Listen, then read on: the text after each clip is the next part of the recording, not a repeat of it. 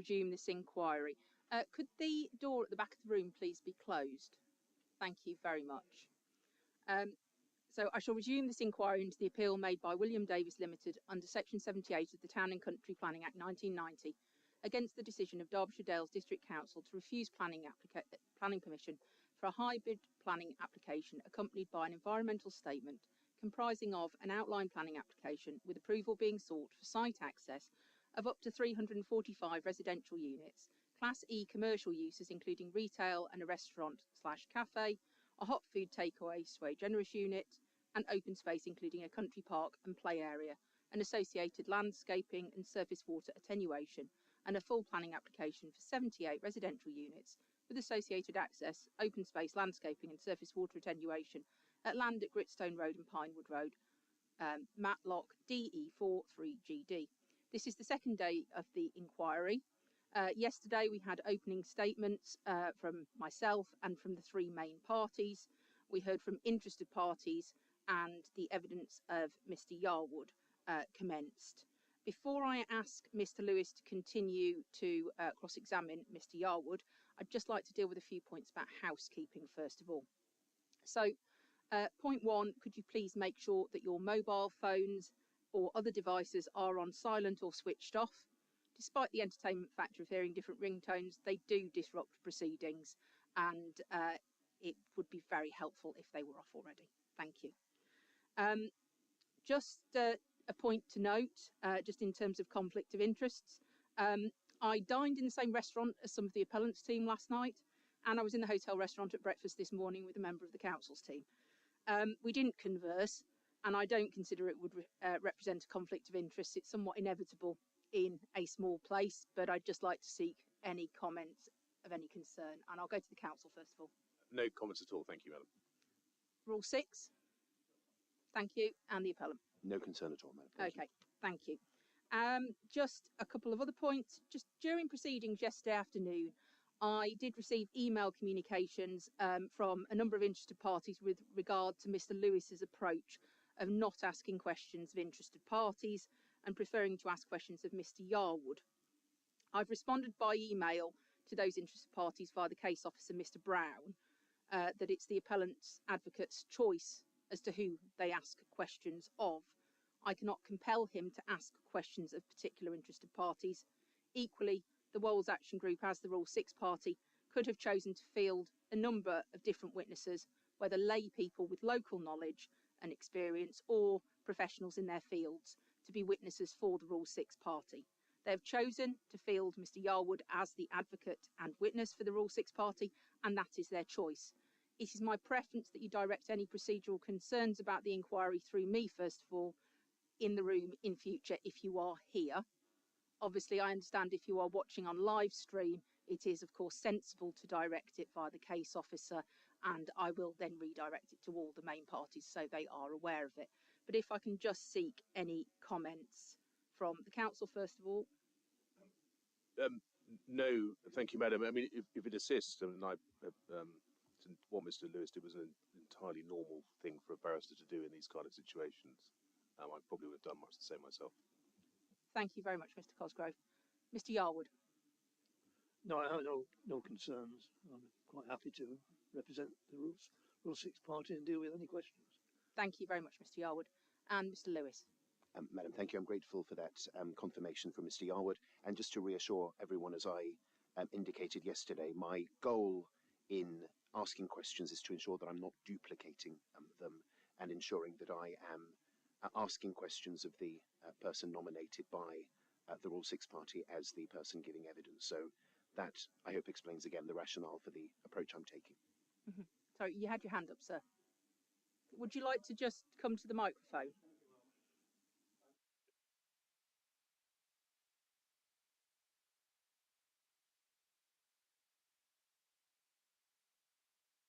Could you switch the microphone on, please? No, you need to put the other button on at the bottom and then once it's green light, sorry. Yeah. Thank you very much for the opportunity. I'm an interested party, Dr. Stephen Martin. I take on board your comment that the Wolds Group may have invited one or two of us, but that wasn't made abundantly clear in procedural terms to either myself and other members or indeed to the World Group. And so I therefore think there is again a little bit of an injustice in my feeling that that wasn't made clear and abundant to the Wolves Group, given the circumstances that they had no barrister, no other opportunity to engage in that process. Thank you, Dr. Martin. And I don't wish to engage in argument and long discussion about this, but the Wolves Action Group has the benefit of an advocate in Mr. Yarwood, who is a chartered town planner and has, I suspect, been a town planner for longer than me. And that's no disrespect to Mr. Yarwood at all. And Mr. Yarwood could have advised you of that. Equally, it is possible for a Rule 6 party to gain the advice and support of a barrister on a pro bono basis. And it may not be for the whole inquiry, but it is equally possible to have a barrister here for a number of days. Now, we are where we are. But I just wanted to make clear that it was not inappropriate of Mr. Lewis to behave in the way that he behaved yesterday. Thank you very much for your response. I do understand the circumstances. We are where we are, but it's a deficit model, in my view, that I think is again worth airing at this stage. Thank you, Dr. Martin. I have further hands up. Is it about the same point?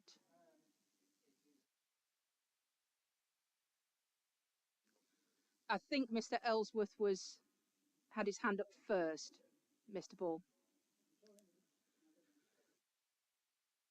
If you could just speak to the microphone, please.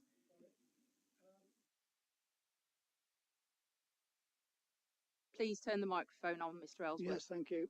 Slightly different to the other. Thank you.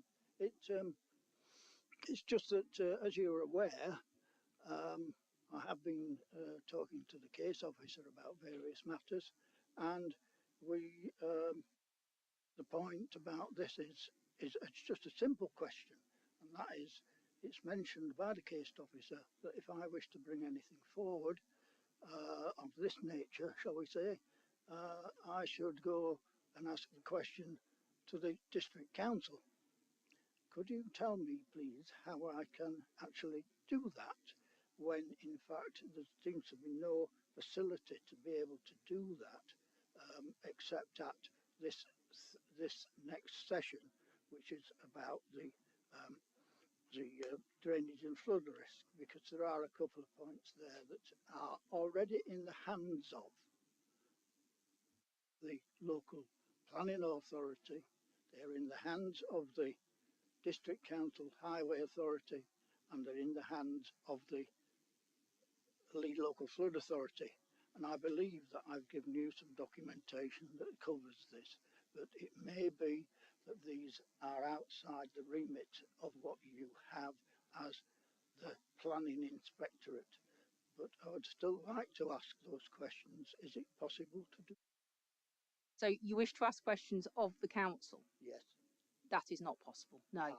If you are listening to what is being said today, so for example, once we've heard from Mr. Yarwood, who will finish speaking once we've got through housekeeping, and we're on to Mr. Hilton, who is representing the appellant in respect of drainage and flood risk, and you've listened to what Mr. Hilton has had to say when he's been through evidence in chief with Mr. Lewis, the advocate for the appellant, and Mr. Yarwood has had his opportunity to ask questions on behalf of the Wolds Action Group to cross-examine Mr. Hilton. If at that point you have questions of Mr. Hilton, you may ask those questions. They may relate in some way to the discussion that has taken place between the council and the appellant in respect of flood risk. That's just one example. You could do the same for subsequent witnesses. Can I actually question a witness when they come to speak on the appellant's Yes, part? when you are given the opportunity. Good, So that's you would fine. need to wait until Mr. Yarwood has had his opportunity, and then I may have questions, and I will also ask whether any interested parties have questions. Yes, surely. I can understand the role of the KC. I've listened to one recently, but at court, excuse me. But unfortunately, as I've said, the person who I really need to talk to is the expert witness on the other side. And I noticed that whilst it's asking the correct questions, and it's with the greatest respect to you, sir, and to you, madam, that I believe that he is doing that on behalf of the witness before the witness comes to do that. And I noted the manner of his questioning, which is standard. As I said, I've just recently seen something happen at the Royal Court of Justice, and so I do not expect him to actually to deal with me in particular.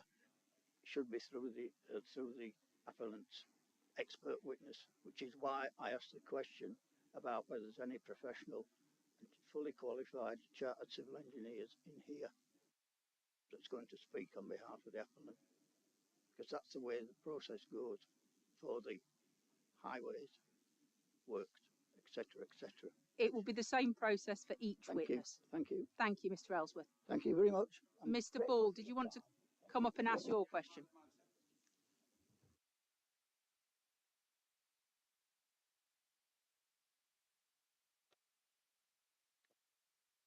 Thank you, Mr. Ellsworth. Mr. Ball. Morning, Mum. Morning. I am neither a member of the Rule 6 party or the Wolds Action Group. I'm here representing myself.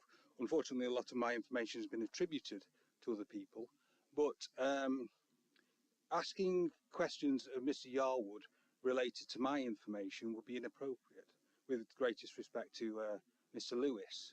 So when he actually answered yesterday after my speech, he said he would not be asking questions of myself and would instead ask them of Mr. Yarwood.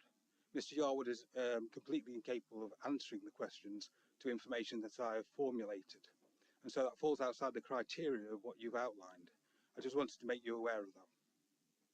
I don't think it does fall outside the criteria that I've outlined. I've outlined, Mr. Ball, do not interrupt me. Apologies. I have outlined more than once now that it is the appellant's advocate's choice to ask questions of whomever he wishes to ask questions of. He chose not to ask questions of you yesterday. I chose not to. I have read your representations. I have read your statement, and I listened and wrote down what you had to say yesterday, Mr. Ball, and I am taking everything you have said and written very seriously, as I am everybody else. And I'm sure Mr. Lewis is taking it very seriously as well. But it is absolutely his choice. And he has taken Mr. Yarwood through questioning on drainage and flood risk, and he has received the answers he has. So he will now write his closings, once we get to that point, on the basis of what he has heard. He will also be taking into account what Mr. Hilton has been asked questions about and how Mr. Hilton has responded on that. I cannot force you to, I could force you to be here, Mr. Ball, but I couldn't force you to speak. I can compel people to come to an inquiry, but I can't force them to speak. I can't compel Mr. Lewis to ask you specific questions if he chooses not to. And that is the simple fact. With respect, Mum, it wasn't about him asking me questions. It was about him asking questions related to my information towards somebody who is incapable of answering them. In that respect, it's like asking a plumber to mend a roof. Noted, but we are where we are. He chose not to ask you questions yesterday. He chose to ask Mr. Yarwood particular questions. He got the response he has. He's got to work with that. Okay, Mum, thank you. Thank you, and I appreciate it. Thank you very much. Okay, so anything further on that point before we move on? Nothing from me, madam. Thank you. One further point on viewpoints. I asked the main parties yesterday morning if they could talk about which viewpoints I definitively need to see on the site visit. And the Wolds Action Group has emailed me regarding this on a couple of occasions yesterday. And I'd just like to clarify that we've had 2 case management conferences on this particular inquiry. And that was primarily because the second case management conference was because the council had notified me that they were content that reasons for refusal 1 to 3 could be dealt with by means of condition, and that reason for refusal 4 could potentially be dealt with by means of planning obligation, and they wanted to update me on that, and we needed to discuss how things would then go with the inquiry. And that's perfectly normal. In that second case management conference note that I issued after the case management conference, it had a table in it, and it noted that the site visit itinerary, the draft itinerary, was due on the 14th of February. The reason for that was because I was visiting Derbyshire during half term the following week. And so I needed the information by the 14th of February to plan what I was doing. I didn't receive any update from the Wolds Action Group by the 14th of February, but I did receive the council and the appellant's agreed draft itinerary. And on the 18th of February, I visited those viewpoints that are further distant. So I have seen the site from the south, and I've seen the site from Ryber Castle. And there are further viewpoints which were put forward by the Wolds Action Group on the 18th of February in the evening, was when they reached me. So after I'd been on site in the morning on the 18th. And some of them are further out or slightly different from the ones provided to me by the council and the appellant. Now, it has been the case throughout this process that despite the fact that I ask for collaboration and cooperation at every case management conference, and I write it in every note, there doesn't always seem to have been particularly good collaboration and cooperation, certainly not in a timely manner. So I would just ask that by the end of the day prior to the site visit, so this is hopefully by the end of Thursday, that I could have a final draft itinerary from the three main parties, which clearly sets out where I should be going. Because I want to know, A, if every viewpoint is actually necessary, and B, how we're going to get round all those viewpoints, because when I visited in half term, I had a car with me. I've come by public transport now. So if we are visiting more than the site and its immediate surroundings, we will need to travel together, and that will need to be a single representative of the appellant, the council, and the Rule 6 in a car with me. What fun. Okay, so I will expect that by no later than the afternoon before the site visit. And obviously, as matters move on, we'll see what that timing looks like. But at the moment, work to Thursday afternoon. I don't want any more toing and froing of emails about it from my case officers saying they're still not agreed. I just want you all to actually get together and agree it. It's not difficult. Please do it. Okay. Moan over. And I'm sure you can get together and agree it. You have lunch hours and after the inquiry. The section 106, Mr. Lewis. Yes, good news on that one. Madam, I'm told that significant progress was made yesterday in relation to the viability review mechanism, which was, as you'll recall, the main outstanding sticking point. I understand Ms. Affer will be able to speak with more authority than me to this because she's working most closely with it. I understand there's going to be a meeting this morning once we've finished Mr. Yarwood's cross-examination, Madam, where the Ms. Affer and the council solicitor are going to meet to seek to finalise that drafting, as I understand it. And so we are in a better position. But I'm grateful to you for your patience in waiting for that final draft.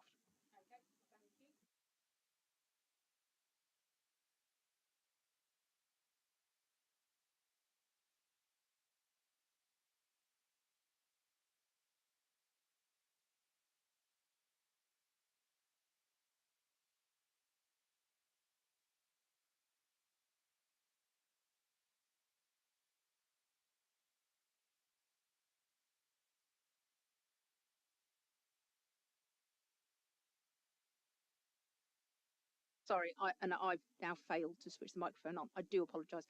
So I'll just repeat myself.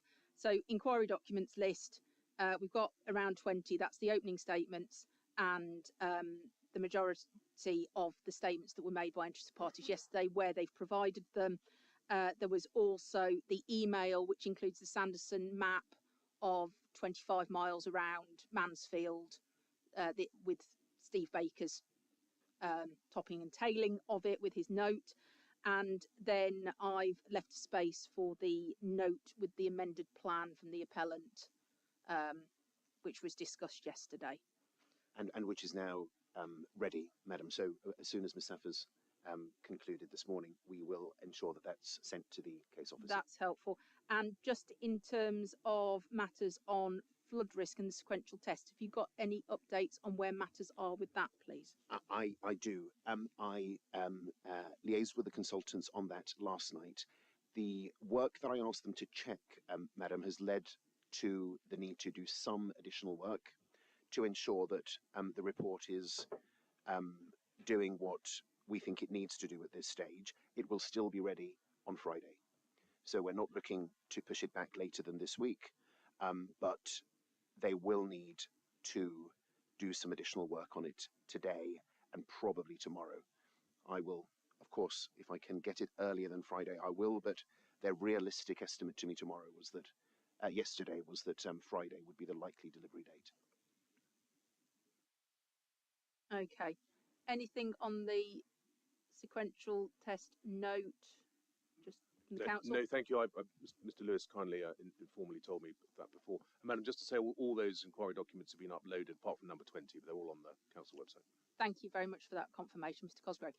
Mr. Yarwood, anything on the sequential test note at all? No, thank you. Okay. Any other procedural or housekeeping matters before we move on? One bit of housekeeping from me, Madam, if I may. The highways technical note that was appended to Mr. Dickinson's main proof of evidence at Appendix 4, it has a plan or a drawing to it at Appendix A, Madam. It's a minor point, this, but those of you who have seen this document, it's a pretty zoomed in plan. I'm not quite sure what happened to the formatting of this when we finalised the document, but it's cut off the bottom part of the plan. So all I wanted to do this morning, Madam, was just to ensure that we have got the full version of that plan, which will not tell anyone anything they don't know already. It's simply confirming there's an annotation confirming where the pedestrian crossing is proposed to be relocated to, and that's all that there is to it. But I was just keen, in fairness to Mr. Yarwood, that he's got a full version of that plan before we come on to discuss highways. Okay, and will you be providing a copy of that to everyone? I've got hard copies now, if you're content for me to. Yes, that's helpful. Them. Thank you. And if you could send an electronic copy of this just to clarify, and that will be ID 21. Yep.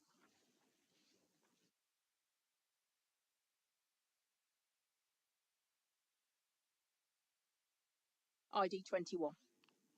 Thank you.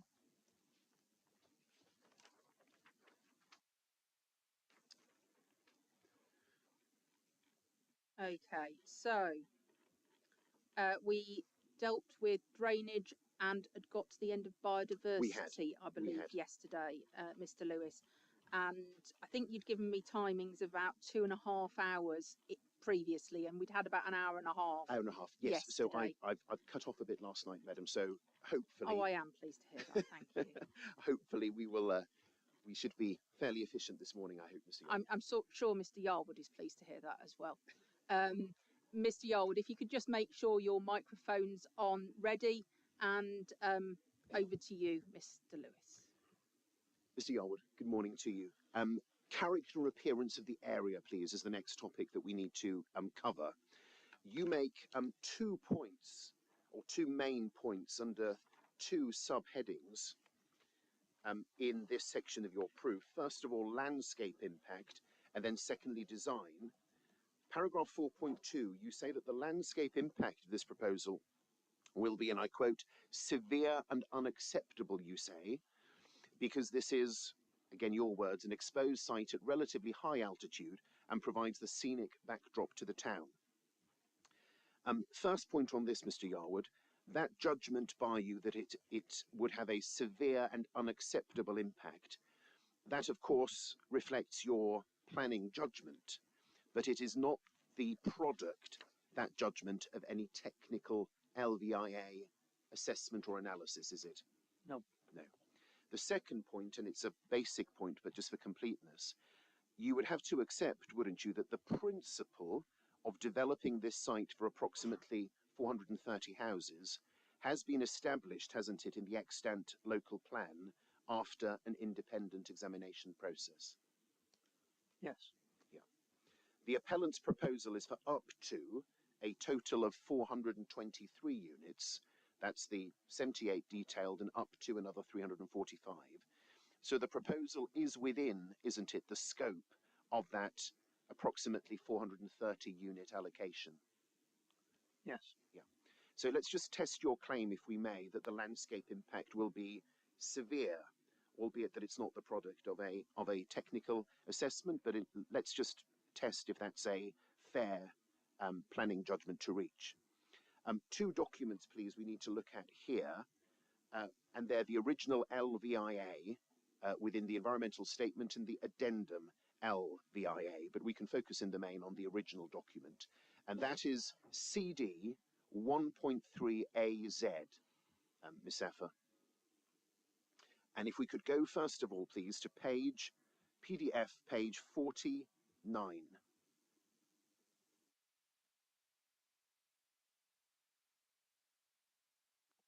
I should check, just so that because this could save time, Mr. Yarwood. Have you read the landscape and visual impact assessment? You have. I'm very grateful.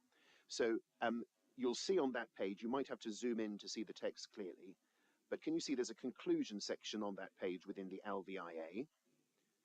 And it's paragraph 7.1, and 7.1 says this: overall, the scale and form of the proposed development is likely to result in a slight moderate change at a localized level in this area of the settled valley pastures landscape character area, and on balance, the potential landscape and visual effects identified are likely to be of substantial significance only in the immediate vicinity of the site, receding to moderate and slight impacts as distance increases away from the site. Furthermore, the proposals for green infrastructure and landscape design will deliver a number of enhancements in terms of the physical landscape. So just note that for a moment. I know that you don't agree with that conclusion, but just note it for a moment, and let's just see together on what that judgment in the LVIA is based. Could we go first of all, please, to PDF page 61? And 61 is a familiar tool when we're dealing with landscape and visual evidence. It refers there to a modified zone of theoretical visibility. Can you see that? Yes. Yeah. You'll be familiar, of course, of this in your practice from other cases. Just to understand what this means, and in particular what we mean by a modified zone of theoretical visibility, or ZTV, could you go to PDF page 26, please?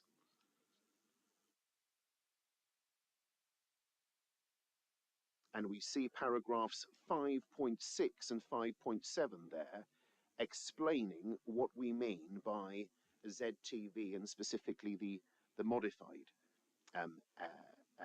ZTV. A computer model of the 3-kilometre study area produced a modified ZTV based on the topographical Ordnance Survey data for the study area. It was modified, so this is the modified bit, it was modified to take into account buildings and woodland mapped by the OS, which further impedes visual access across the study area. Potential views were selected along the public highway and public rights of way within the ZTV. Specific locations were chosen adjacent to places of education, play, recreation, or sport, where the view is considered to be one of the reasons for visiting or being at that location. So we understand that explanation. So with that explanation, could we go back together, please, to the modified ZTV on page 61? And we see there that the pink bits are essentially, to put it bluntly, where you see it. And can we agree together, please, just looking at this plan, and we can see the red outline of the site there, Mr. Yarwood, can't we, in the centre?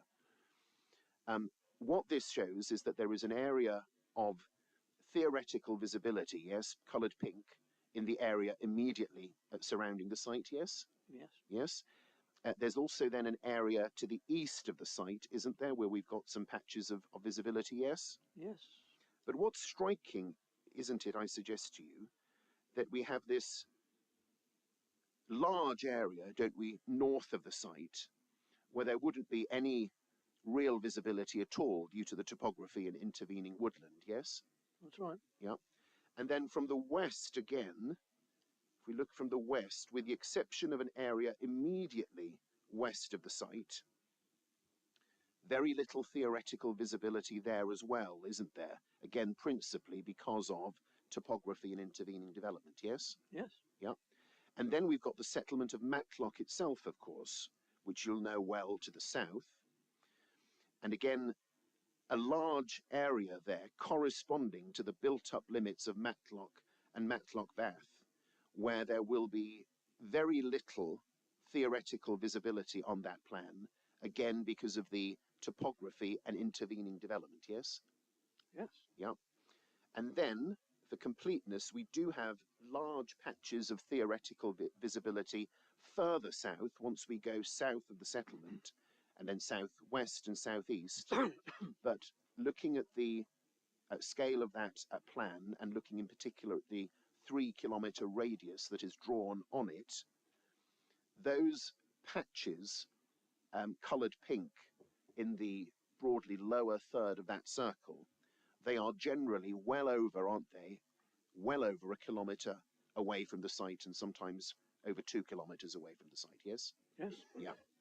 So that ZTV, that modified ZTV, it supports, doesn't it, the assessment in the LVIA that landscape and visual effects are, and I quote again, are likely to be of substantial significance only in the immediate vicinity of the site, receding to moderate and slight impacts as distance increases away from the site.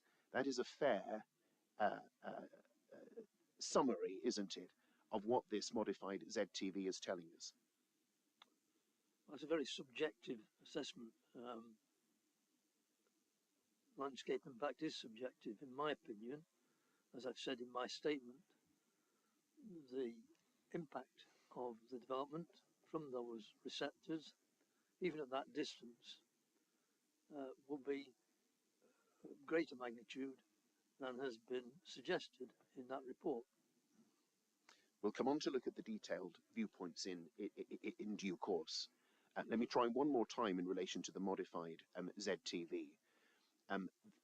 The modified ZTV is consistent, isn't it, what we see there, with the judgment that was made in the LVIA that the landscape and visual effects are likely, well, let me put it this way, let's see if we can agree at least this, that the viewpoints are likely to be of greatest, or the visual effects are likely to be of greatest significance in the immediate vicinity of the site. We can agree that, can't we, from this ZTV? Yes. Yeah, okay.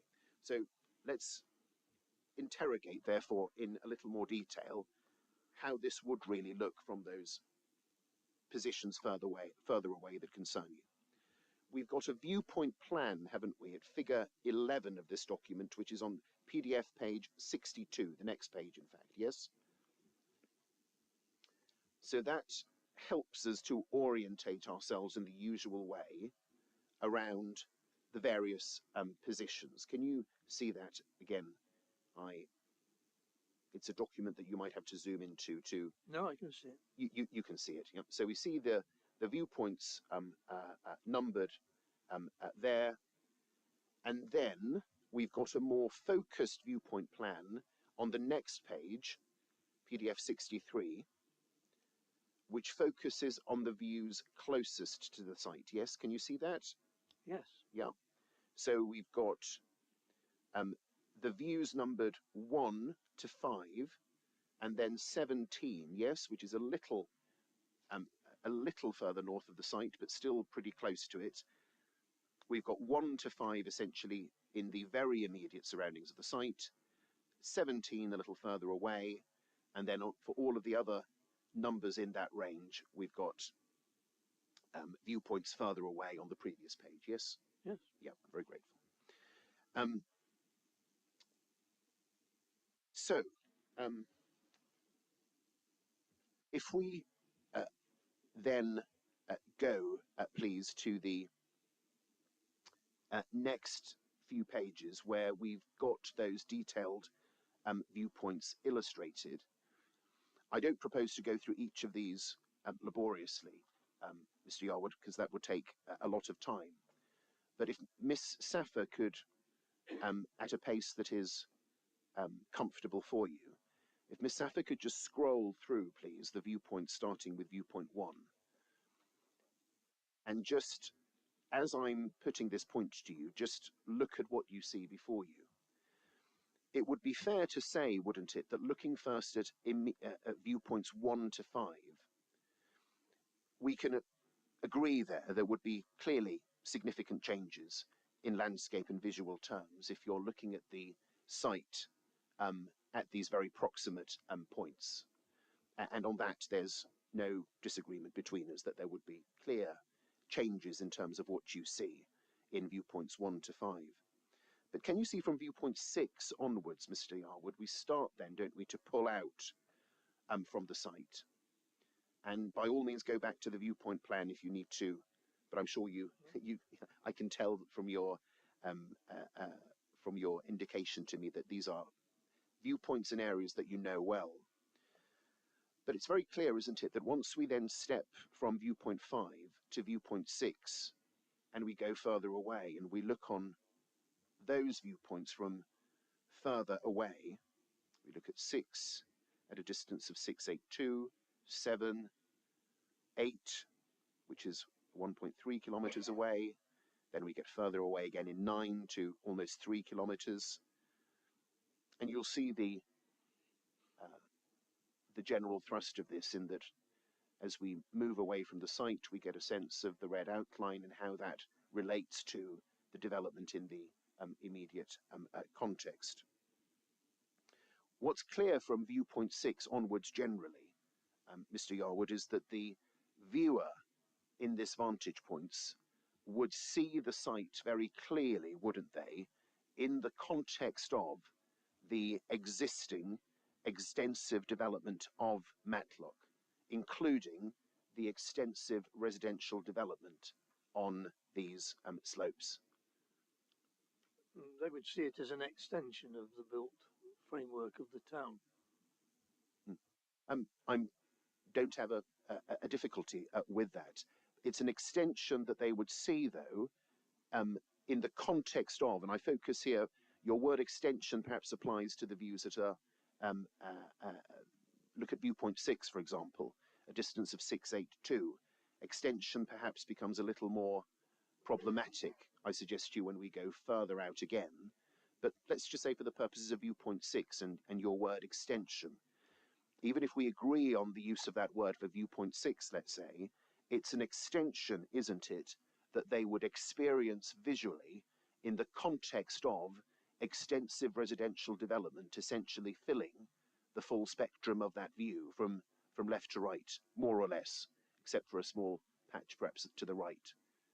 But that's how it would be experienced, isn't it? It would be experienced as breaking the skyline and taking away a quite important green break between developed areas. Well, the skyline point I'll park because I'm not sure that we've got evidence. The photograph is the evidence. Yeah. But look at the photograph. Let's agree at least on this if we can. Can we agree that looking at this viewpoint, there is already, isn't there, extensive residential development that goes across almost the full spectrum of that viewpoint from left to right, yes? No. Right. Why is that wrong? Well, because the development, the built development is quite distinct from this patch of ground, which is the application site in Edged Red. There is a mixture in this view of buildings and open landscape. The open landscape contributes significantly to the character of the area, and in that view can be seen to be quite important. Yeah. Focus in on that view, if you will, please. Just one more question on this. It's clear that we're not going to reach common ground or extensive common ground on this. It is clear, isn't it? If we focus in on that, can we at least agree on this, Mr. Yarwood? If you look at that red outline, and you look first of all to the left of that red outline in this viewpoint, it is clear, isn't it, that there is extensive residential development already to be seen in that view, and to be experienced indeed on virtually the same level, virtually the same topography as would be experienced there from that view when one looks at it from that vantage point. The development would not sit from that vantage point significantly above, or would appear to sit significantly above it, would it? Given how the development to the left there is situated on that, in that eye line. I don't think we can be looking at the same photograph. If that's your opinion of what that view shows, it's a very different opinion to mine. Yeah. And then if you look, please, to the foreground of that view, if you look in the area lower down from that red outline, we can see, can't we, there is development clearly to be seen in the foreground there. Residential development then again to see to the right of that, a pretty large cluster of residential development to the right of it. And again, then on the higher ground, we've got a further cluster of what will be perceived as significant development on that higher ground in the view. So I'm correct, aren't I, to say that with the exception of the extreme right of the spectrum of that view, there would be extensive residential development experienced already, wouldn't there, across the central spectrum of that view? Oh, yes. Yeah, grateful.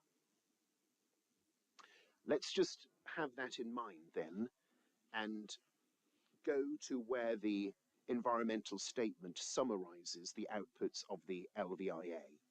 And that's chapter 6 of the environmental statement. That's CD 1.3i, please. And it's PDF page 69.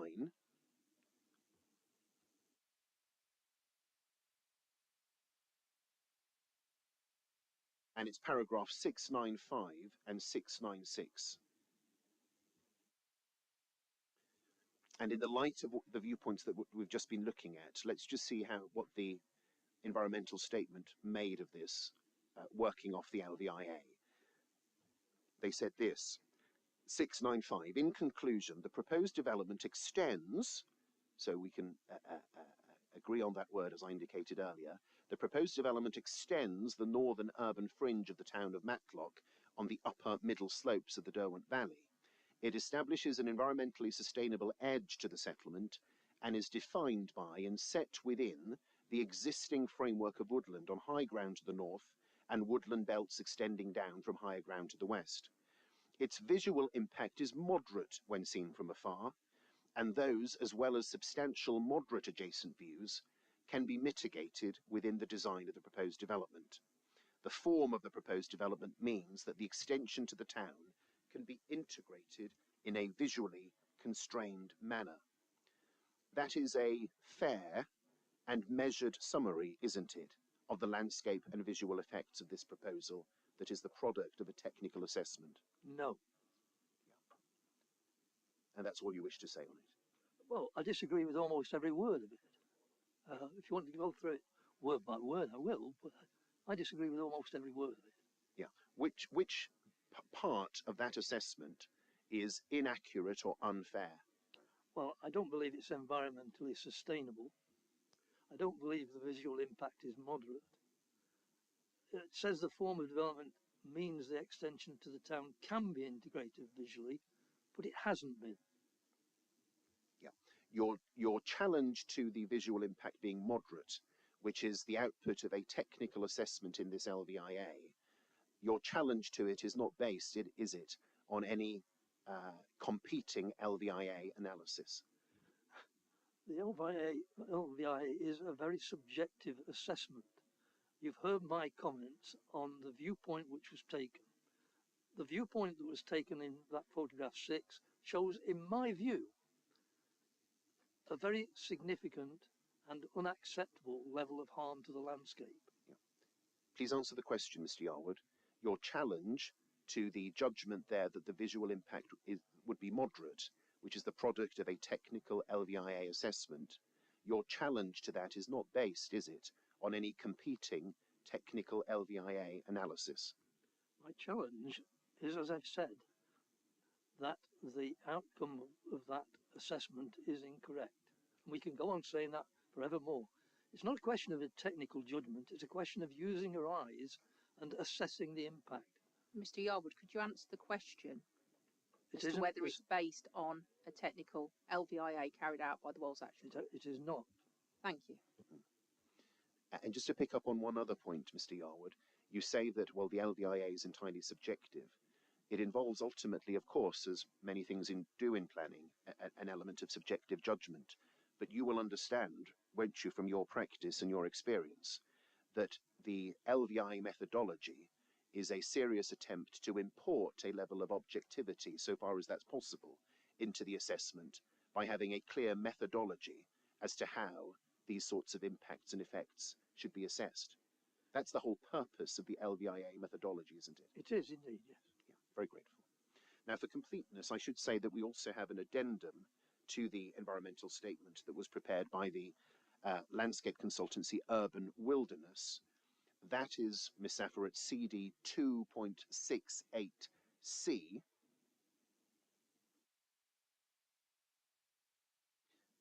And the purpose of this addendum was to check if the conclusions of the original LVIA were still sound in light of some changes to the proposal since that original LVIA was conducted. And those changes were summarized in the report on PDF page 7. If we can just go to that list of changes. And paragraph 3.8, please, under proposed development. The principles of the current development proposals are fundamentally the same as the original application. Key differences include increase in the proposed number of dwellings from 415 to 423, enlarging of some of the surface water attenuation basins located within the Countryside Park and Phase 1, an increase to the area of grassland proposed to the Countryside Park in response to improved baseline information and evolving ecological objectives. The inherent design mitigation described within the ES remains broadly the same, intended to facilitate a functional development with biodiversity net gain, ... And the green infrastructure proposals continue to promote the landscape opportunities noted within the ES Chapter 6. So that's just a summary of why this addendum LVIA has been produced. Again, I should check, is this a document you've read previously? Yes. I'm very grateful. That then leads to the conclusion over the page. Numbering's gone a bit awry in this document because we've got section 3 numbering twice, but not to worry. Conclusion 3.1, the baseline situation and the current proposals of mitigation remain fundamentally the same as those reported within the original LVIA. The conclusions of the original ES Chapter 6 LVIA, and as repeated within this addendum, remain relevant to this updated application. So, factual question, Mr. Yarwood.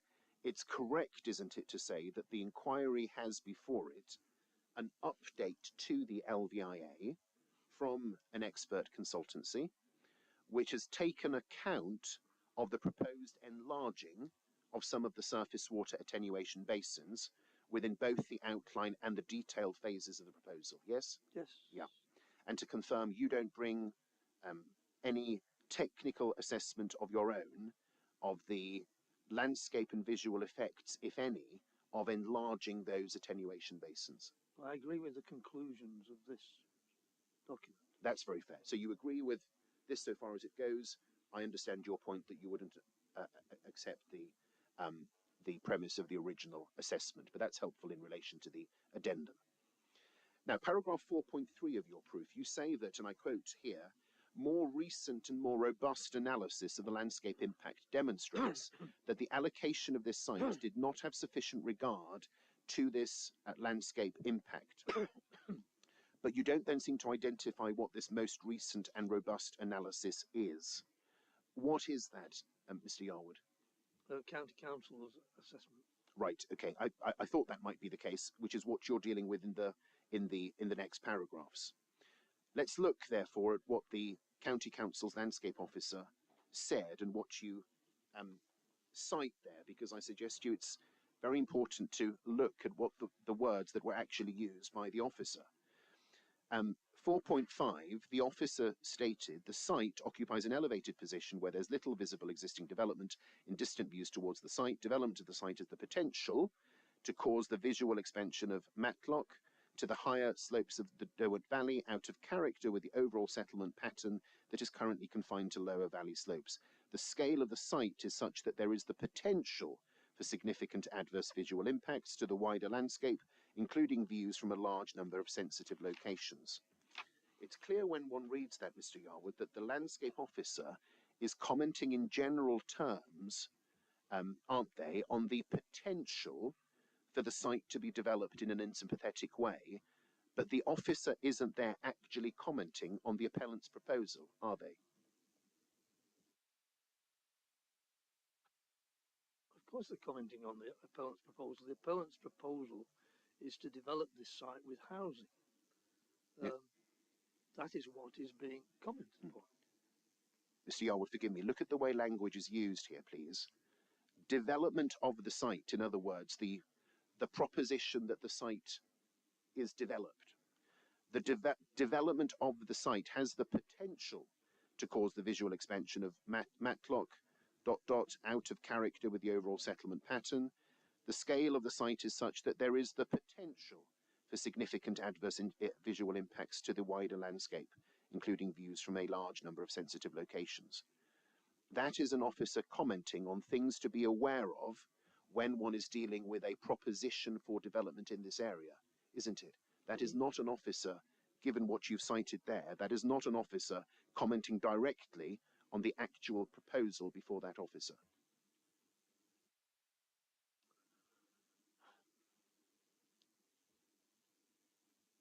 I think the officer is commenting on the proposal before him. It says it has the potential. I think that's just semantics. I think we're talking here about what the development actually does. That's my opinion. Yeah, we read that differently, Mr. Yarwood. I'll move on. Paragraph 4.6 of your proof, you say that the landscape impact will be exacerbated by the over-engineered layout with long straight rows of houses which are not well integrated into the landscape and afford minimal opportunity for soft landscaping to break up the mass of the building. Could we take up the latest illustrative development master plan, please, which is at CD 3.7.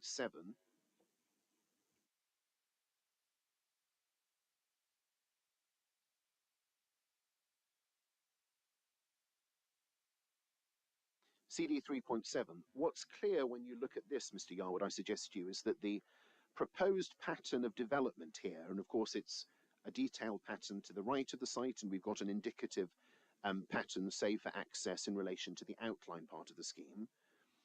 That indicative pattern of development has clearly been informed, hasn't it, by the existing landscape pattern of small to medium irregular fields, largely defined by hedgerows and trees. This indicative and indeed the detailed layout has clearly taken account, hasn't it, of that existing landscape pattern. Taken account of the field pattern to some degree, yes. Grateful. And that, and we can also see, can't we, that that pattern of development is consistent, isn't it, with the pattern of development immediately south of the site. We see the existing residential housing there.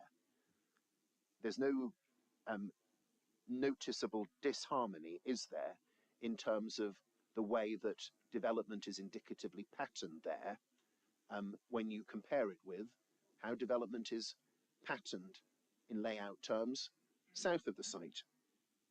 Yeah, I wouldn't take the view that the pattern of development to the south of this site is a good one to follow. I think the pattern of development to the south of the site, both to the southwest and the southeast, are not patterns which one would want to replicate, and I don't think they have been replicated. I think the pattern of development is, as shown on the master plan, is to some degree better than the pattern of development, but that doesn't mean it's very good. Right. So you accept that the layout form, as indicatively shown there, is superior to what is south of the site, but you don't still think it's good enough. That's your position. Certainly not in respect of phase one, which is the detailed application, and where we're dealing with a factual proposal rather than an indicative master plan. Okay, we'll come on to look at phase one and the layout of phase one in detail imminently. So you're not as concerned about the indicative pattern shown there for phase 2, 3 and 4, which you accept is superior to the development south of the site. In this indicative scheme, whether it proves to be so in the final scheme, we don't know, do we? Yeah. I must pick you up on your use of the word over-engineered, Mr. Yarwood, when running through the north and the centre of the site. We have this very large area, don't we, in terms of the proportion of the site as a whole. We have this very large area proposed for a countryside park that responds to the gradient of the valley. That is certainly not an area containing, is it, to use your words, long, straight rows of houses? I was primarily referring to the phase one development in terms of that, although I think it could equally be applied to the way the attenuation dams and ponds have been strung along the valley feature, but I was primarily referring to phase one. Yeah, that area, grateful for that clarification, that area, that countryside park area, going through the north and the centre of the site, that area, as a proportion of the overall site, will necessarily, won't it, provide extensive relief from the residential development proposed either side of it, yes? No. Yeah. How can it fail to provide extensive relief when there is not a single house proposed in that area? Well, relief suggests some compensation for the development. No, it doesn't. That is countryside, open countryside at the moment. There's no gain in making that a country park. It's already beautiful landscape. There is no benefit, no offsetting benefit to the housing there. In the context of the development that is proposed, Mr. Yarwood, and proposed in the context of an allocation for circa 430 houses on this site, it is clear, isn't it, that not developing a very large central and northern area for housing within the site will internally, within the context of that development, provide relief, won't it, from that residential development? It can't fail to. Well, we'll just have to disagree. At paragraph 4.9 of your proof, you take issue with the relatively large, your words, relatively large attenuation ponds on both the upstream and downstream sides. But we can see, can't we, from the illustrative master plan that we're looking at there is a clear logic, isn't there? We can agree at least this, can't we, Mr. Yarwood? There's a clear logic, isn't there, to the location of those attenuation basins, isn't there, in responding to the gradient of the valley and the flow of the water down that valley. Those basins aren't seeking to shift the direction of the flow of that water substantially in a very artificial way, are they? There's a logic, you'd at least accept that, to why they're in that location. Oh, yes. Yeah. And just to check the levels here, because you took a point, and we're very grateful to you for doing so, because you identified an error in one of our plans. Paragraph 4.9 of your proof, 4 lines in, you say that the levels indicate that there will be a retaining wall for over 4 meters height will be required on the downstream side of the access road. You'll see that we put in the corrected drainage plan yesterday. Have you had an opportunity Yes. to look at that? Do you accept now, having had the benefit of that correction, for which we're grateful to you for pointing it out, there won't now be, will there, a 4 meter level difference in that area north of Balancing Pond 3, will there? That's correct, there won't. There won't be. I'm very grateful. Now, when these basins are designed in detail, there will be an opportunity, won't there, to frame them with soft landscaping features. These are all detailed design matters, potentially trees, hedges, both existing and new. Opportunity also potentially for some hard landscaping in the way of new stone walls, if that's something that the council would contemplate. The point is, it will be possible, won't it, to further soften the presence of these attenuation features in the landform with landscaping that is characteristic of the area. That again you'd accept? Yes. Yeah. And it will be also possible, won't it, to plant vegetation on the banks of those features to further assist their integration into the landscape. It will, yes. Yeah. The second subsection of your proof on character and appearance deals with matters of design. For 10 of your proof onwards, you make a series of wide-ranging points under design, but I'll seek to deal with them efficiently, if I may, Mr. Yarwood, and concentrate on what seem to me to be the most significant points you make. Para 411, you say that, and I quote, the absence of cross-sections and finished floor levels, this goes to your phase 1 point, make it impossible to assess whether reasonable street gradients can be achieved and how the development will impact on the amenity of and visual relationship with existing and proposed properties. Now, it's not quite correct, is it, Mr. Yarwood, to say that there's no information about the floor levels of the properties relative to each other and the development south of the site for the phase 1 detailed part of the scheme, because in Mr. Dickinson's main proof of evidence, and this is CD 9.1 at paragraph 740,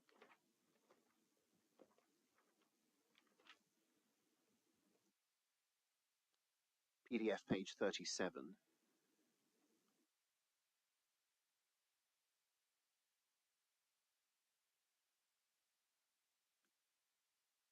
Sorry, could you just repeat that reference for me? Of course, Madam. It's CD 9.1, para 7.40, 40 on PDF 37. So Mr. Dickinson there, Mr. Yarwood will see, he cites various sources of evidence where information about ground levels and actual and parameter heights of proposed buildings can be found. But in particular, towards the end of the paragraph, he cites 2 drainage layout plans. Can you see? Yes. Drainage layout sheet 1 and sheet 2. I'll call them drawings 501 and 502. And he says that they show the assumed finished floor levels of the houses in phase 1, along with levels for road contours and the drainage infrastructure. Now, those plans can be found in CD 2.68p, part 4. I have found them, yes. You found them. I'm most grateful. Not here today. I mean, I have looked at the You've looked at evidence, found them. I found it strange they were in the drainage section rather than anywhere else. That was why I didn't find them previously. No, I've found them. no, I've seen them. There is certainly no criticism at all here, Mr. Yarwood. I'm just pleased that you have seen the information and that you've been able to consider it. If we zoom in, if Ms. Saffa could zoom in, and you've kindly indicated that you're familiar with what's shown on these plans. So we've got, this is a 3-page PDF. We're going to be looking mainly at the first 2 pages. Drawing 501 is on page 1, and 502 is on page 2. What's clear from those plans is that, can you see there are various annotations on that plan, and they are minuscule, so we'll need to zoom in. But in the usual way on such plans, there are markings, aren't there? FFL. Yep. Can you see? You'll be familiar with this from your practice. Floor levels, yeah. Finished floor levels, and then we get the AOD marking accordingly. So it's fair to say, isn't there, isn't it, Mr. Yarwood, that there is information provided by the appellant before the inquiry that does enable us to get an understanding of the relative finished floor levels in relation to the detailed part of the scheme, yes? There is, yes. Yeah. In any event, if this is still a concern, as Mr. Dickinson says in the last sentence of his proof at para 740 that we were looking at, a planning condition could be imposed, couldn't it, to require the submission of proposed finished floor, eaves and roofs, roof levels for the houses. That could be done, couldn't it? If the decision maker wanted more assurance about what the actual final finished floor levels will be, because these are assumed levels here, that could be done by way of condition in the usual way, couldn't it? If there were a concern about it. I don't think it's necessary. The finished floor levels are now clear. They weren't to me when I wrote that statement. They are now quite clear, absolutely clear. There are finished floor levels throughout. One can assess those levels relative to surrounding development, relative to one another. There is no longer any doubt about the finished floor levels. There's no need for a condition to make them clearer. They're clear as anything. That's extremely helpful, Mr. Yarwood. I'm grateful to you. In the second half of paragraph 411 of your proof, you make a specific point, and this I think goes to your phase 1 concern in particular. You say, 4 lines into 411, what is clear, however, what is clear is that the floor levels of some, if not all, of the proposed houses on plots 70 to 78 will have floor levels at the same height or significantly higher than the eaves levels of the existing houses on Gritstone Road. This will have an adverse impact on the amenity of those existing houses. Could you kindly go, please, to Plan 502, which is the second on page 2 of this document, and then zoom in, please, on plots 70 to 78. And if at any point you need more time to zoom in further, because some of these annotations are very small, please just tell me. No, I'm fine. You're familiar. I'm very grateful. So you'll see, won't you, if we just focus in there on plots 70 to 78, Mr. Yarwood, let's just take number 70 to begin with. You make a point in relation to the eaves. Let's, for completeness, please, just look at what this information is telling us in relation to the ridges of the houses southeast of these plots. Let's look at plot 70. Plot 70 has got a finished floor level of 225. The ridge level of the property immediately southeast on 14 Gritstone Road is 230, isn't it? Yes? Yeah, the eaves level 226. Yes. 5. Yeah, it's about 1.7 below the eaves. I'm very grateful. So that we can speed this up, I'm not contesting the judgment or the observation that you're making in relation to the eaves. I'm just trying to ensure that the understanding is complete by also looking at the ridges. Well, the ridges have very little effect in terms of people's, the ridge of my house is not important in terms of what I see from the house. The eaves is to some degree, because that's the top of the windows of the bedroom. So that's a far more relevant position to make a judgment from. Yeah. As I say, I wasn't asking for a qualitative judgment on how useful it is to look at the ridges. I asked a factual question about what this information tells us about the relationship between the finished floor levels and the ridge levels. The ridge of number 14 would be at AOD level 5 meters higher, wouldn't it, than the finished floor level of proposed plot 70, yes? Yes. Yeah. And I don't think that we need to go through the remainder of these plots one by one if you've already kindly considered this information. I can ask the question in this way. I am correct to say, aren't I, that in relation to all of these properties, proposed properties 70 to 78, the finished floor level would be lower, wouldn't it, by circa 4 to 5 meters generally, than the ridge height of the corresponding properties immediately behind them on Gritstone Road, yes? Yes, it's not a very helpful observation, though. As I say, I didn't ask a qualitative question. I asked for the factual position to be confirmed. That is the factual position, isn't it? It is, yes. Along that, I'm very grateful. Okay. Two further points, please. Can we just look at the eaves level of on plots 77 and 78? Yeah, The floor level relative to eaves level before we move on? I'm coming to those plots specifically. I guarantee you that, so you'll have every opportunity to comment on those specifically. If I may just deal with the group first, just for completeness, and then we'll come on to any particular points you want to make about 77 and 78. Two further points just about the group, please, when we're assessing the acceptability of this relationship, Mr. Yarwood. Plots 70 to 78, as proposed in detail there, they all have relatively long back gardens, don't they? And that's relative to the footprint of the residential dwellings proposed there. There are relatively long back gardens, aren't there, proposed behind the dwellings at 70 to 78, yes? Yes. Yep. And on the other side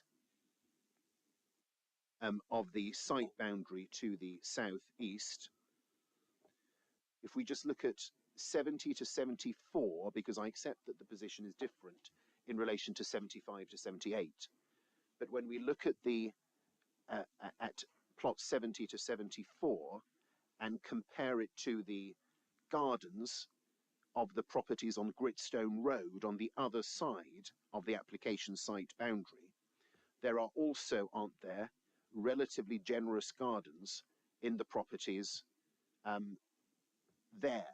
So the properties that are in a way directly in front of plot 70 and 74, fronting those rear gardens, those properties on Gritstone Road have correspondingly relatively generous rear gardens as well, don't they? They do, yes. Yeah.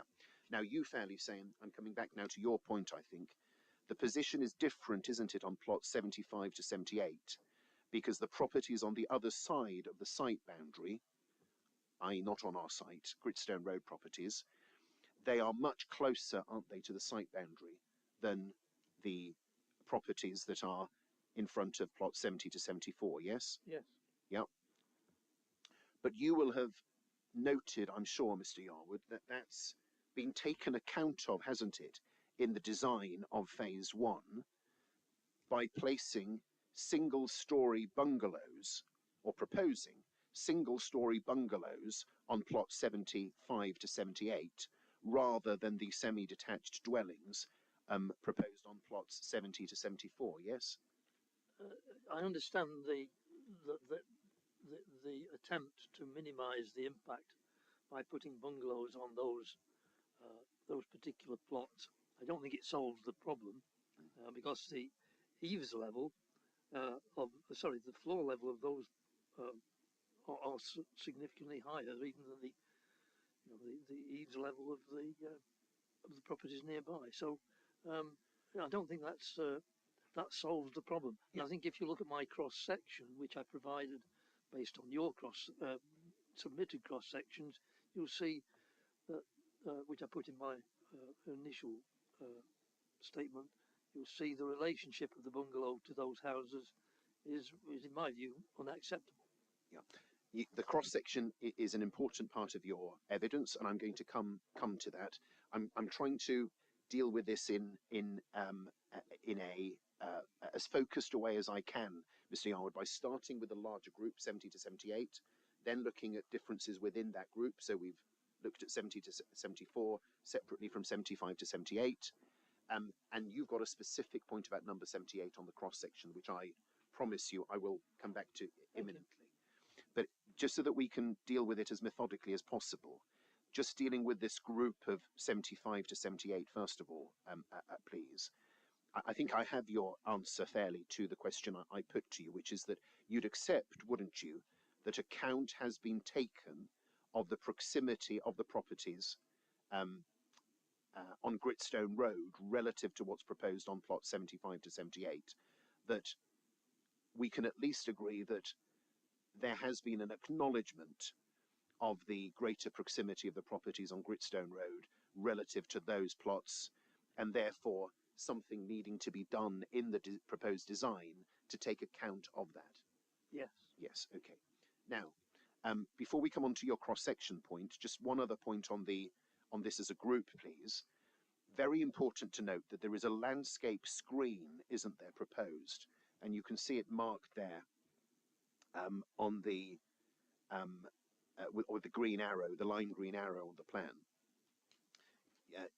Zoom out if it's helpful to see the full extent of it. I've seen the landscape screen. You've seen it. So what you will have seen is that extending the full length of the southeastern boundary there from plots 58 to 78, and it's marked on the plan as being 5 meters in width. That marking is just next to plot 69. That landscape screen is an important element of the assessment when we come to considering the acceptability of this relationship. As a matter of fact, Mr. Yarwood, I couldn't see that in your proof, when you're making these points about expressing concern about the acceptability of these relationships, you don't seem to have taken account of this landscape screen when alleging that the houses on plot 70 to 78 would have an adverse impact on residential amenity to the southeast. Well, there are two questions there, aren't there? Who's going to own this landscaping screen, and who's going to manage it? Because it doesn't seem to me a very practical solution. The likelihood is that it'll be in the gardens of the houses, and then therefore the people who live in the houses will have their own discretion as to whether they keep it as a landscaping scheme or not. Or if it's not going to be in the gardens of those properties, you know, how is it going to be managed? A long strip like that? I can't see any management scheme that would be able to deal with that. So I don't think it's a very practical solution. Yeah, not quite an answer to the question, Mr. Yarwood, with respect to you. I hear what you say about concerns about future management, maintenance, and so forth. That point is noted. I don't need to cross-examine you on that. But just on the factual question, please, that you are expressing quite trenchantly in your proof of evidence concerns about the acceptability of the relationship in this location between the properties that we've been discussing. It is correct to say, isn't it, that you express these judgments without having any regard, it seems, to the screen planting proposal 5 meters in width in that location? Yes, for the reasons I've just explained. Yeah. Cross-section, paragraph 4.13. Let's come on to the point that you've been wanting to discuss for some time. You refer to a street elevation cross-section that you provided for one specific bungalow here, and that's the bungalow on plot 78. And you claim that this, and let's go to that cross-section, it's not in your proof, but it's in your statement of case, isn't it? Which is at CD 7.4 PDF 6. We don't need to go to it necessarily, but if anyone needed to refresh their memories, that's where we'll find it. CD 7.4 PDF, page 6. And what you say, and this commentary is in your proof at para 413, you say that that cross-section shows that, and I quote, even this single-story dwelling will have an overbearing impact, and you're concerned whether it will be possible to have an accessible access to the rear of the dwelling of number 78 without a substantial retaining wall or numerous steps. Now, as Mr. Dickinson says in his proof of evidence, main proof of evidence at 7.42, we as the appellant, we're not in a position to verify the accuracy of that cross-section, but let's just take it in good faith for what it shows at the moment. What we do know from the information about floor levels on that plan that we've just been looking at plan 502, page 2 of the PDF, CD 2.68p part 4, Mr. Yarwood. If we really focus in on plot 78 and just see the numbers there, and in particular the AOD numbers, there's an assumed finished floor level for plot 78 of 226.2 meters AOD, isn't there? There is. And then there's a rear garden of approximately 15 meters. Can we agree behind it? Yes. Yeah.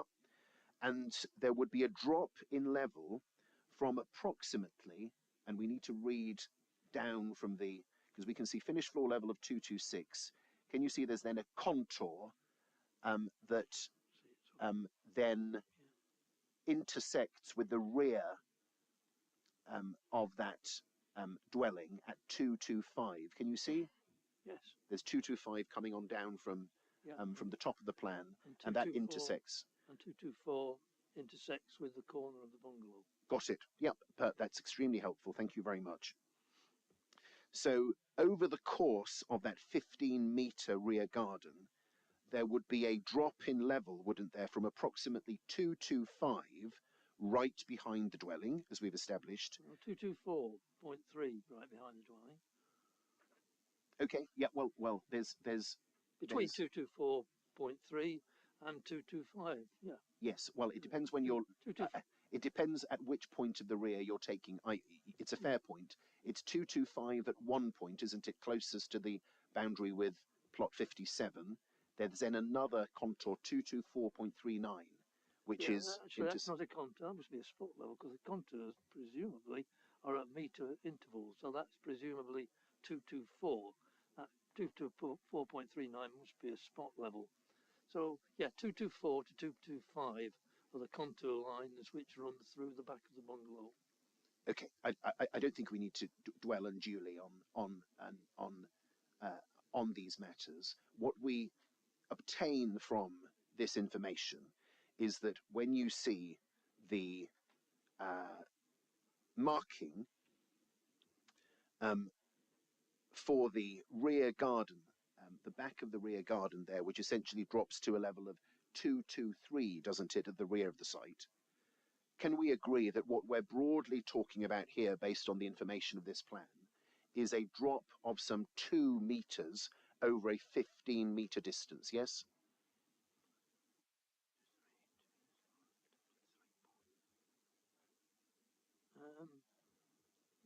Might not even be that if you're taking the 224 measurement.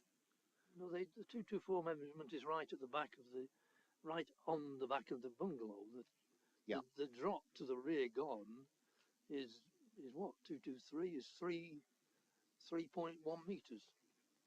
Forgive me, where do you get that? Well, because we have 223. There's a spot level at 223.31 just in Indeed. that landscape strip.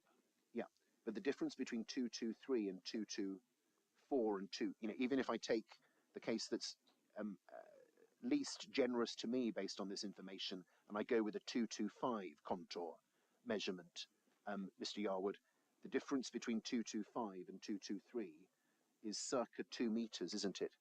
Well, 225 is not the floor level of the bungalow. 225 is a contour line which will probably disappear through the engineering works. Yeah. The floor level is 226.2.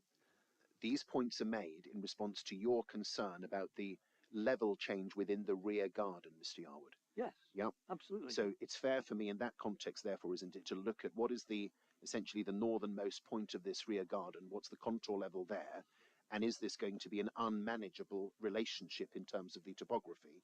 If you have a broadly, and let's try to be focused on this, if you've got a broadly 2 meter level change over the extent of that garden, that is not going to be, is it, over a 15-meter distance, an unusually difficult level change to negotiate? You missed the point entirely. The floor level of the bungalow is at 226.2. It is that change that you have to accommodate. There's a drop out of the back of the bungalow of at least 1 meter, possibly 2 meters at one corner, 1 meter at the other. That's a drop right at the back of the bungalow. Yeah. That is the change you have to accommodate. Not the fact that when you've got dropped out of the back of the bungalow, you've then got a manageable slope. It's the drop out of the back of the bungalow. You have to accommodate by either retaining walls or steps. Right. That wasn't how I'd understood your concern as expressed in your proof of evidence. As I'd read your proof of evidence, the concern, and it perhaps my misreading of this is your 4.13, raises the question of how access to the rear of the bungalow will be achieved without substantial retaining wall and or numerous steps.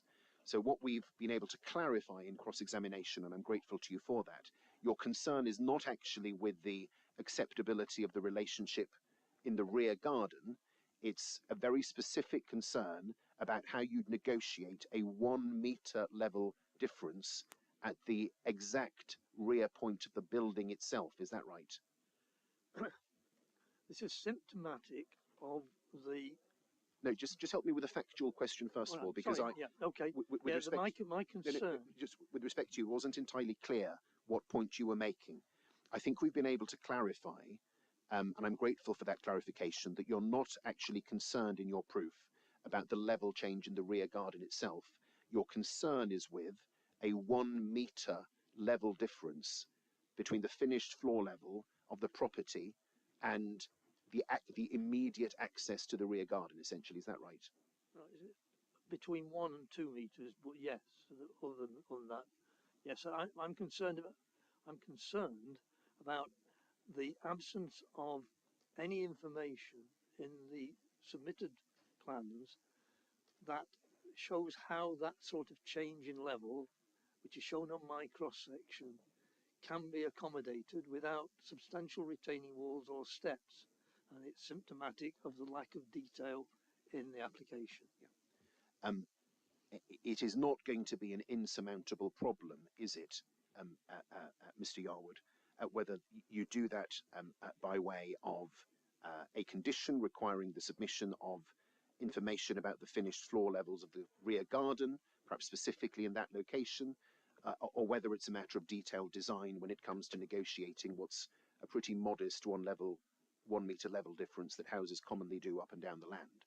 This is not going to be, if the concern is as specific as that, this is not going to be an insurmountable problem in the design, is it? You've not been given cross sections very often. I had to use the very limited cross sections that we got.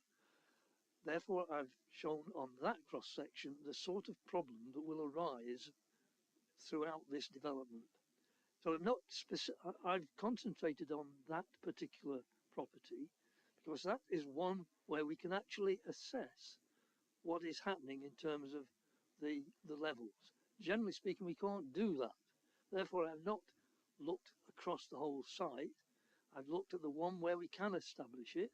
And on that one where we can establish it, we see there is not a 1 meter floor difference in levels between the bungalow floor level and the garden. There's between 1 and 2 meters.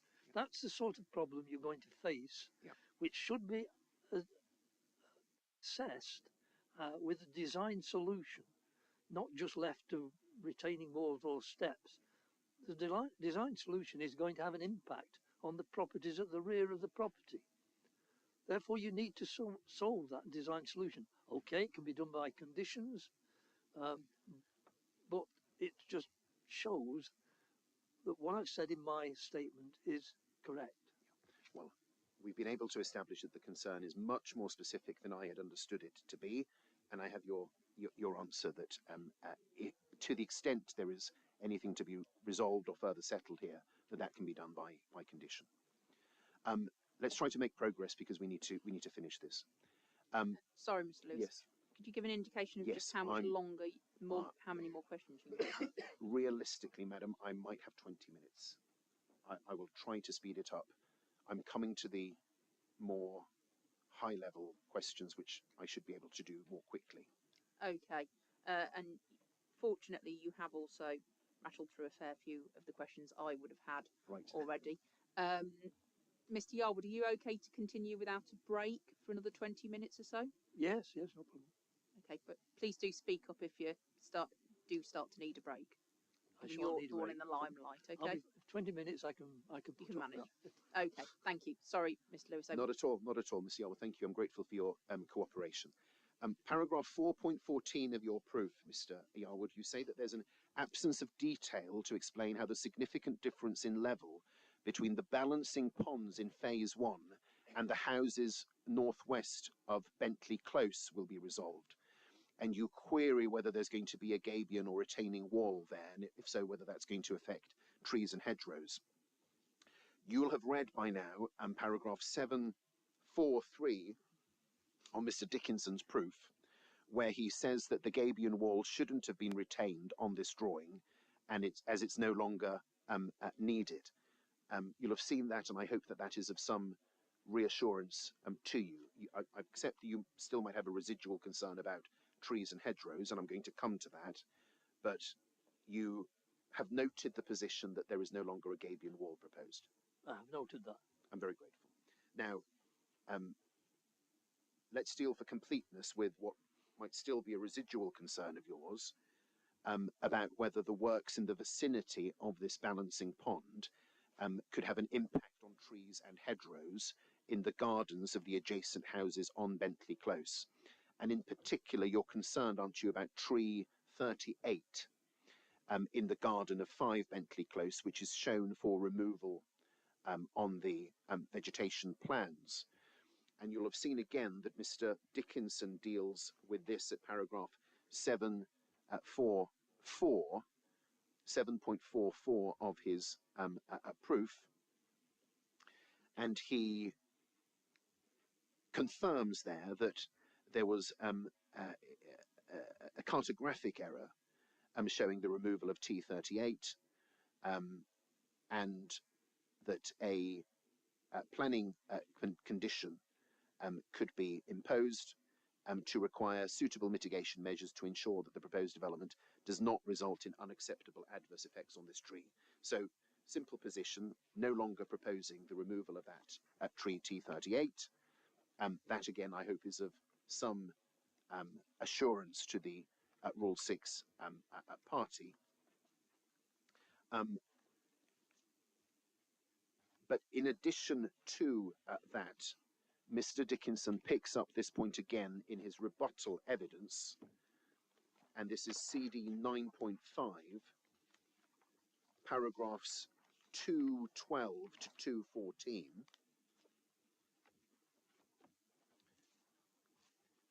And you'll have seen essentially what Mr. Dickinson does in this part of his proof is introduce and summarize an arboricultural technical note that has been prepared by Mr. Steve Webber.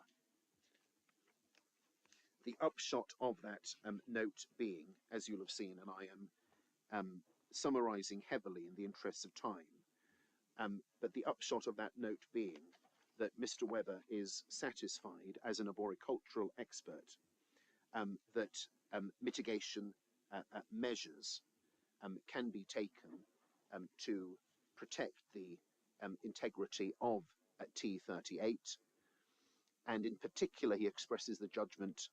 I'll refresh your memory as to what he said. This is in the statement, paragraphs section 332 Roman 3, but I'll read it out. The proposed excavation and subsequent root loss will be isolated to the outer edge of the root protection area, and increases in excavation depth will be away from the main rooting mass. It is my opinion that the proposed excavation would not result in unacceptable adverse impacts of T38, provided that suitable construction mitigation measures are taken. You'll have read that evidence, Mr. Yarwood. Some reassurance to the Rule 6 party, I hope. Factual point, you don't bring any technical evidence from an arboricultural expert in relation to T38, do you?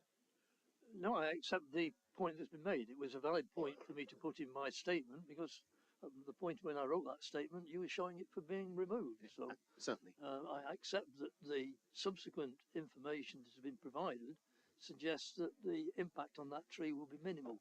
I have no arboricultural expertise to challenge that. I'm very grateful. And again, certainly no suggestion that the point wasn't validly made, because as you say, it led to our identifying a correction that needed to be made, for which we're grateful. Now, paragraph 4.7 of your proof onwards, you make a series of high-level assertions about the design of the proposal by reference to the framework and the National Design Guide. Those points, they are quite high level as I read them, Mr. Yarwood. So I don't think it's going to be productive for me to cross-examine you on all of them, and many of them I have in fact already asked you about. One point I should pick up on, paragraph 420 of your proof. You say that the layout is not pedestrian friendly, but is designed to give priority to the movement of vehicles. Again, if we can just test that, please, by reference to the illustrative master plan at CD 3.7. And we look at what's proposed here in the context of the site as a whole. It is not fair nor accurate, is it, Mr. Yarwood, to say that the layout isn't pedestrian friendly when you've got extensive pedestrian friendly routes through the north and centre of the site via the countryside park, and then you've got further varied pedestrian routes through the built environment. Well, that's indicative. I was dealing with the specific proposals for phase 1. I see. So we shall understand that comment, and grateful for that focus. We shall understand that comment as being made by reference to phase 1 of the scheme. Again, difficult to see that can be a fair comment in terms of not being pedestrian friendly, when even within the relatively small extent of this site in the context of the site as a whole, there will be clear opportunities, won't there, for pedestrian walking in and around the attenuation features that we see there with associated landscaping. There's a preserved woodland, well, no, that's outside of the site, of course, but immediately next to that within the site, we see an area of woodland north of the proposed development that then acts essentially as a gateway area into the countryside park to the northwest. Again, not fair or accurate, is it, Mr. Yarwood, to say that this is not a pedestrian-friendly area? It is fair and accurate in relation to phase 1. Yeah, on that we disagree. Para 424 of your proof, you take issue with the council having failed, you say, and this rather seems to be directed not at us but elsewhere.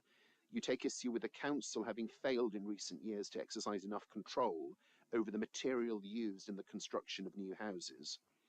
If the inspector were to conclude that you would like the council or that you, let me put it more precisely, that you would consider it necessary for the council to have further final approval of the materials to be used in phase 1, that could be done pursuant to planning condition, couldn't it? Yes, I see there is a planning condition proposed to deal with that. Yes. Your final point on design is 4.27. You say there shouldn't be provision for a hot food takeaway use on the site because it would be within walking distance of a school. Contrary, you say, to paragraph 97 of the framework. Could we go, please, to paragraph to the framework? Well, I can, if you're very familiar with it. I don't believe it is, Mr. We deal with the National Planning Policy Framework. The planning policy framework. If you're so, I can read it out if it's. Yeah, I'm happy to deal with that. Thank you. I think we're encouraged not to put the framework in the core documents for understandable reasons these days. So you've got it, yeah.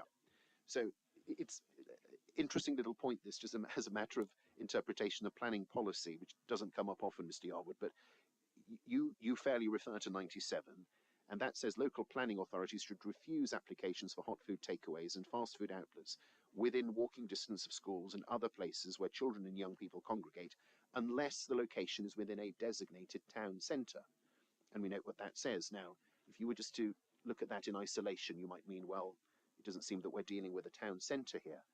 But then you look at what the definition of a town centre is in the glossary to the framework. And the definition of a town centre is area defined on the local authority's policies map, including the primary shopping area and areas predominantly occupied by main town centre uses within or adjacent to the primary shopping area.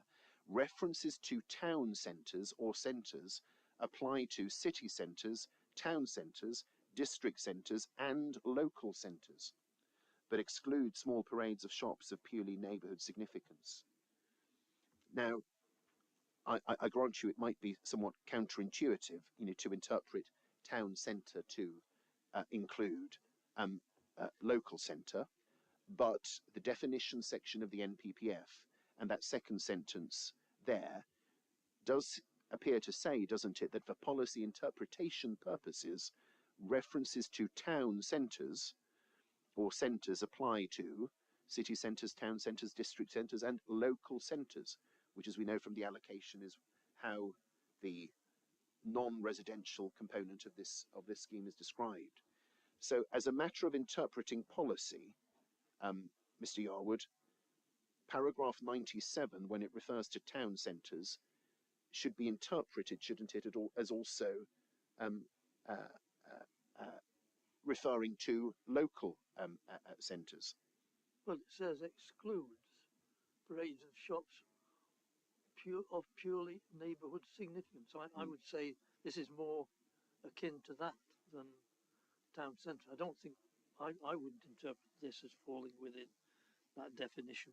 Yeah. Well, the allocation refers to a local centre. That, I would suggest to you, has a different meaning in a settlement hierarchy than a parade of neighbourhood shops. I mean, the reality is here that the appellant certainly doesn't want to die on the hill of trying to argue that there should be a hot food takeaway if it's not wanted. The appellant has no strong views on this, and we'd be perfectly content with a condition simply saying that only Class E uses, commercial uses generally, should be permitted. But just so that we are assisting the inquiry to understand whether your point by reference to para 97 is well made, had you, when you made that point, Mr. Yarwood, had you reflected on what the definition of a town centre in the glossary of the framework actually was? To be fair, I hadn't. Very grateful. We'll make submissions on that, but as I say, it's not a point on which we want to press too keenly. Right, let's see where we are. Yes, highways. Let's just deal. I think I can deal with that briefly. This relates to the proposed relocation of the signalled pedestrian crossing across Chesterfield Road, which provides a crossing point to the school. First point you take on this is one of in relation to pedestrian safety. Paragraph 5.3 of your proof, you say that relocating the crossing will create several problems which do not appear to have been evaluated in terms of safety. So you are pointing here to the existence, you say, of several problems, apparently in relation to safety, but you don't then seem to tell us, Mr. Yarwood, in your proof what those problems are. So your evidence doesn't actually, as I read it fairly, I hope, your evidence doesn't actually identify the problems that you say might be created by this relocation. That's correct, isn't it? It is. Yeah. If we just go to the new highways plan, please, just to explain in simple terms. You'll see that I handed up this morning, and I'm sure you've understood the rationale for it already. The rationale for this, and I will hold the plan up for the purposes of those looking at or following the inquiry on YouTube or elsewhere. A version of this plan can be found in the Highways Technical Note at Appendix A, but the version that I am using physically at the inquiry is a version which is a little bit more zoomed out to contain just some additional annotations to assist this line of questioning. So you'll see from this pretty straightforward there is a concern, Mr. Yarwood, about the width of this Wolds Road junction. This junction will be used by construction vehicles when the scheme is being constructed, and so there is an understandable concern that if school children in particular are going to try to negotiate what is already a pretty wide junction here, that they're going to have to do that in the context of dealing potentially with more traffic for that construction period in particular.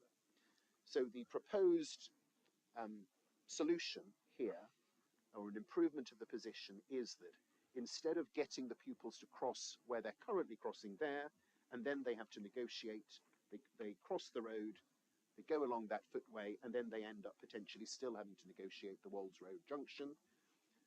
We don't get them to cross the road there. We plan in such a way with highways measures that means that they don't cross the road, they travel westwards or southwestwards down Chesterfield Road here. They pass essentially the Wolds Road junction on the other side of the road, and then they negotiate or they cross a new pedestrian crossing here west of the junction, which then gives them the option of either continuing westwards down Chesterfield Road, or if they want to go northwards, they can go up Wolds Road without having to negotiate that junction. You've understood that as the logic for the relocation of the change, is that right? Yes, I fully understand. Yeah. So you, again, making a reasonable judgment of this as a planner who will be experienced in considering highways evidence, that is the rationale, and it is a reasonable rationale, isn't it, for wanting to effect that change? The change that is needed is to make the to address the problems of children crossing Wolds Road. A solution has been put forward to move the pedestrian crossing. It is a potential solution, but it carries with it very considerable risks. And I therefore think that rather than have a condition which simply requires that to be done, even though it may provide potential problems, it would be better to have a statement or an agreement in the Section 106 agreement which simply requires that problem to be addressed and sets aside a contribution. Because we've found from experience that moving or creating a pedestrian crossing isn't always as easy as it sounds. Yeah. And in this case, no one seems to have looked at the point of view, they've looked at it from the point of view of highway engineering, but nobody seems to have looked at it from the point of view of the behaviour of children. And that's the problem, because at the moment, children queuing for the crossing simply queue in the school grounds, and when the lights change, it's a straightforward crossing of the road. Yeah. The proposal would have them queuing on a narrow footpath parallel to the road for quite a considerable distance, so that when the lights change, instead of funneling across in a direct line, there'll be a temptation for those children to cross straight away from the point where they are on the footpath. That hasn't been assessed. If there's a motorcyclist filtering down the outside, he'll knock one of them over. I think this is a very dangerous solution. And I think a better solution might be to look at the crossing of Wolds Road and address that by giving pedestrian priority to the crossing of Wolds Road some distance back from its junction, because it is very dangerous. So my view here is that the assessment has not been done to ensure that this is safe, and simply saying putting a condition on that says this must be done before the development is not in the interest of the appellant, and it's not in the interest of the children. And therefore, that's the position I'm taking. Understood. Potential solution, you said in that answer, but you qualified that, and we heard the qualifications. But two important points here. This is not a proposal that simply the appellant is proposing in isolation from what the local highway authority is saying, is it, Mr. Yarwood?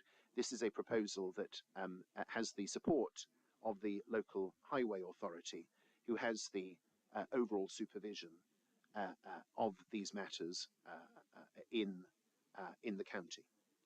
Yes, the highway have looked at it from the point of view of highway engineering. I don't think they've looked at from the point of view of the behaviour of children, and I don't think that's a particular expertise they have.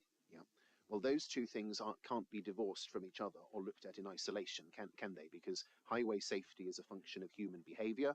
Human behaviour certainly includes the behaviour of children and young people. Insofar as you are expressing concern about safety risks, you will be aware from your extensive practice and experience that when it comes to Section 278 agreements with highways authorities, safety, there is a staged risk assessment and safety assessment process, isn't there, that is built into that? Yes. Yeah. And if that means, for example, needing to take additional measures in areas of particular or areas that are considered to be areas of that need additional measures to be taken, whether that's by way of protective guard fencing near to crossings and so forth. We've all seen those sorts of solutions being deployed in other places. Those are the sorts of things that will be considered robustly and carefully by the local highway authority when it makes a detailed assessment in due course of what needs to be done in detail to secure the safety of any alternative highways arrangement here. Yes? Yes, but the condition that is being suggested is specific to a pedestrian crossing. I'm saying that might not be the best solution, and therefore a condition which doesn't give the appellant any flexibility to do something else, simply says you must put that pedestrian crossing in before you can carry out the development. That is not a good solution from the appellant, let alone from the point of view of the children. Yeah. Well, the appellant, of course, will make its own judgment as to what it considers to be an appropriate solution or not. I put it to you that it's a solution that in principle has the support of the local highway authority, and that matters of safety can be and will certainly be dealt with in further detail as that matter progresses.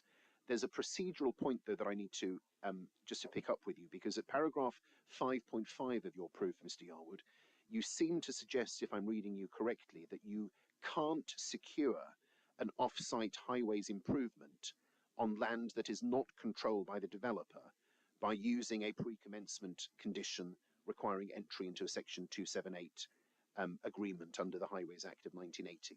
Are you still maintaining that point? Because that's not right, is it? It's not, well, it is.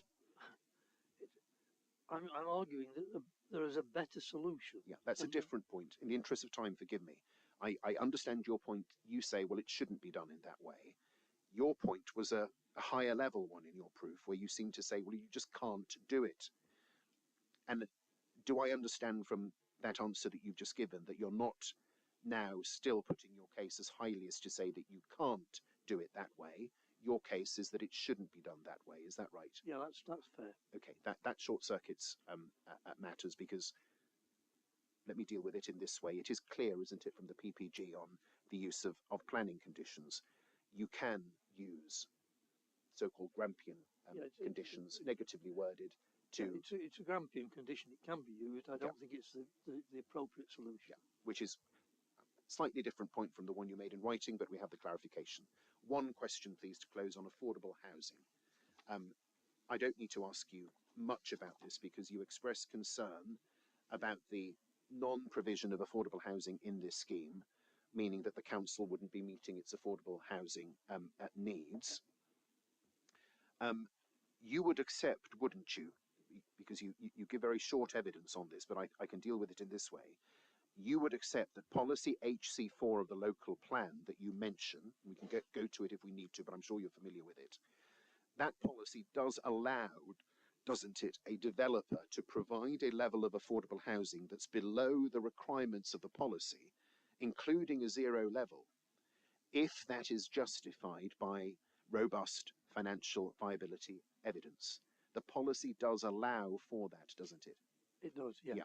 It's built into that policy, so there won't be a breach of that policy if you're unable to provide any affordable housing based on robust viability evidence. That is correct in terms of the flexibility of the policy, yes. Grateful. Now, sequential tests, as you're aware, parking and planning balance, to the extent I need to ask you about that, we're also parking, because in fairness to you, sequential tests is to come. But those are my questions, madam. I'm very grateful. Thank you, Mr. Lewis. Just before we take a break, Mr. Yarwood, I'll just go through my questions and see which ones haven't been dealt with. You'll be pleased to hear, I think it's just one. Okay, so taking you back in time to yesterday's drainage and flood risk issues. and I don't wish to go into conditions in detail today. We'll go into conditions later in the inquiry. But just in terms of the conditions that are being proposed on drainage and flood risk, could it be possible that the council could lawfully refuse the discharge of conditions on surface water attenuation measures on each relevant phase if they considered that the documentation supplied was inadequate in relation to drainage and flood risk, Mr. Yarwood? Be a difficult situation, in my opinion, where there's a grant of permission and it proves impossible to overcome one of those conditions. I don't know what position that would place the planning authority in. It's a scenario which I don't think should be allowed for, because I think that is fundamental to the grant of an outline permission. It's not the sort of reserved matter which, in my view, is appropriate as a reserved matter. But in terms of sheer practicalities, is it possible for a council to refuse discharge of condition? Yes. Thank you. Okay, we're now at 11:26.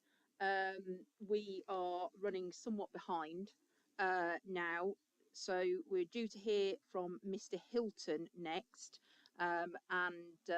Yeah, he was due up first thing this morning. So shall we take a break until 11:50 and then reconvene here if Mr. Hilton could move across to where Mr. Yarwood is currently sitting. Mr. Yarwood might want to sit a little bit further across just because of the angle, and then we can get started with hearing from Mr. Hilton. Okay, thank you, Mr. Yarwood. You're free to speak to your the rest of the Rule 6 party now. The inquiry is adjourned until 11:50.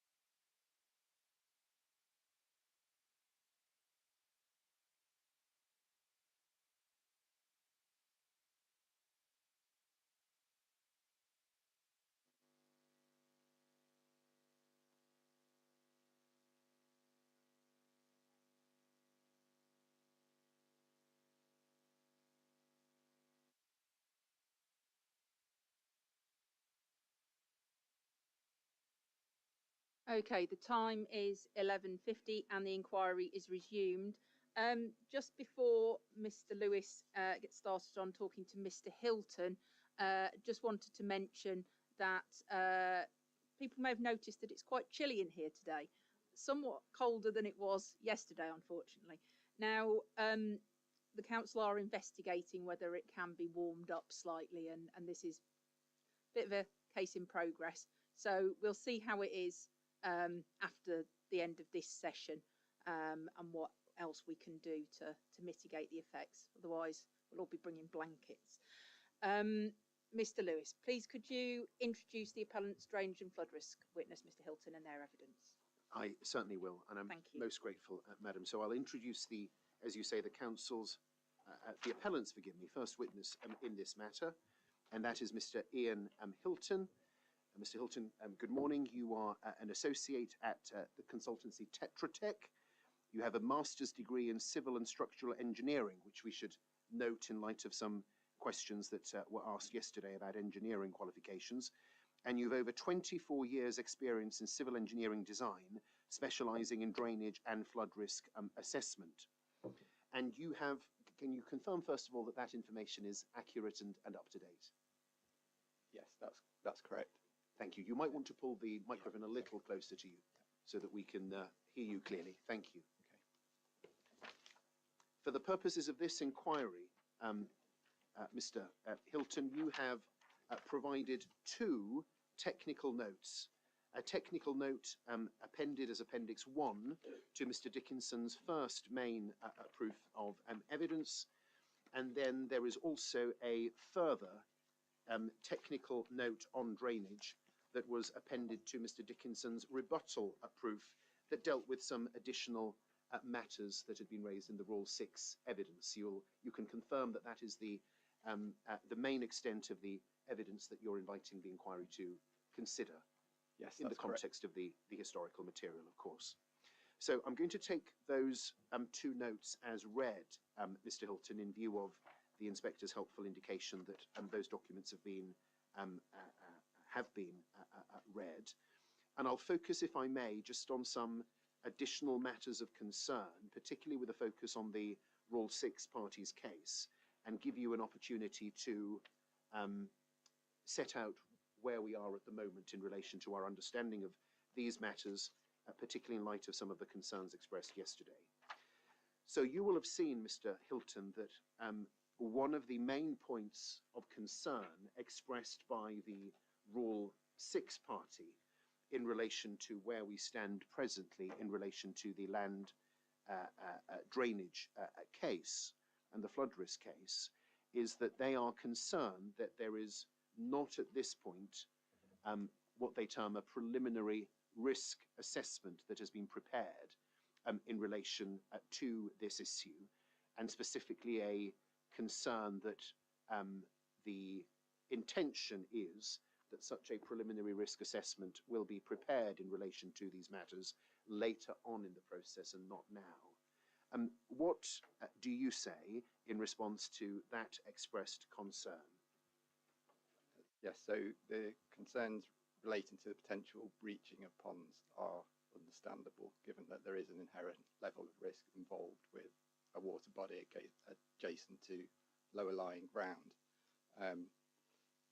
So that's why we agree that a robust risk assessment needs to be carried out of these ponds to confirm that they've been designed, constructed and maintained in a manner which will mitigate effectively against those risks.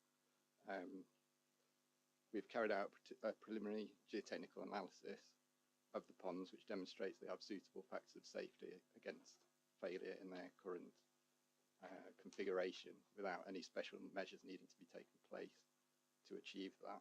And in addition, there's a range of commonly employed techniques which could be utilised to strengthen the pond banks or control erosion if the risk assessment deemed that they were necessary. And for those reasons, we don't believe that this risk assessment needs to be carried out before determination of the planning. And this is a position that's now supported by the local planning authority. Thank you, Mr. Hilton. And help me with this, noting in particular your 24 years of experience in civil engineering design, specialising in drainage and flood risk assessment. Is what is proposed here typical of how these sorts of issues are dealt with, or is it not typical? This is typical, yes. I'm grateful. Now, you'll recall that in my cross-examination of Mr. Yarwood yesterday, I took him to some of the documents that have been prepared as part of this application. And fair to say, I think that Mr. Yarwood stressed yesterday that the concern of the Rule 6 party was not specifically with seepage in terms, but fair to say, I think that there were general concerns about the safety and the integrity of what's being proposed here and what might be the implications of what we're proposing for flood risk in the area in a future. And do you recall, Mr. Hilton, that I took Mr. Yarwood yesterday to a document called the Two-Flow Hydraulic Modelling Report? Do you remember that? That was a document at CD. If you could just take that document up, please. CD 7.1, part 12. And it's PDF page 4.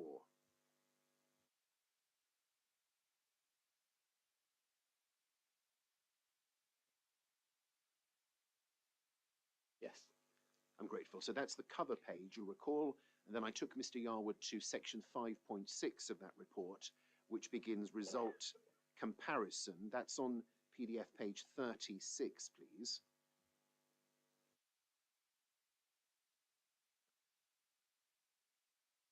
And Appendix 6 in this report, as explained there, shows the surface water depth and extent differences between the baseline and development scenario hydraulic model results for all events stimulated. And then if we go to CD 7.1 part 13, please, or we don't need to go there because that's just for the cover page. Let's go to part 14 directly. CD 7.1 part 14.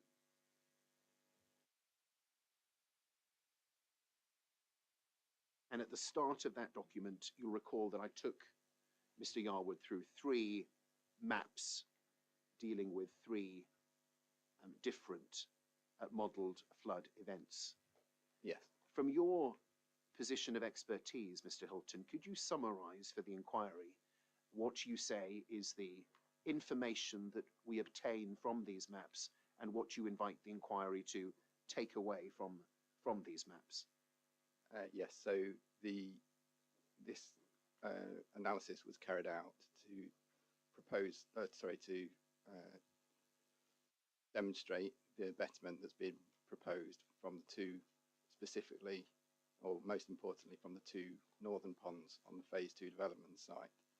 These 2 ponds have been introduced within the development to manage surface water flows from the upstream catchment above the site, despite there being no obligation for the developer to provide these under relevant national or local standards and guidance in terms of how surface water flow should be dealt with. It demonstrates that without those 2 ponds being there, there's a significant amount of flooding that leaves the site on the southern boundary, where the bottom pond is at the bottom end of the site, adjacent to the covered wet reservoir. Indeed. And what is just help me with the significance of the 3 plans and the fact that they're modelling 3 different flood event scenarios. What's the purpose of providing this information across those 3 flood events? So the 3 different flood events, I think, are from the 1 in 30, 1 in 100, and 1 in 100, and with climate change events. It shows the effectively the betterment will increase dependent on the annual probability of the storm event which it's modelling. So with the 1 in 100 year with climate change, that shows the most betterment because the attenuation ponds that we're providing are at their fullest levels. It might be said, Mr. Hilton, well, this is all modelling, that is no match for the lived experience of people who live in this area, and is not sufficient to allay their concerns because of flooding that has historically been experienced in this area. And those concerns, of course, are noted and respected. But what would you say to anyone who might question the utility or value of this modelling exercise? As engineers, we have to rely on modelling as the primary function of data that we can base our predictions on, and then we would look at anecdotal evidence or things that people have noticed and use that as supporting evidence for it. And the reason why is because it's very difficult to get accurate data from people just seeing things on the ground. It does give an indication of what's going on there, but it's the only thing we can use. So Environment Agency flood mapping data is all based on modelling. Surface water flood mapping is also based on modelling. So that is the sort of agreed approach for making these analyses. Different consultants, of course, can prepare different modelling, and there can be disagreements about modelling in some cases that need to be resolved. In this particular case and in the context of this appeal, Mr. Hilton, are you aware of there having been any serious challenge to the modelling work that's been done here by way of any competing modelling work prepared by another consultancy? No, I'm not. I think you can take confidence on the accuracy of this modelling also because the baseline scenario, which is modelling the existing situation, closely follows the Environment Agency surface water flood mapping modelling. So we're confident that the baseline scenario has been modelled accurately. Thank you. We should deal, I think, for completeness, even though Mr. Yarwood fairly said that that wasn't a matter that he himself was particularly focused on, but in fairness to the Rule 6-party case, there is definitely a concern that has been expressed about the safety of the structures, and particularly when we're dealing with this topography. And you will be aware, Mr. Hilton, of the geotechnical slope stability analysis report. Indeed, you've already mentioned it in your evidence today. That report is to be found in CD 7.1, part 14, and it's PDF page 4, indeed. So, in other words, straight after the maps that we've just been looking at. Now, just explain for us, if you will, Mr. Hilton, because section 1.1 of this report explains that this consultancy, Coffee, they refer to you as Tetra Tech being appointed by William Davis for works in association with the proposal, and that this consultancy was commissioned by Tetra Tech to undertake a high-level assessment. So it was Tetra Tech that asked for this work to be done.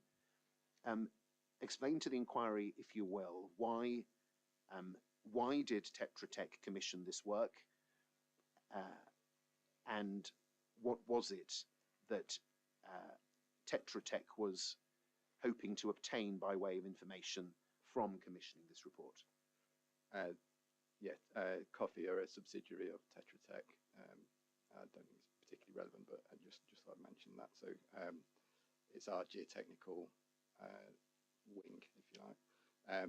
The reason they were commissioned is because of the concerns that were raised in terms of potential insurmountable issues that might arise from these ponds, which could challenge whether the risk assessment would need to be carried out at the planning application stage rather than leaving it until determination of planning.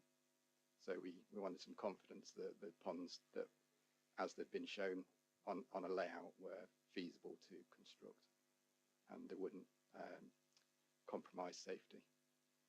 And just help us with who Coffee are, because I don't think that they go into detail about what exactly their areas of expertise are in the introduction to the report, but they're clearly well known to you given their relationship with Tetra Tech. What is or who is Coffee, and what weight do you say the inquiry or the decision maker can give to this evidence on this matter? So Coffee are our geotechnical wing, so they're part of Tetra Tech, and we asked them to carry out this work because they're experienced in geotechnical analysis, slope stability analysis, which is applicable to those ponds. Recall that Mr. Yarwood put some emphasis on advice that a reservoir panel engineer gave to the lead local flood authority, the LLFA, by email. And that was appended to Mr. Yarwood's, or the Rule 6 party's, statement of case, the updated statement of case. Could we just go to that email, please, at CD 7.5? And it's PDF 16, forgive me.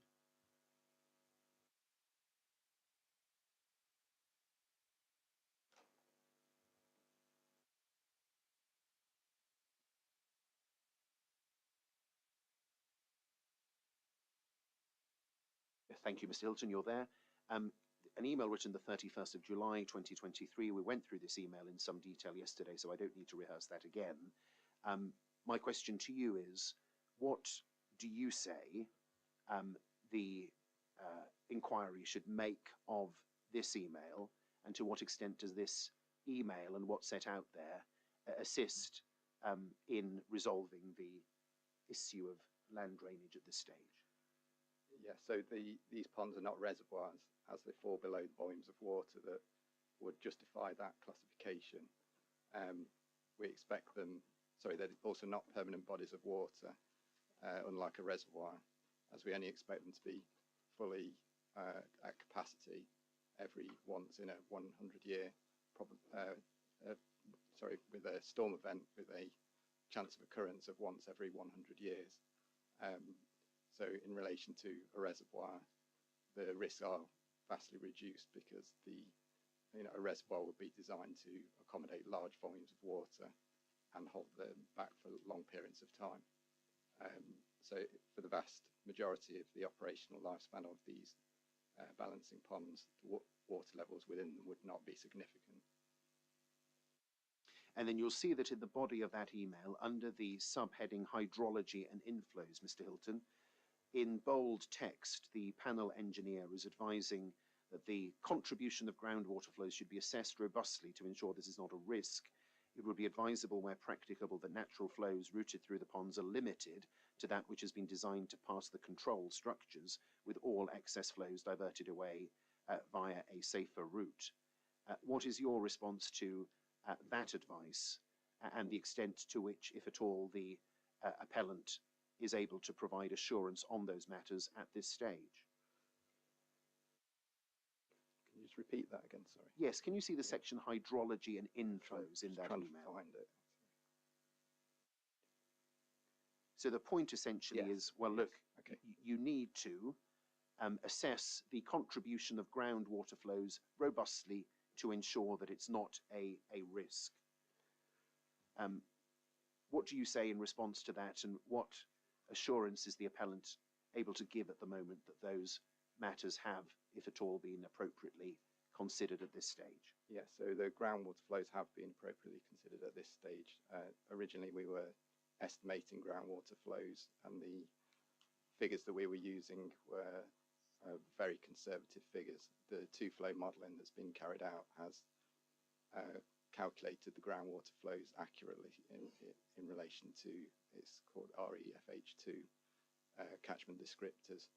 They've inputted those into the models, which is standard practice for these assessments, and they have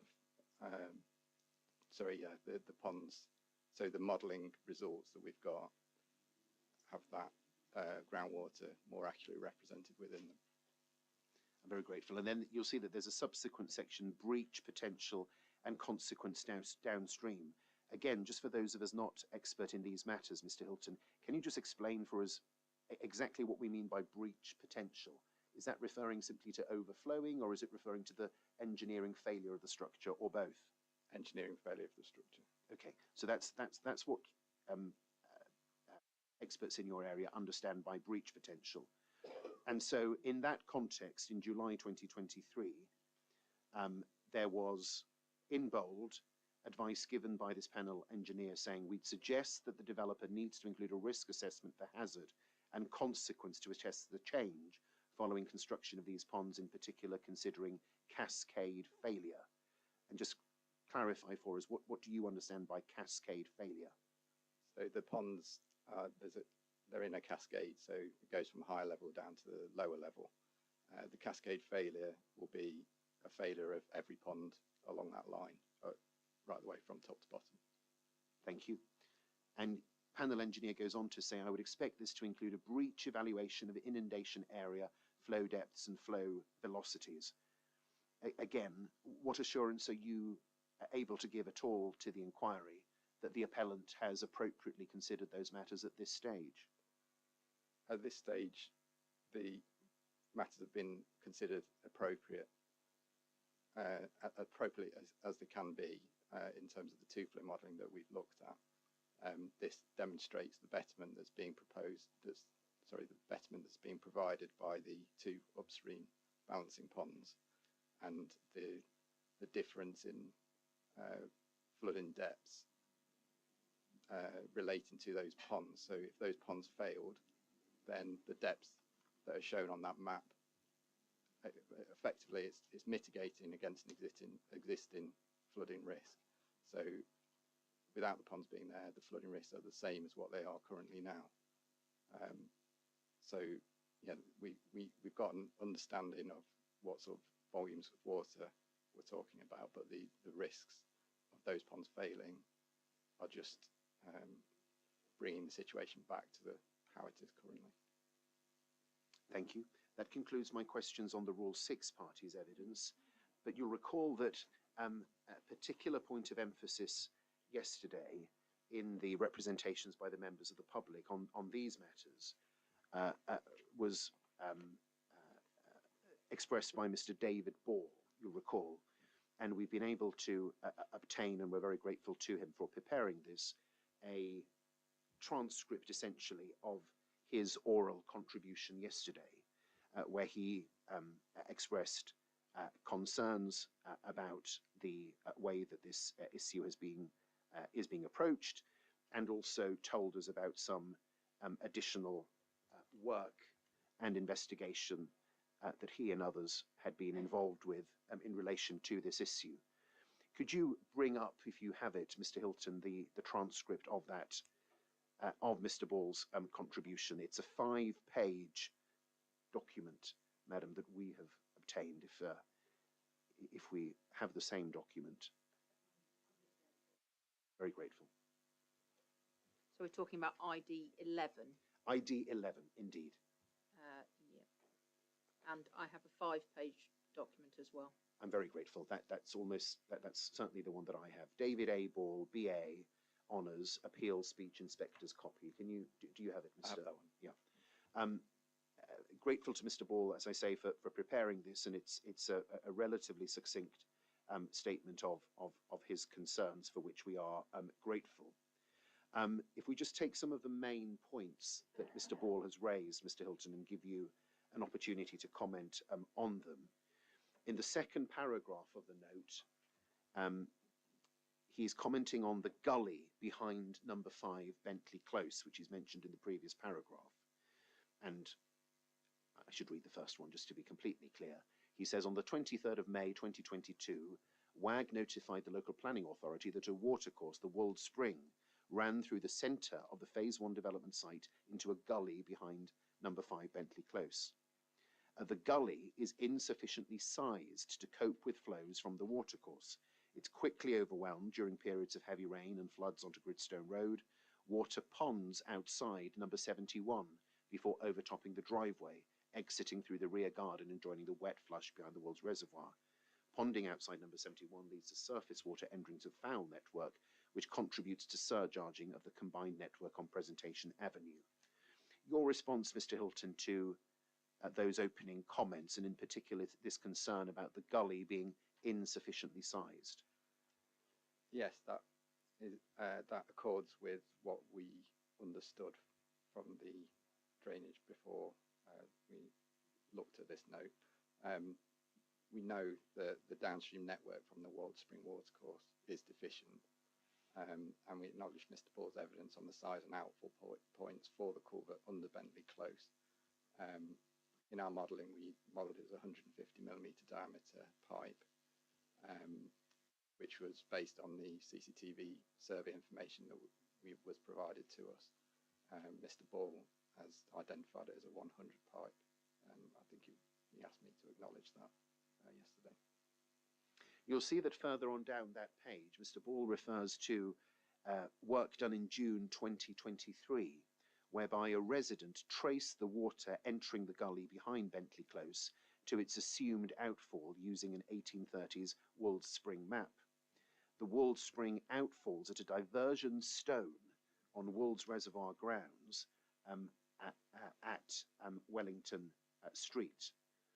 And there is, if I'm not mistaken, a photograph of that diversion stone, isn't there, provided in a further, or included in a further document that we obtained from Mr.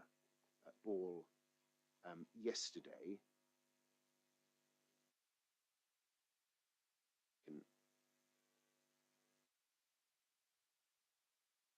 Yeah. So, yes, if we go to the other document, which was a 24-page PDF that Mr. Ball provided yesterday, and if we go to PDF page 9, it's not entirely clear perhaps what is meant by a diversion stone, but there's a photo of it on page 9 of that PDF. And Mr. Ball yesterday, he made it clear to the inquiry that he was particularly keen to have your response to the emphasis that he was placing on this diversion stone and its significance for the consideration to be made by the inspector. So having seen a photograph, let's go back to the original speaking note, where Mr. Ball referred to the outfall at a diversion stone on Wool's Reservoir grounds at Wellington Street, so this is off-site. The diversion stone has three 300mm pipes running through it. During heavy rainfall, water is forced from the diversion stone into a sough, which runs underneath the rear garden of a house on Wellington Street before discharging into a 4-foot deep culvert. The culvert runs the entire length of the passageway to the side of the house. Extensive research suggests the culvert is linked to groundwater issues on the Treetops development and at Presentation Avenue, as well as flooding at Castleview School and surcharging of the combined network at Metsford. The culvert is not connected to the surface water network. Severn Trent water schematics do not account for this network. The culvert has not been assessed by the LLFA or the appellant. And then it goes on to talk about a dye test. I'll come back to that. But just help us with this, because there's quite a lot of information here, Mr. Hilton. What is your understanding of the significance or relevance, if any, of this diversion stone to the consideration that the inspector needs to make in this case? So I'm grateful to Mr. Ball for this information, as it gives us a better understanding of the existing surface water network downstream of the Wald Spring watercourse that runs through the Phase 1 development site from the outfall under Bentley Close. I think at this point it's probably useful to understand the rights and responsibilities of landowners in terms of watercourses which run through their land. Under common law, riparian ownership rights and responsibilities, the landowner must accept the natural flow of water from their upstream neighbour and transfer it downstream without obstruction. We have followed this within the Phase 1 drainage proposal. If I bring up core document 2.68p part 3. Okay, we'll get that up. 2.68p part 3. Just bear with us while we get that up.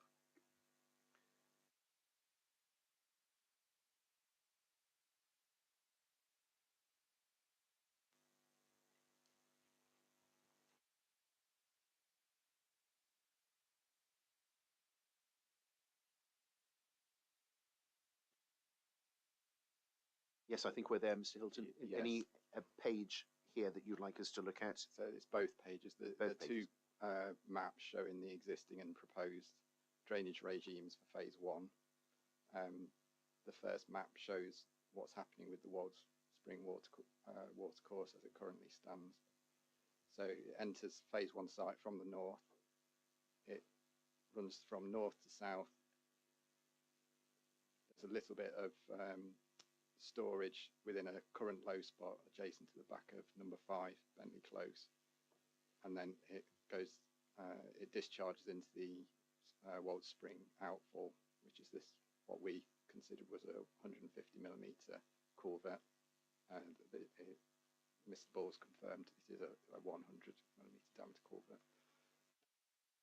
Obviously this isn't adequate to cater for the flows that are coming down from that water course. And you can see the pink arrows there if you zoom in a little bit maybe at the outfall point, which show the exceedance route into Gritstone Road. And this aligns with Mr. Ball's evidence showing photographs of flooding in Gritstone Road, and I think what he wrote in his appeal speech. If we go to the next plan, this is showing the proposed drainage regime for phase one. So the water course is intercepted at the northern end of the site. It's diverted around the phase one residential studs development pond to the south, and then it is attenuated in the pond 2 on phase 1 before discharging into the same outfall point, the culvert underneath number 5 Bentley Close. So in terms of complying with the riparian ownership rights and responsibilities, the landowner is accepting the natural flow of water from their upstream neighbour, transferring it downstream without obstruction. And that layout is in compliance with that. So with respect, the size and condition of the receiving pipework downstream of the site are not relevant to how the watercourse flow should be managed within the site, as the developer will not be the riparian owner for these assets and it's not under his control. The developer's responsibility is only extent of maintaining the flow of water through the watercourse within the extent of their site, which the phase 1 drainage layout is in compliance with. So while this is useful information and helps us understand better what's happening in that area, it doesn't affect the proposed drainage regime on phase 1. Thank you, Mr. Hilton. In light of that answer, perhaps I don't need to ask this question, but I'll do so for completeness and also in fairness to Mr. Ball, who's gone to the trouble of providing us with this briefing. On the second page of his speaking note, he refers to a dye test. Can you see we'd reached that point? He says a dye test undertaken by residents at the gully behind Bentley Close in December 2023 confirmed various matters, and he sets those out, including that the Wold Spring flows from the gully behind Bentley Close through the diversion stone and into the Severn Trent Water surface water network at that named manhole. And it goes on, he would highlight, I'm sure, the culvert running to the diversion stone has serious viability issues. It takes 8 minutes for water to travel the 200 meters to the diversion stone. It should take no more than 2 minutes to travel this distance. Highly likely the culvert is collapsed in more than one place. Just confirm for us, if you will, what, if anything, can or should the inspector do with this information in the resolution of this appeal, would you suggest, Mr. Hilton? I don't think it's relevant to the resolution of this appeal. If there's a collapsed culvert, the responsibility for repairing that collapsed culvert lands with the landowner under the riparian ownership rights. If the landowner is outside of the site, then the developer is not responsible for repairing that section of the watercourse. There are then a series of further observations that Mr. Ball makes, which culminate on page 3 and towards the end of page 3 with these two paragraphs. The appellant's proposal fundamentally changes, he says, the current drainage regime of the Wold Spring. While superficially it may appear that attenuation of the Wold Spring will offer a minimal degree of betterment compared to the current situation, it will lead to increased flood risk downstream. just respond to that, if you will. What is your understanding, based on your investigations, Mr. Hilton, as to whether Mr. Ball is correct to say that the proposal will lead to increased flood risk downstream? My understanding of this is Mr. Ball is suggesting the phase 1 pond 2 is in an area which currently discharges to the west into the phase 2 development site, and is suggesting, because of his investigations, that that means the water that is currently in the land where the pond 2 is will go to a different catchment, and currently, and then by as a consequence of that, it's now going to be diverted into the culvert underneath Bentley Close. That's what I understand is the thrust of what he's saying there. I think it's useful if we look on these plans. You can see contours. So I think it's the. If we look at these are the CD 2.68P plans. Sorry, is that right? CD 2.68. Yeah. So if we look at the existing drainage regime, we can see the contours, and there's some levels on there, and you can see the break. So the area where the phase 1 pond 2 is located is roughly just to the west of where that green line finishes, where the water course discharges into the culvert under Bentley Close. You can see the contours are falling from west to east there, and are part of that same catchment. So I don't agree that the pond 2 in phase 1 is part of a different catchment. It's falling into the culvert presently, and the water that's trapped there, attenuated there when the development's put in place, will go to the same network, as I understand. Thank you, Mr. Hilton. That deals, I think, with the main points that I wanted to highlight in Mr. Ball's statement. But just for completeness, because I know that you've also read this note carefully, is there anything else that you would like to say in response to the matters raised by Mr. Ball in this note for the inquiry's consideration? There's lots of things in that note. I think most of them have either been covered already or are talking about proposed conditions which have been amended or removed following discussions between JBA consultants and ourselves. They were talking about 50 litres per second being assumed as spring flows, which wasn't accurate, and they've now withdrawn those proposed conditions. Hilton, thank you. Those are my questions for you. Is there anything else that there's probably not, but if there is anything else you'd want to say in examination in chief before you answer questions, please do so now. I think that's it. That's good. Those are my questions. Madam, thank you. Thank you. So, Mr. Yarwood, would you like to cross-examine Mr. Hilton, please? And could you use the microphone, please, if you just move it round? Thank you.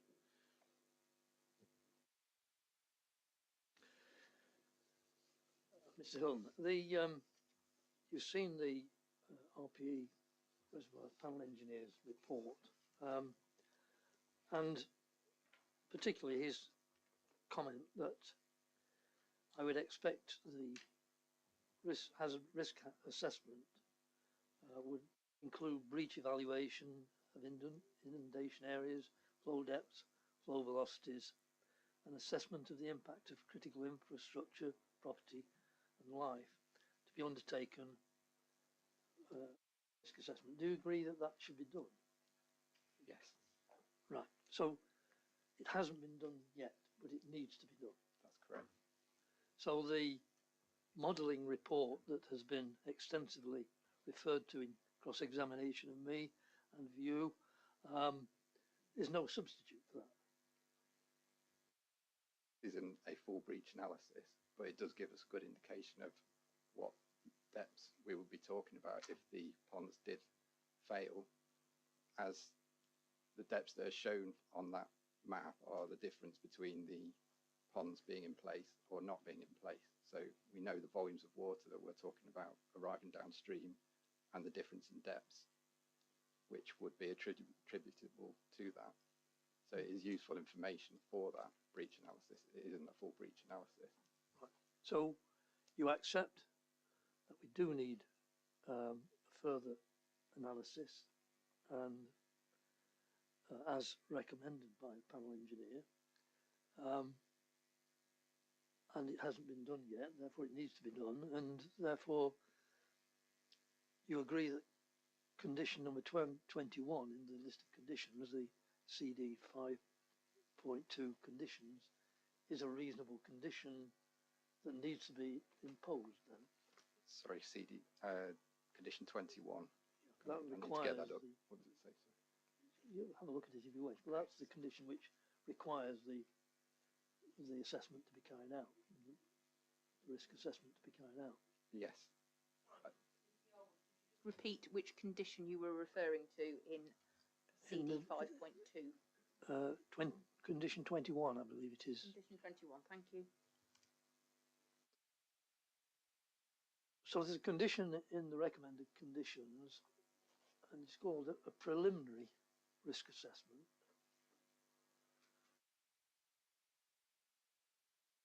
Correct?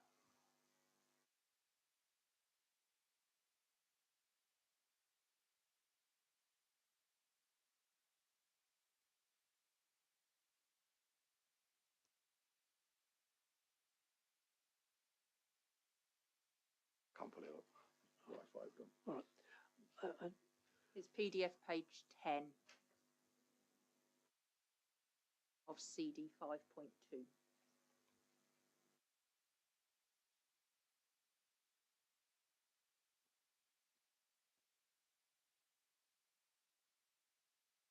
Can't get on the Wi-Fi, sorry. Mine as well. Right, yeah. I think it's, has your Wi-Fi dropped? Oh, right, okay. Let's have a look. It's the town hall free Wi-Fi, yeah. Oh, yes, okay. I think it's just a matter of refreshing, Mr. Dillison.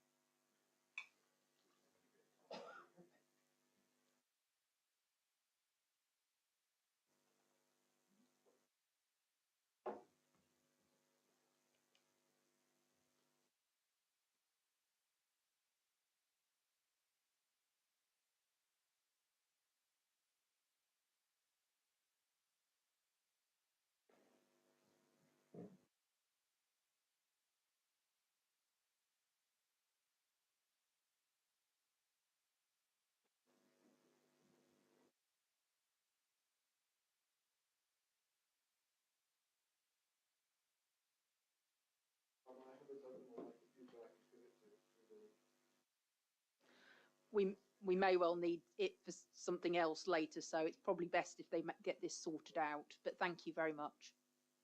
And I don't want to deprive you of your laptop either. Ma'am, I think we do have hard copies of the CDs here. That's maybe. Okay. How are you doing? I'm trying to hotspot from my mobile phone. Okay. It's not ideal. Can we give them Matlock guest? Probably best to get the hard copy then. 5.2. Is the issue, Mr. Hilton, that your Wi-Fi's dropped, or is it another issue? This Wi-Fi doesn't work. Oh, I see. CD 5.2. Yeah. Mr. Shipley's you. kindly got you a copy. Thank you. you. So it's number 21 of that list of conditions, please. Thank you, everyone.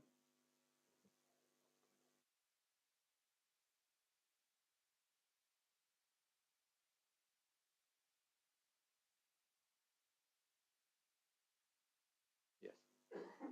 Thank you, Mr. Hilton. Over to you, Mr. Yarwood. So this is a requirement for a preliminary risk assessment. Yes. What do you understand by the word preliminary?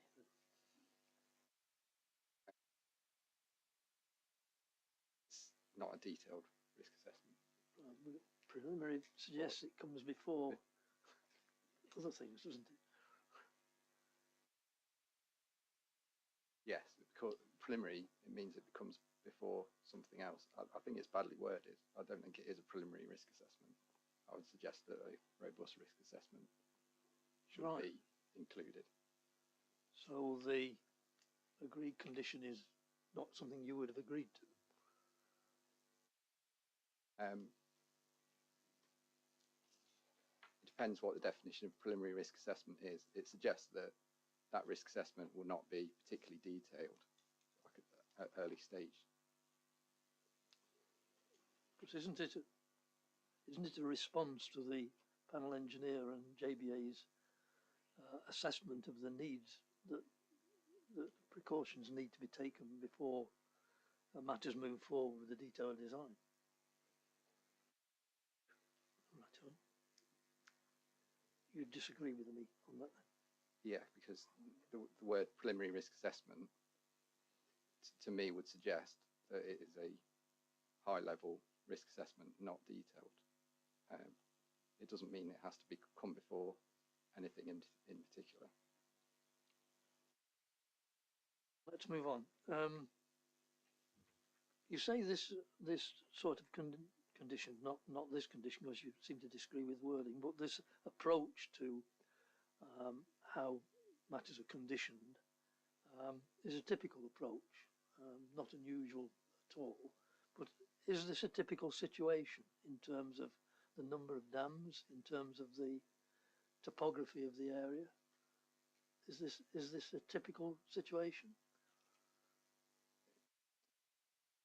Not necessarily typical. Typical approach is you'd leave something to condition that isn't a detailed design if there's no particular reason why you couldn't do that. We don't think that there are any reasons why the condition couldn't be left to later stages, because we've already carried out quite a lot of analysis to demonstrate that there shouldn't be any insurmountable issues that would mean that would cause problems in conditioning something that couldn't actually feasibly be put into practice at a later stage. But you would accept that these circumstances that we face in relation to this particular proposal, in terms of topography, number of what I would call dams rather than basins, and the number of properties at risk, is far from typical.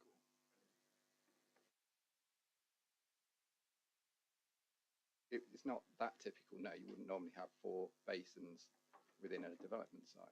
You wouldn't normally have this elevation above a series of residential properties. Typically. Not typically, no.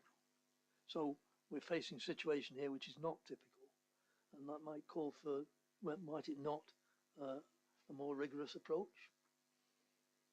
Yes, which is why I think we have taken a more rigorous approach. You wouldn't normally undertake geotechnical assessments and hydraulic calculations of attenuation ponds at an outline planning application stage. And finally, do you conclude that there is no possibility of the preliminary risk assessment facing insurmountable problems? And if that's the case, why is it needed? There's never no possibility of anything happening. It's a risk-based approach. We've carried out due diligence to suggest that what we're proposing is feasible in terms of the geotechnical stability of those ponds and the volumes of water. We've looked at how they can cope with the surface water flows. Thank you. That's all I have. Thank you, Mr. Yarwood. Just before I ask Mr. Lewis to re-examine Mr. Hilton, I'd just like to check if any interested parties have any questions for Mr. Hilton. So that's interested parties who are objecting. So we've got 5 people. It's the numbers are going up. Okay, so we do need people to be able to be heard on the live stream. So can I suggest that one by one people come to the microphone next to Mr. Yarwood and pull up a chair? Will you swap? Ah, brilliant. Thank you. Okay.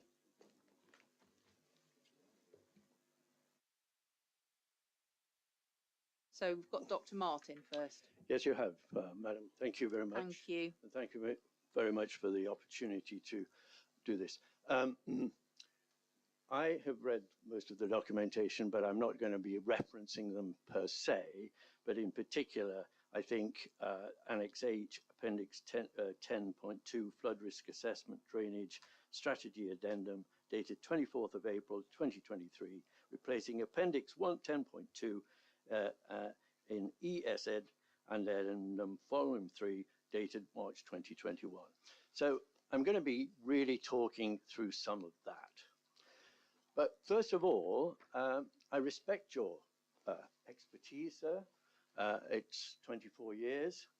Could you tell me whether you belong to a professional body in any sense?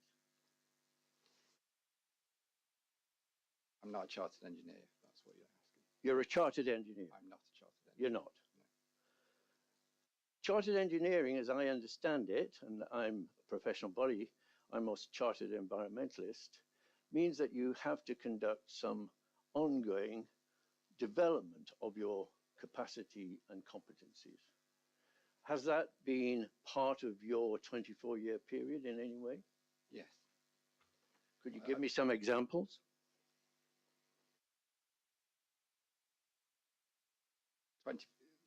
I've got 24 years experience in drainage designs. I've worked on a number of different schemes with different complex problems, and not sure what you're trying to ask. You know, well, it's about competency. Competency means an ability to tackle some highly complex and detailed analysis, and in particular, risk assessment. Now, one might ask you, how many risk assessments have you actually undertaken in that 24-year period? I can tell you the exact number off the top of my head, probably about 20. And of the same complexity of this site? Yes, some, yeah. You've already indicated in several of your comments, hesitantly I may say, that you have, this is not a typical site.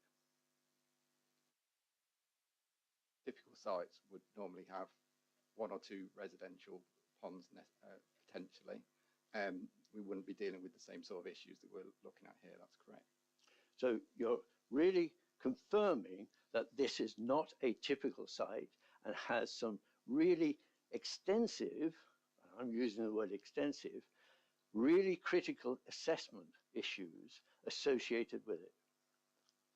No, I would say there are some complexities which wouldn't be involved on a typical site. How many springs are there on the Wold site?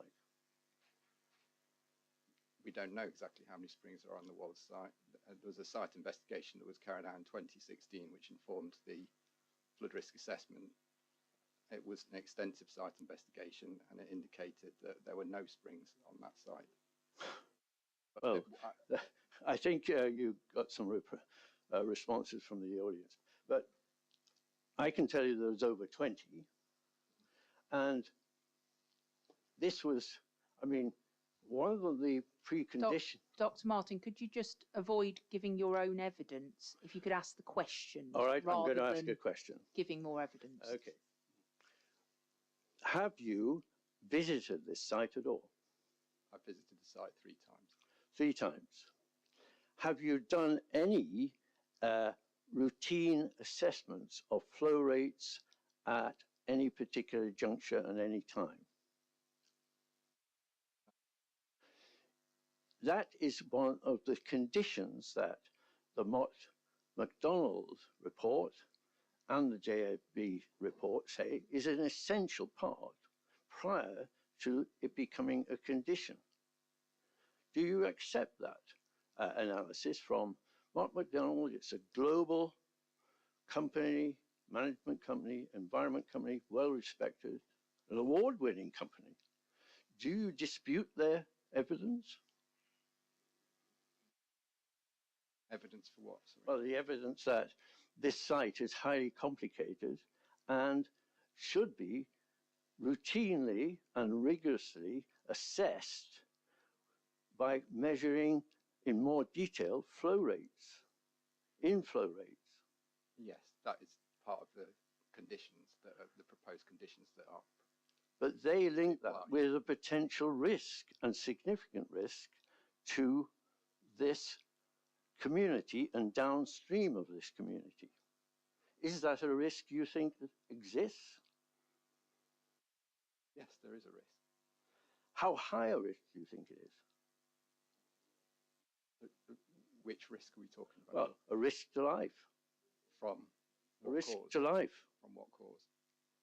From drowning. I mean, we've had 2 risks of life already in flooding in Derbyshire over the last 5 years. You're introducing more evidence, Mr. Martin. Okay. Sorry, Dr. Martin. I apologise. There is a risk to life, and I'm asking you, do you think there is a risk to life? There is currently a risk to life, and that is a result of the surface water flows from the upstream catchments above the Phase 2 development site and from the watercourse flows through the Phase 1 site and the condition of the culvert at the outfall from the Phase 1 site, and probably a few other factors as well. Could you tell me what the capacity, the collective capacity of all of the so-called attenuation tanks is? Approximately 22,000 in total. And what is the capacity of a reservoir, a normal reservoir? A normal reservoir, 10,000. Sure. That's per reservoir for a single. My information, sorry, I think reservoir, if you look at the details, has to be 25,000 cubic centimeters of water. 10,000 to 25,000. Right, 10 to more. So we are looking then at a body of water collectively of in the region of 22 cubic centimeters. How much weight is that?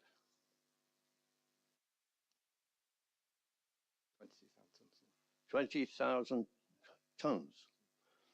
Is that a risk if it flows down into the adjacent buildings, the housing, and people living in those houses? It is a risk, but can I just stop you there?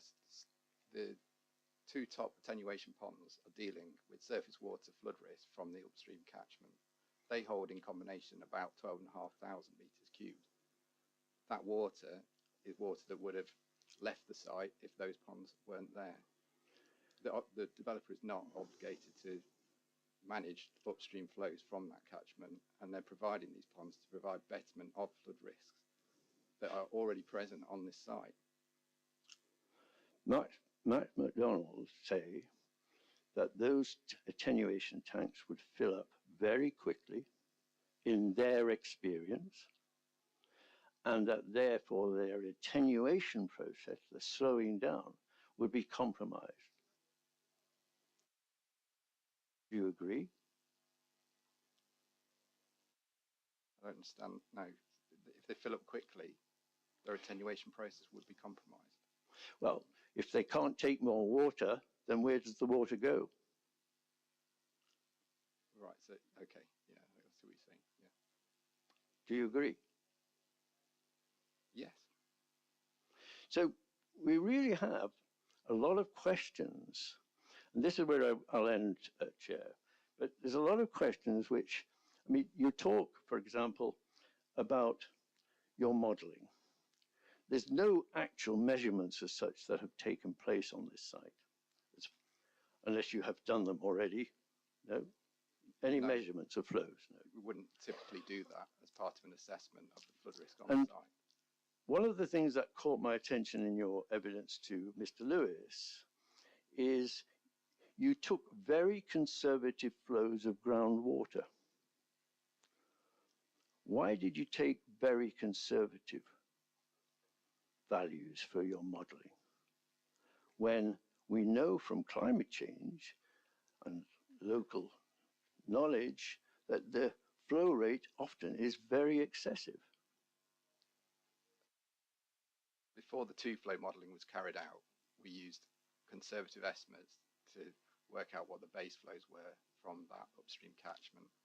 When the two-flow modelling has been carried out, they've used the correct methods of assessing those base flows in more detail, and the two-flow modelling demonstrates that this site does not increase flood risk above the existing situation. Given your knowledge of this, the geotechnical and geological conditions of this site, how much would you say that the ground in that area is able, I'm just talking now about groundwater, but groundwater which is over capacity, if you see what I mean, then leads to surface water, and that leads to flows of water.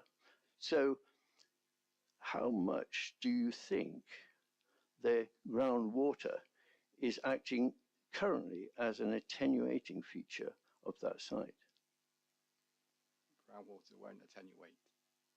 Pardon? How can groundwater attenuate? Well, it's going to soak up water Groundwater and can't slow it soak up down, water. and slow it down.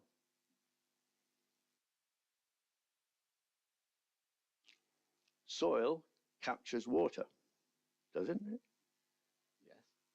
And apart from vegetation, it stays in the matrix of the soil and is then either stays there for a period of time until it overflows.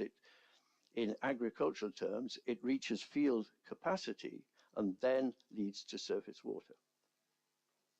Groundwater flows from that upstream catchment. Shallow groundwater flows will emerge downstream as surface water. That's correct. Yeah. That's why we're putting these attenuation ponds in to capture the groundwater flows, which should reduce the issues that we've been having with downstream flooding in Matlock, and it will prevent the groundwater flows emerging as surface water, which is the springs that you're talking about.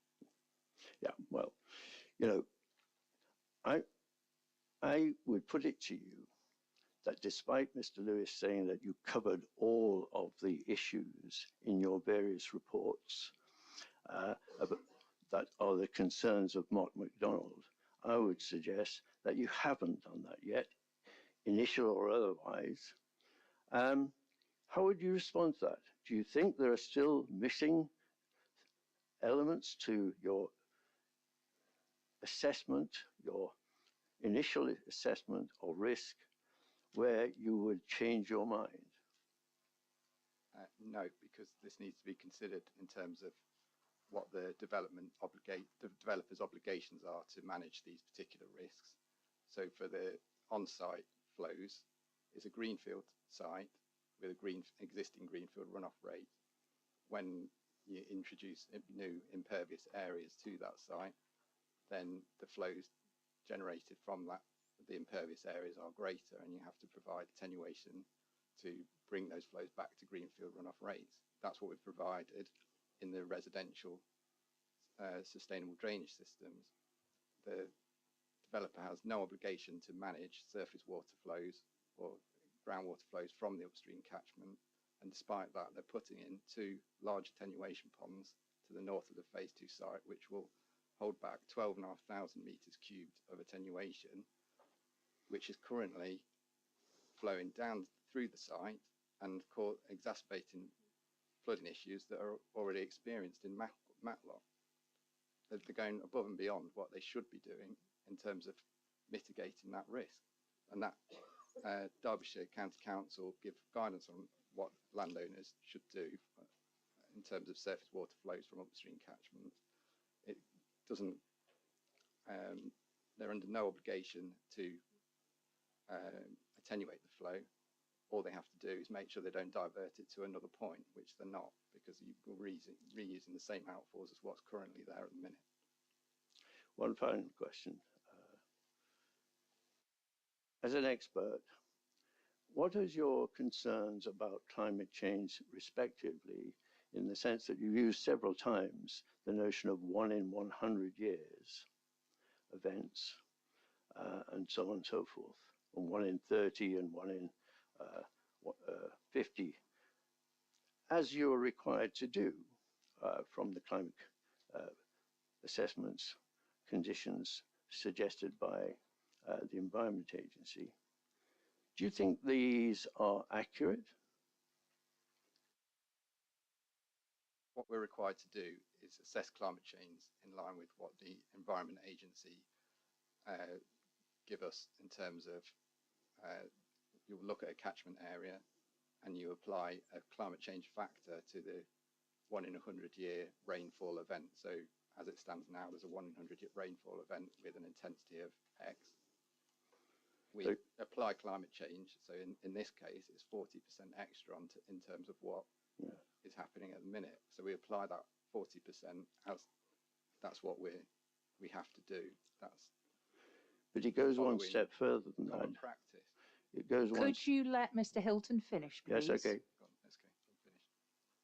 Does it go a little further than this then, in the sense that they now are asking planners and developers to consider 2 degrees of warming in the next period of time, and within 50 to 60 years, they're now talking around 4 degrees of warming. Global warming? Yeah. Yeah, it will be relative to climate change. Climate change allowances are updated on a regular basis in line with the latest data that we have at that time. Are the number of storms that you've researched in coming up to this in Derbyshire, how many storm surges have there been over the last 4 or 5 years? We've not researched any storm surges in Derbyshire. As part of this analysis, we've used Environment Agency data. We've used hydraulic modelling, which is based on rainfall data. Right. That's just that's standard practice. So you haven't considered, for example, one of the big storm surges in this area was called Storm Babette. Yeah, I'm aware of Storm Babette. So you didn't consider that? We've considered 1 in 100 year with 40% climate change event. How that compares to Storm Babette is not relevant. It's not relevant? No, because that 1 in 100 year with 40% climate change is what needs to be considered for this development in the location where it's at. But there have been a number of other storms in Derbyshire over the last 3 to 4 years. Dr. Martin, that was an amazingly long final question. An amazingly important issue. I fully recognise that, but are you reaching the end of your questions, or I am just going to run and run and run? It's a difficult area, and I'm trying to find some answers, of which there may not be any answers, madam. And that is the problem. And I think for the sake of this community, I'm doing my best as a local citizen to try and address some of those concerns through you and with your patience. I don't think we've had a real opportunity to investigate this issue because it's a major issue. I don't have to speak about it. Most of the residents spoke about it. The lived experience of flooding. But thank you very much indeed. Would you like a further answer to the end of your question, or not?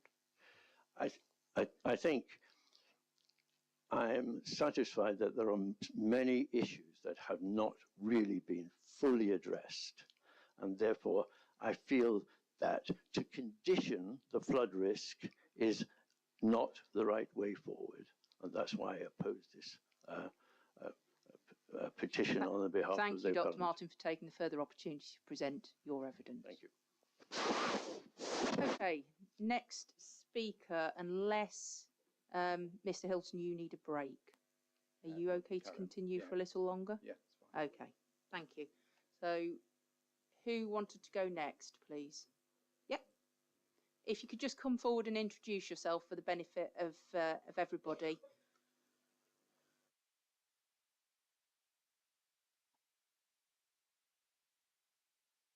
Thank you for this opportunity. Thank you.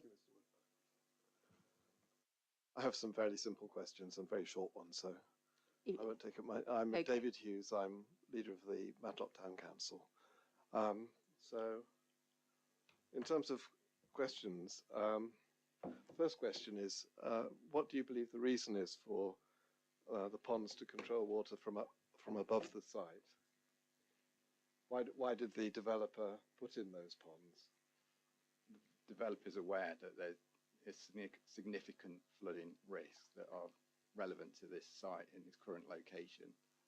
There's lots of evidence of flooding occurring currently, and it's exacerbating the common surface water flooding issues that are apparent downstream in Matlock. The developer wants to provide betterment for that situation, and that's why those ponds are being included. Do you think that the reason? Yesterday we were presented with evidence that there would be betterment on the site itself, and there were areas of betterment below the ponds where later phases of the development will take place. Is that the reason? Is that the main reason? Or is that a reason for having the ponds to control the off-site water? Betterment for the site itself? Yes. The residential ponds they're matching the Greenfield runoff rate, so it's not betterment per se, it's maintaining the current situation in terms of flood risk. The two upstream ponds specifically there to manage surface water and shallow groundwater flows from the upstream catchment, which the developer is not obliged to be incorporated. But those upstream ponds will reduce the flows across the site, will they not? At the minute, the surface water from the upstream catchment is conveyed through the phase 2 site unattenuated, and it's leaving the site in an uncontrolled manner at the bottom end of the site. Those two ponds will attenuate, and then once it's gone through the attenuation, it will discharge in a controlled manner into the public sewer as agreed with Severn Trent Water. Okay, thank you. So there is a reason for an on-site reason for the upstream ponds as well. You just earlier today you talked about if a breach occurred or if the pond's overtopped, then the runoff rate from the site would be no greater than the current rate off the site, and in the same location. Is that, have I understood you correctly? Same volumes. So because those two upstream attenuation ponds are managing an existing volume of water from the upstream catchment, if they failed, that same water would leave the site, which is replicating what's currently happening. Thank you. And we've already established that there are about 20,000 tonnes of water in all of the ponds on the site. In the unlikely event, and I'm sure it is very unlikely, event that there was a breach of one of the ponds at the top of the cascade, what do you think the consequences would be for the ponds lower down in that cascade? Don't believe that they would fail altogether. I don't think that's the case. Looking at it's difficult. It'd need a more detailed analysis to work that out, and which is something that we are proposing as a condition. It needs to be included in that analysis. But you wouldn't expect all four of those ponds to fail as a result of the top one failing. Okay, thank you. Turning to the scenarios to be modelled in a risk assessment, perhaps you don't agree with the term preliminary, and I'll accept that it's perhaps not the right term. In the risk assessment that is done before the final design for the development is undertaken, what sort of scenarios do you think will need to be modelled in that risk assessment? Can I give you some suggestions? Yeah. rather than because it's a bit difficult to answer that sort of question on the spur of the moment. For example, two events happening close together. Do you think two major events happening close together? Now, there's a 1 in 100-year event is it doesn't happen regularly, but they do happen, and there's a possibility, again, it's a remote possibility, that two such events could happen in close proximity to one another in time.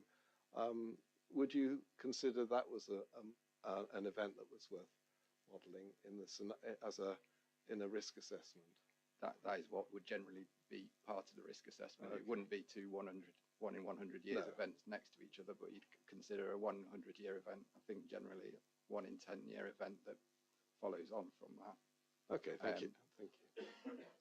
I think there is a point on that, though, that we shouldn't really be attaching performance criteria to the two upstream ponds as they're managing a current situation that occurs presently. So if they don't cater for the 1 in 100-year event with another 1 in 10-year event, then there'll be an exceedance from that, but it'll be vastly reduced from the sort of flows we're talking about leaving the site currently in that event. Okay, thank you. And I think my final question is then about another risk assessment possibility, and that is the woodland above the site. That is commercial woodland, and it is cropped regularly. And when it is cropped, a large area of woodland is cropped, and this residents believe results in additional flows of surface water from above the area. I think hopefully your answer will be that this is a natural phenomenon and it's off-site water, so it's not the responsibility of the appellant. But would you consider modelling that in a risk assessment? I think it's something that would be taken into account in the risk assessment because it is important, but my understanding of that is anyone who's causing more downstream problems as a result of what actions they're taking, they're responsible for that, and it should be them that would consider that. So the commercial woodland operator should be controlling the groundwater.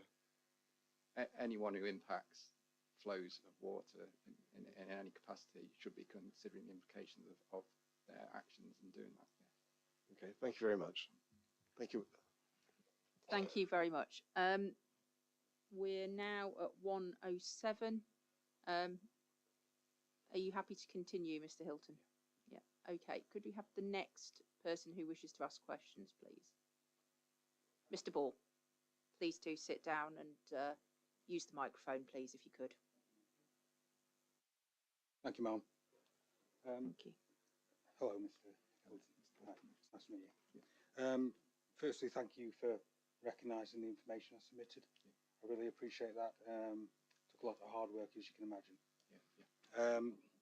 I just wanted to correct you on one minor thing. Well, minor, major.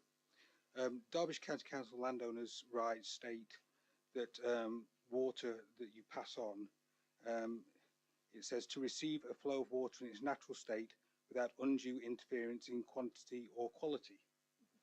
Would that not mean that anything that happens with the swale or that the appellant does on the phase 1 site is very relevant to the application? Sorry, I'm not sure what question you're asking. Well, earlier you stated that the information I provided was not relevant to the application. Some of the information that you provided in terms of the downstream. Yes, and that's exactly. Yeah. Sorry to interrupt. Yeah. And that's exactly what I'm trying to ascertain. It says in Derbyshire County Council's landowners' rights to receive a flow of water in its natural state without, and this is downstream owners, to receive a flow of water in its natural state without undue interference in quality or quantity. Yes. Yes.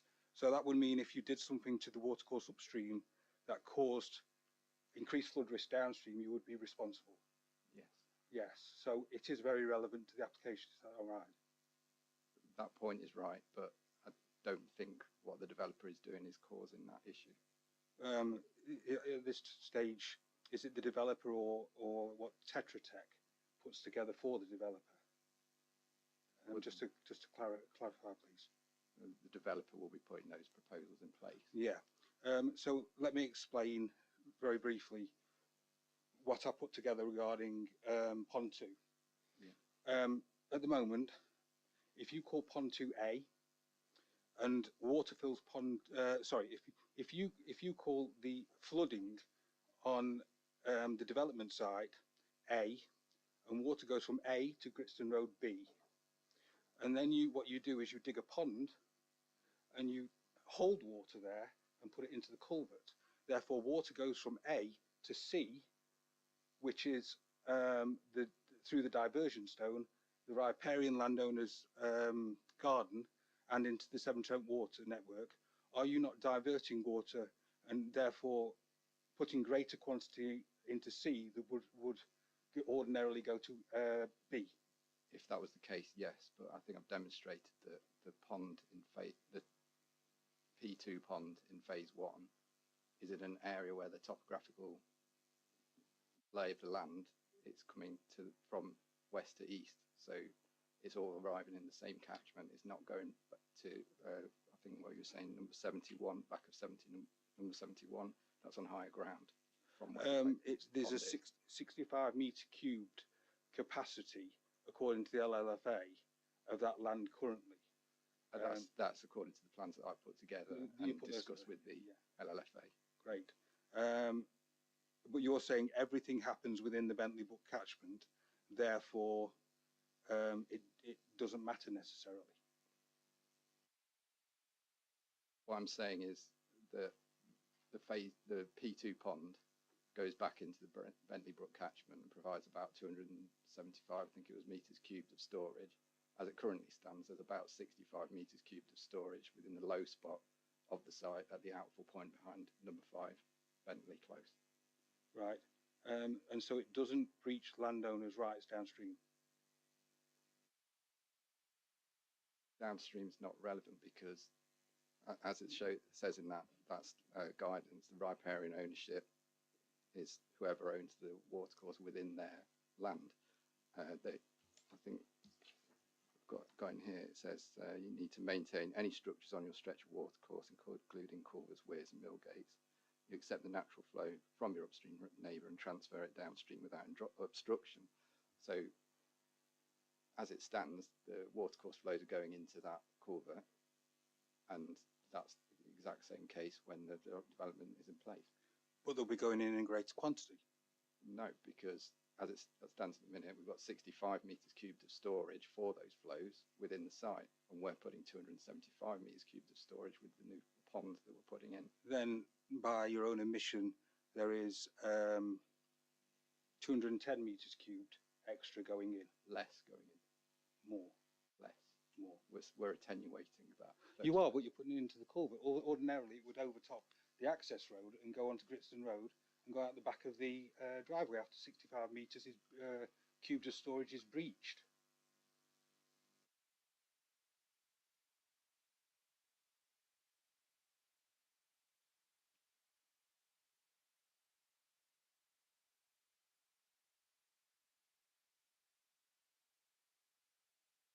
Possibly, yeah.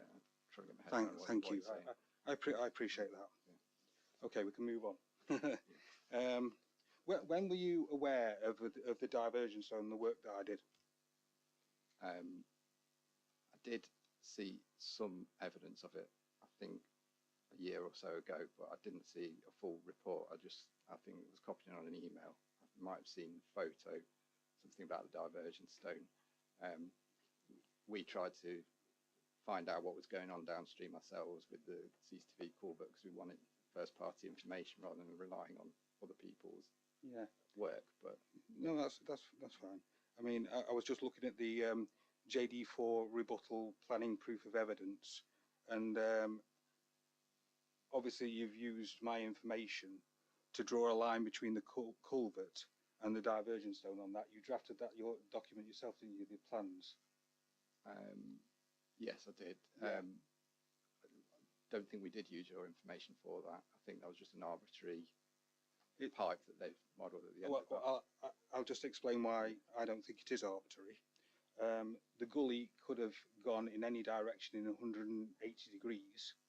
Instead, you have drawn a line between the gully and the diversion stone. So therefore recognising the diversion stone. I don't think that's the case. I think that is the case. I modelled it. But moving on. What we're showing on our plans, I don't think goes to where the diversion stone's further down. The line we've drawn on our plans goes into Gritstone Road. I modelled it. It's fine.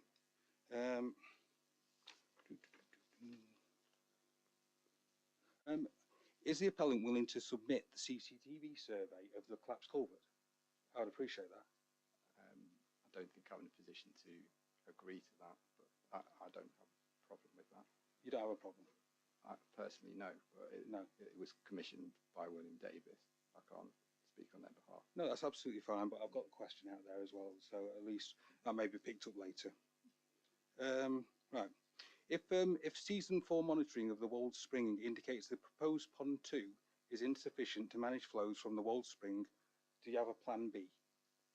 I don't think we need a plan B because, as I've already explained, the landowner for riparian ownership has no responsibility to attenuate flows. So there will be no need. We know it's going to overtop because the culvert downstream is not sufficient. 100 mil. Thank you for bringing that up. You've obviously your plans indicate that you're going to install additional gullies on Gritstone Road outside number 71 where it currently overtops. Would that not add additional water into the Severn Trent Water surface water network? Now, the Severn Trent Water surface water network schematics are incorrect, or they are correct. It's either 6001 or 6058. It's right on the drawing or wrong on the table that needs correcting. So, would that add more water into the Severn Trent Water surface water network? Where are we showing we're providing gullies?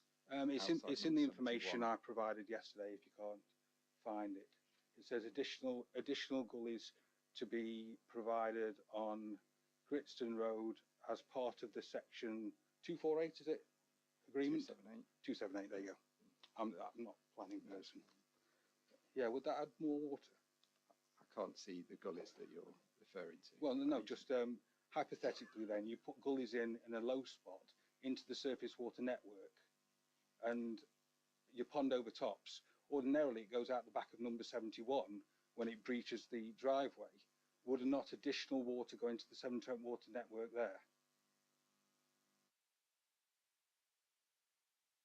There's the low spot in Gritstone Road. Is that what you're saying? I am talking about that, yes. Where it ponds. Yeah. So I'm not sure what your question is. Sorry. Right. Okay. It's absolutely fine. I've got a number of questions, and they're all relevant.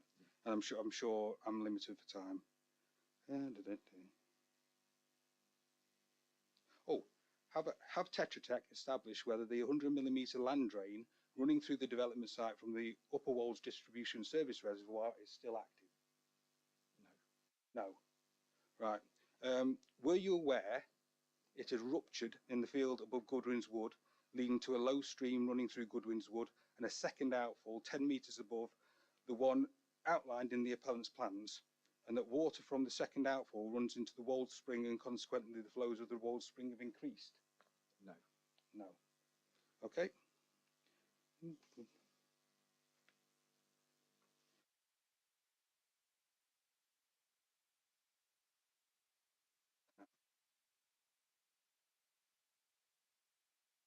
One second, Ma'am, sorry, apologies. I had to amend this after my questions were covered by Mr. Hilton earlier. Here we go, this is a good one. After the incident at Knowlton Place pumping station in November 2019, the Environment Agency, LLFA, Severn Trent Water and the appellant got together to discuss what effect, if any, the Gritstone Road development would have on flows entering Bentley Brook or its catchment. The LLFA state on the 15th of September, conditions recommended. The appellant has demonstrated that no additional flows will enter the Bentley Brook catchment, as all flows from the proposed site currently enter the Bentley Brook through ditches and overland flow into the surface water network, which subsequently discharges into Bentley Brook. Is that your understanding? Yes. Yeah, great. Right, so it's the same scenario as what is happening with the pond 2. I did a complete modelling of all the infrastructure. I was out in the storms following the floods. I documented everything. Water from the development site exits through number 2 Aberdeen. You're aware of that, yes? Yes, that is Yeah. the low spot. Yeah. No, it's not. Well, the site low spot. I'm talking Aberdeen above Wellington Street rather than Gritstone Road. There's two main egresses of flooding from the site. Yes. Yes. Yeah. So through the main flooding is through number 2 Aberdeen, which comes through the valley, and that water turns down Wellington Street and goes through Chatsworth Hall. Right, and it goes through Chatsworth Hall, and then when it gets to Wellfield, it goes east and west and goes down Chesterfield Road. At that point, water is outside of the Bentley Brook catchment, and it actually enters the Derwent from Wye to Amber catchment there, and it can't return into the Bentley Brook catchment or affect Bentley Brook in any way. And I've checked all the combined sewer overflows, the combined pipe system, everything. So the surface water pipe runs through Wellington Street.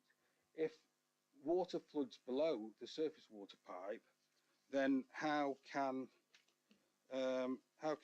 the LLFA say it currently enters Bentley Brook through ditches and overland flow into the surface water network, which subsequently discharges into Bentley Brook? If you attenuate the water that floods and put it at a controlled rate into Bentley Brook through the surface water network, are you not taking water again and putting it into Bentley Brook that would ordinarily flood out of the catchment? I'd need to review the information that you've got in more detail to see online. To see where this is coming from. The investigations that the LLFA carried out in conjunction with ourselves have made these conclusions. If that's not correct, and we need some more information, then we'd have to review that. It would be pretty bad if it wasn't correct, wouldn't it? Yes. Yeah, I think it would be. If you want to review my information, it's the one that says catchment. I've modelled every single bit of water and where it goes from the site currently and post-development. Okay, that's great. The 2 flow that you talked about earlier, I'm assuming that is based on topography and rainfall. Yes. Is it based on anything else? Base flows. Base flows. So yes. You're talking springs or known springs, or no. There's an element of base flow. There's a calculation for putting that in place. The 2 flow was carried out by hydraulic modelers. Yeah. In conjunction with myself. So. Okay. So if I understand it correctly, you put a number of figures into the start of a calculation, and you get a number of figures out there, and in the very simplistic terms. Yes. Yeah. So if what you input is wrong, what you get out at the back end is also wrong. That's the same with any. Yeah. I'm just clarifying for everybody who maybe misunderstand it. Does the 2 flow take into account the hydrogeological anomalies on the northern hillside? I can't tell you. I've not carried out that 2 flow. You haven't? I haven't. No. I'll just make you aware. Within a quarter of a square mile, there is a landslide which is likely caused by water. If you look at the Google Earth maps, you'll notice that there are 2 distinct areas of bush pasture. You can't actually walk up there because they're so sodden. Next to the landslide is a mound which has been assessed as hydrogeological in nature. Next to the mound is a fault line which outputs half a mile long through Matlock Moor Quarry, which has not been assessed as part of this the catchment either. You've got a borehole on the fault line. You've got a 340-metre adit, which is part of the history of the supply of water to Matlock. You've got the Wold Spring. you know, you've got all these hydrological kind of anomalies on the northern hillside. You would think that some of that would be factored into a two-flow analysis, because there is a huge amount of water predominantly coming from the northern hillside. There is. I think the key point is that this is all useful information. However, the developer does not have any responsibility to manage any of these flows. Understanding where they come from is also important, but it doesn't affect anything that they're proposing to put on the site, because they're meeting their obligations and what they need to in terms of where these flows are originating from and what the design guidance laws standards are relating to those flows. Well, it would certainly affect pond capacity, and that's something you're building. And going back to what I was saying earlier on about the very smaller version of pond 2 swale and the riparian rights, you have a responsibility by taking that on to actually pass flows on in with the same quality and quantity. And you admitted to me that that was the case. So that your riparian rights that you've used consistently actually work against you. It doesn't say about quantities of flows. Oh, I read it 5 minutes ago, Mr. Hilton. You're referring to the Derbyshire County Council document? I am, yes. Yeah. Okay, so we could make that pond slightly smaller to balance it exactly. Is that what you're... No, I'm not saying make it smaller. I'm saying it's too small to cope with the water that's coming through the northern hillside. It doesn't need to cope with the water that's coming through the northern As hillside. I just stated to you, riparian rights say that you have to pass the water on in the same quality and quantity. Without undue interference in quantity Yes. or quality. Yes. Yeah. Difficult one, isn't it? Look, this is a big tangled ball of wool, and it's very difficult to understand. Yes, same for the slope analysis. Have you actually assessed the water in relation to the Coffey slope analysis? The anomalies over northern hillside? No. Yeah, it barely makes the threshold, does it? Pond 1, 1.3 the threshold, I believe. Yes. Yeah, and so it barely scrapes the threshold. And the information in the Coffey slope analysis is actually, it has big caveats all over it for a start, and it's using outdated information which is not taken from the actual places where the soil analysis should have been. And on top of that, you are planning on carving 6,000 meters cubed of land away from that northern hillside where that water actually outputs. And so what use is the slope analysis when you haven't assessed the hillside above? I didn't carry out that slope analysis. I don't see that it is relevant. It's not relevant. Not my problem, yeah? No, not that. I'd say the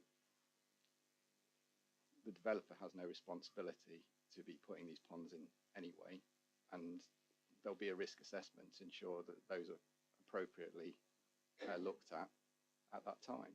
At that time? Yes. When everything has approval? Not has approval. So we're to trust you to do the analysis you should have done before it was refused on the 28th of March 2024?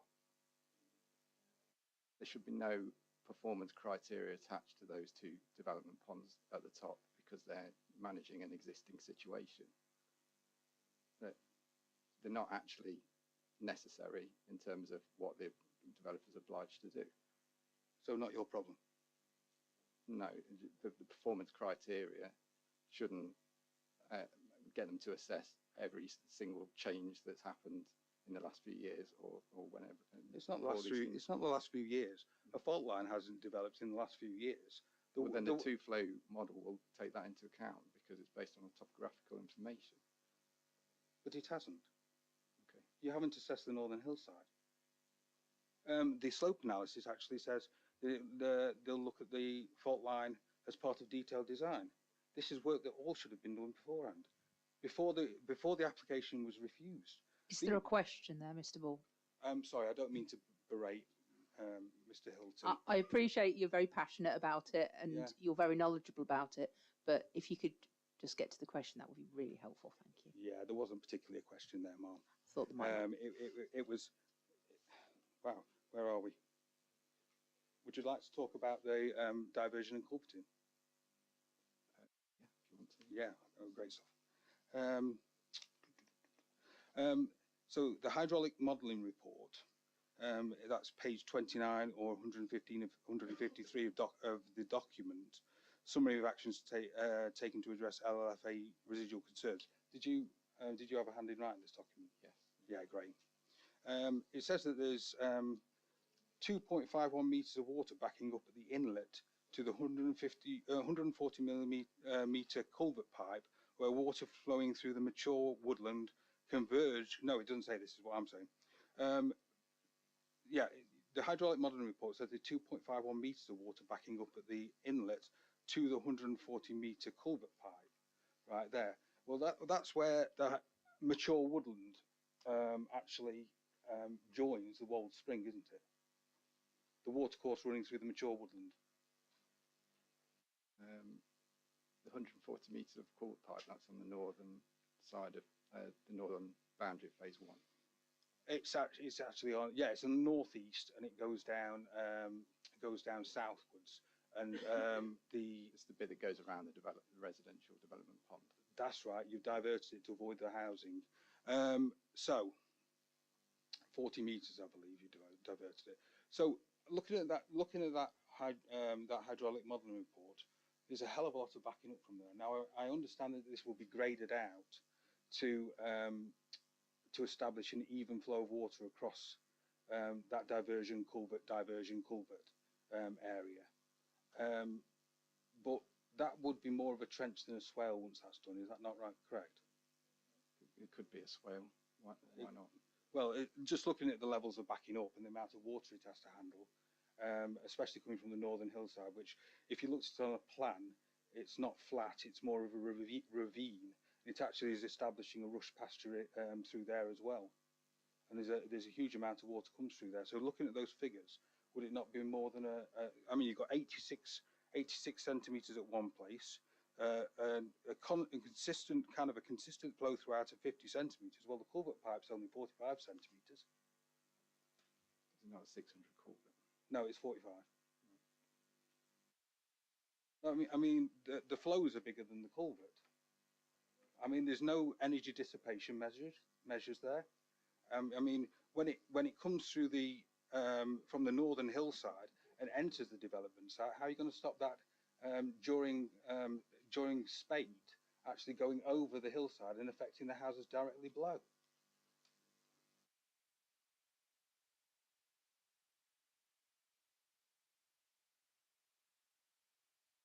Don't have an answer for that. You don't have an answer. Okay, that's cool. But I think not having an answer is answer enough. Do you not think? Okay.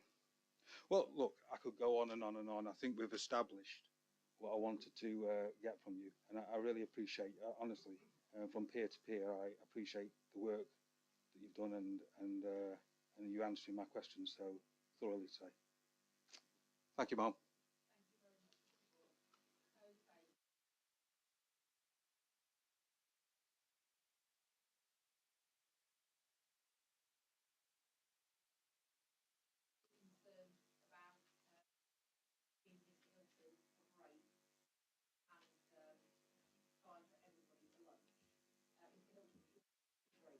Yes, please.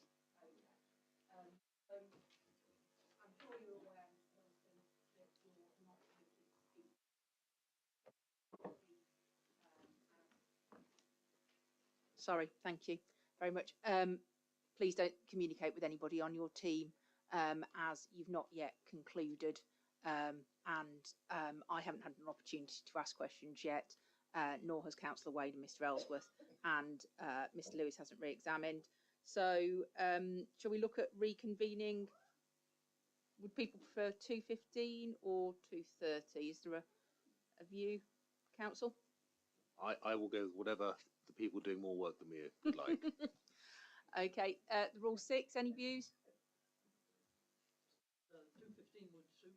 Okay, and for the appellant, given they are at the moment doing more of the work? We're content with 2:15. Okay. Madam, thank you. So we'll adjourn until 2:15 now. Thank you very much. The inquiry is adjourned.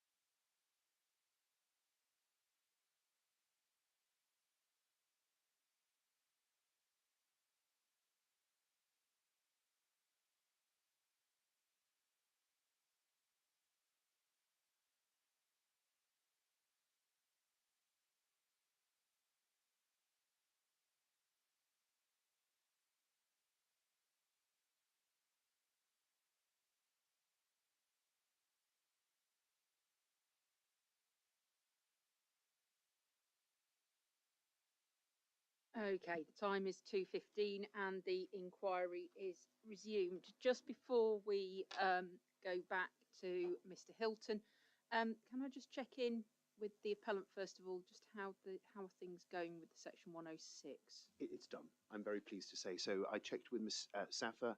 They are just agreeing between themselves on the final draft, and there is nothing left to discuss. It's simply just awaiting that very final agreement, but it is completed. I understand that she will be in a position, and the parties will be in a position within an hour or so to send the final draft to you for your consideration. Okay, thank you. And again, thank you for your patience on that, but I'm pleased to say the viability review mechanism has also been agreed. Yeah, and just in terms of that, just thinking about timetabling. Yes. Obviously, I haven't had a chance to read the legal agreement yet. Of course. And the viability review mechanism. And we are running behind somewhat. So just wanted to raise the spectre of moving the planning obligations session. Certainly. No, into next week, potentially.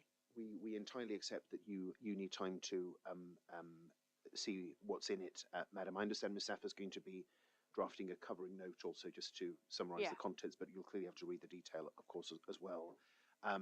So we wouldn't have any resistance to that. Okay. Thank you. The only practical matter, I suppose, that arises is whether the need to discuss that later can be combined with the need to consider the sequential test. Indeed. And whether there'll be enough time for that before. So I just raised that, I know. Yeah, absolutely. And it is in my mind as well. Certainly. And that will depend on what I receive on Friday. Certainly, yes. Which is hoped. Okay. But if I can just take the council's views on what they've just heard. That's absolutely fine in principle. Our only just practical issue in terms of time, we've got two people, the solicitor and the viability test, would travel a fair way to get here. So if we weren't going to do it tomorrow, fine. If we perhaps could make a decision at the end of the day, then absolutely. we could tell them. And yes, I think that would only be subject to that. So that's absolutely fine. And as I understand it, it is almost agreed as well, if not agreed by now. Then the other update, if I may, is on the site visit. I think that's also been agreed. You may have seen an email sent to your case officer, but so I think it's basically no further long distance views needed. But there's a suggestion that you do a walk. From our part, that could be unaccompanied, unless you'd like us to accompany. But I don't know what the other parties think if that helped. But I think that's some progress on that. Okay. Well, useful to have progress on the site visit. Thank you. I had received the email, so appreciate that from all parties. And I have brought my hiking boots with me, so a walk would be absolutely fine. We'll see where we are in terms of the site visit and who wants to come along, because if any interested parties do want to show me viewpoints, then everybody else is going to need to come along. Attending on behalf of the council. Okay. Perhaps it would be sensible if the council could check in with the people who are coming from further afield when they're leaving. And if you can just tell me when we get to the end of the next bit, so we'll make that decision this afternoon. Okay. Any views from the Rule 6 party, Mr. Yarwood, just in terms of timing issues with the 106? No, I think we can accommodate whatever arrangements are made. Okay, thank you. And just before we move on, just wanted to check, Mr. Hilton, are you happy to continue? Are you okay to continue with some further questioning? Okay. Madam, the only thing that just strikes me as a matter for you, of course, we'll do whatever your preference is. I'm noticing that members of the public, when they're asking questions, they're having to they're turn twisting, around, I know. and it might not be the most convenient arrangement for everyone. I'm conscious that the table's quite close to Mr. Hilton as well. Yes. I wonder whether we need to try another orientation, perhaps. Or it might be possible if Mr. Shipley could move up one, and then the person can, because then without actually having to turn, you can look across the room. Does that make sense? Or that would certainly be better, I think, wouldn't it? Yeah. and more comfortable, I hope, I think also for the... Yeah, that's great. Yeah, that's great. And Mr. Shipley, would you be willing to move up to where Mr. Robson's been sitting?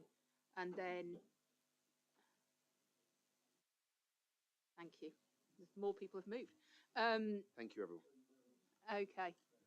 So, was it Mr. Ellsworth or Councillor Wayne next? Councillor Wayne, would you like to come and sit up on the council side, please? Yeah, it's just so that you can actually, if you go, yeah. Yeah, brilliant. A chair appears. So you can see everybody and Mr. Hilton over there, but not be too close to Mr. Hilton. Okay. Thank you. Madam, may I just say one thing on the comment that you made about the site visit, please? Yeah, absolutely. Thank you. As the ward member, I obviously have not that I want to come on the site visit, but you said as an interested party, I might be allowed to. If I am, I would like to attend. But there are certain issues with access to the site. I've asked Mr. Robson whether or not it's I think personally, for you to get the best view and everybody to get the best vistas of the site, it's important that you don't just look from the outside, you actually go into the site. So the council is saying that it's the responsibility of the appellant to actually seek permission to go onto the site. That might already have been done, but I just wish to flag that up because you will see, you know, the quite steep valley where the actual ponds are due to be sited, and I think it's important that you go into the site to have a look at that. But that's all I wish to say. I just wanted to throw that out there. Thank you. So that's the route that's been suggested. You can approach to see that. Yeah. That's absolutely fine, but it's just getting the access. I don't know how adept you are at climbing over a gate. I'll give it a go. Apparently the code you can obtain. Okay.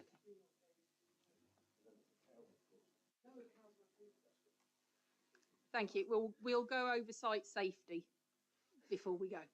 I didn't think there would be anything other than site safety, but yes, okay, thank you. Okay, thank you. So, Councillor Wayne, you wanted to ask some questions of Mr. Hilton, I understand. I did. I'm Steve Wayne. I'm the flood warden in Matlock for my sins, and nice to see you, Mr. Hilton. And I can guarantee you that my questions won't be as in-depth as the ones that you've previously had, just to reassure you. They're quite simple, but do you accept that this site is unusual within sites that you've dealt with previously? Yes. Yes, thank you. How many times have you dealt with cascades of dams, 4 dams previously? Once previously. Once previously. And how many have you actually risk assessed? I don't carry out risk assessments of those. Right, okay. What about the geotechnical? Do you do those as well? No. No, I okay. rely on my colleagues to do those. Thank you. I just want to ask you a question. Why have, I mean, we're 6 years into this application, probably a bit more now, but why has 4 seasons modelling and tough load monitoring never been considered before, please? We didn't think there was any need to carry that out to demonstrate anything in particular. You wouldn't normally do that as part of a development site. It's only really to try and allay concerns in terms of how these ponds are going to perform and the risks that are relating to those. Yeah. Do you accept that had you have done a more rigorous assessment of the surface water issues and had a better knowledge of the surface water and the springs on there, that you would have done them earlier? No, because the two-flow modelling is not going to tell us anything really that we didn't know before, which I've done some rudimentary modelling on the catchments, and it's come up with the same outflow points and the same conclusions. in terms of the development proposals are providing betterment over existing surface water runoff from the catchment above and in the watercourse in phase 1. But I'm not a drainage expert or specialist or anything. I just deal with the outfall of it when buildings are built and, you know, there's the outfall, the result of a building in the wrong place. But Four Seasons modelling, presumably, you have to go through Four Seasons, but why wasn't that considered to give you an indication of base flows and flows going across the catchment, across the site? The Four Seasons modelling is for the watercourse, which has been identified in phase 1. That we were looking at it in terms of the approach that as long as we're not increasing the flood risk related to that watercourse, there's no need to do Four Seasons modelling because the developer's complying with what he needs to do to develop that site. Just coming on to the actual flows from outside the development area. If you're not obligated to deal with them, why are you dealing with them? To provide mitigation for the flood risks that are there currently. We know they're extensive. That's why we're providing them. Is that not to be welcomed? Is it not that the fact that if you don't do them, you wouldn't get the development home?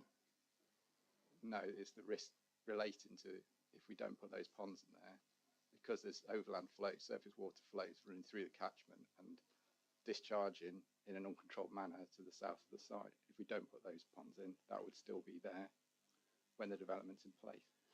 But do you accept that for probably 9 months or longer, well, probably 10 months of the year, these flows are held within the ground? They're held within the earth. They dissipate into the ground, they evaporate into the sky, and at the end of the day, they're not an issue. Generally not, no, but we'd look at an extreme event and the modelling's telling us there's about 12,500 metres cubed that comes down from that catchment in that extreme event, and we're trying to cater for that. Do you accept that by holding 12,500 cubic metres of water, that's 12,500 tonnes of water above a residential area, and something that you choose to do, that if there are issues, that adds risk? No, because they're catering for an existing risk that is present. No, but what I'm saying is that the risk is there because, I mean, the community know when it rains heavily and they know when their properties are likely to flood. But at the end of the day, what you're doing is you're holding that water there, and looking at the volumes, they're going to always be pretty well have some water in them, wouldn't they? Nominal amounts, generally. Yeah, yeah. Okay, so I just want to move on to another point that I've got. I'm puzzled, and I'm a bit... I've got emails from the Severn Trent Water that say that they're not happy for surface water flows to go into their network. Right? I've got emails stating that. But you, or William Davis, saying that you're going to put those flows into the Severn Trent Water network. Have Severn Trent been fully consulted and given authority for this to take place? Yes, they have. We've got an email from Bill Walton at Severn Trent, you've probably been in touch with as well. He accepts that there will be an element of surface water flows into the public sewers from this development site. Can you tell me the date of that email, please? Can't off the top of my head. I can. Thank you. I think it's in our flood risk assessment addendum. I'll find it. Thank you.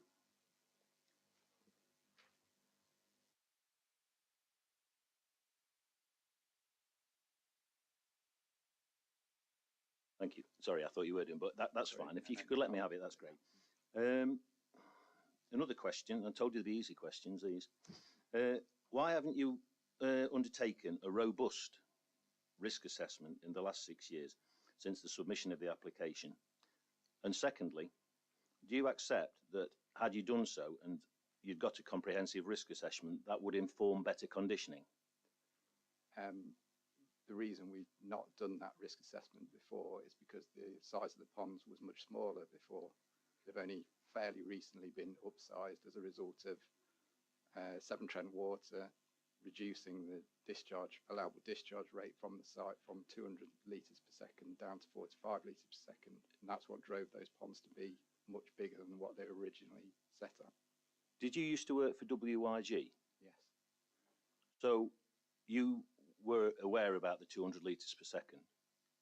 Yes, I took the scheme on from one of my colleagues around 2020. At that point, it was at 200 litres per second. It was, and that's where I was very alarmed at the volumes. That's what really engaged me in this, because the volumes are 200 litres is about a bath full of water a reasonably full bath full of water a second. So I contacted Bill Walton, and that's why they were reduced down to 65 litres per second. I've got to say that he was very surprised that it was 200 litres per second, and on one of the documents it said that it was 20 litres per second. So I just wish to clarify that was all. Sorry, the 200 litres per second, that was a sewer capacity assessment of Severn Trent Water from about 2016 when the risk assessment was being prepared, and that was an acknowledgement that there's surface water flooding risk in this on this site, and at the time they were mindful to try and work together with the lead local flood authority and the developer to help solve these problems, which is why they allowed a greater runoff than what would usually be allowed for a development site such as this. Well, thank goodness it was changed. But do you accept that had you have undertaken a risk assessment, you would be better informed to do the conditioning? At what point? Now. If you do, at any time, if you'd have done a comprehensive risk assessment, do you accept that you would be more informed to do a more comprehensive and accurate risk assessment? I don't accept that we needed to do a risk assessment for these ponds that we have in place at the minute, and certainly not for the ponds that were there before, because they were much smaller. But a risk assessment, I mean, I said in my submission yesterday, and I don't want to go through it again, but it's important to assess risks. Do you accept that if you've got a comprehensive risk assessment, you can engage better conditioning? Yes. Thank you. It was alluded to a short time ago about deforestation, but there is significant deforestation going on the moor above. Have you actually taken account of that deforestation in any of your assessments? I don't believe we have, no. No, thank you.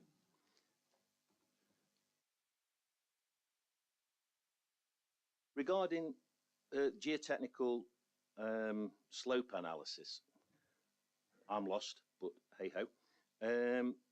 When is this required?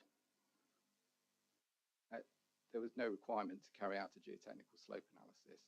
We were made aware that there was concerns over the size of these ponds and the risk that they may pose as a result of that, and we carried out the geotechnical slope analysis to try and demonstrate that these ponds would be structurally sound in the configuration that we had them in. Were you involved in the assessment of the treetops site? I was not, no. No. For your information, I don't know where the slope analysis, and unfortunately there's no detail on the, I had a look this morning to see if there's any detail on the Derbyshire Dales District Council portal, but to see if there was any slope analysis undertaken. But presumably, I mean, it is a severe slope on there, and I know that you can't comment on something that you've actually not heard of, but I just wish to put this out there. Basically, that was a William Davis development, and the actual slope within a short period of time started to subside into the attenuation basin, and very alarming to the person who'd got a fence 1 metre from the actual attenuation basin. So is it not a matter of course that you do slope analysis all the time then? Only when something would arise that means that you would think that there's enough risk to carry that out. A standard site wouldn't need slope analysis. So only on the more problematic and risky sites then, basically? Yes. Thank you.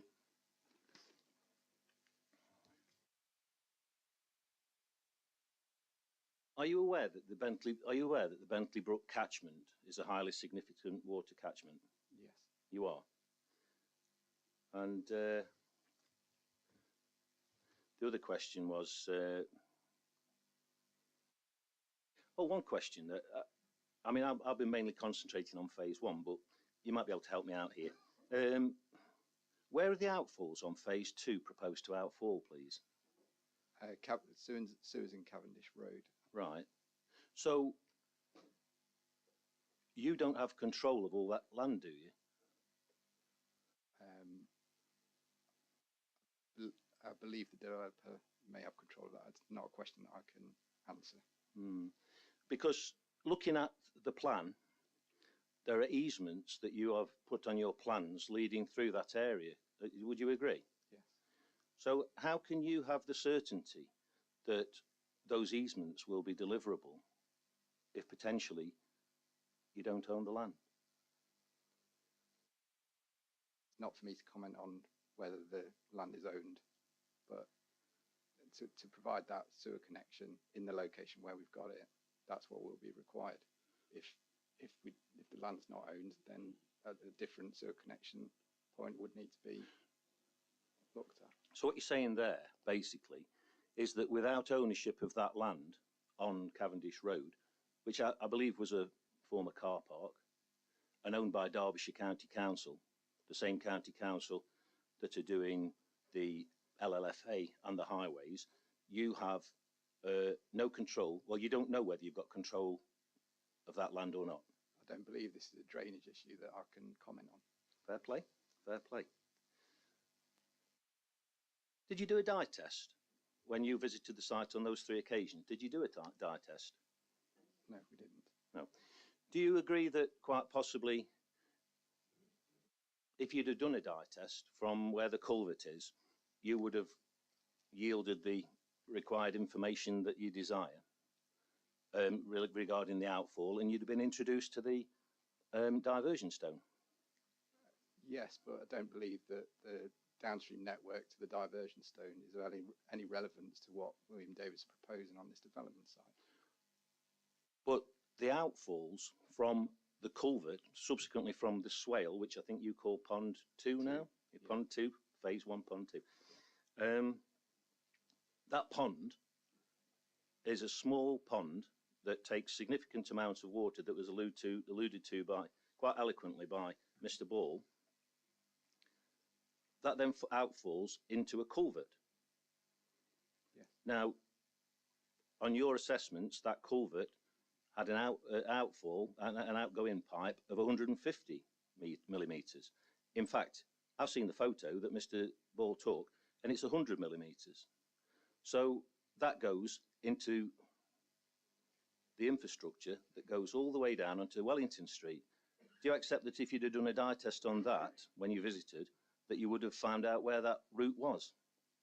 Potentially, yes, but yeah. I don't see that that's relevant to the outfall for phase 1. There's no there's no need to assess what the downstream network is doing on the site that when you're connecting into that outfall. You just have to maintain the same outfall position and the same flows, which is what. Do you have any concern for the residents that actual surface water will be going under their houses? No, because the surface water is already going under their houses.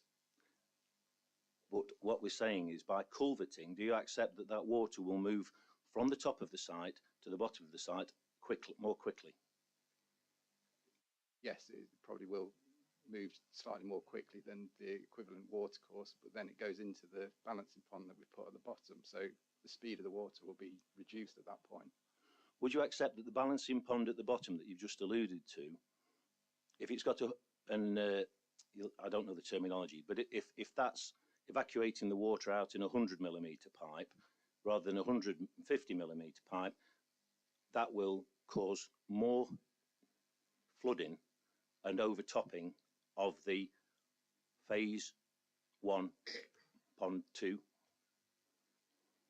Yes, but it's just replicating the exact same situation now in terms of when that culvert overtops, the escape route is onto Gritstone Road. It's no different with the current proposal.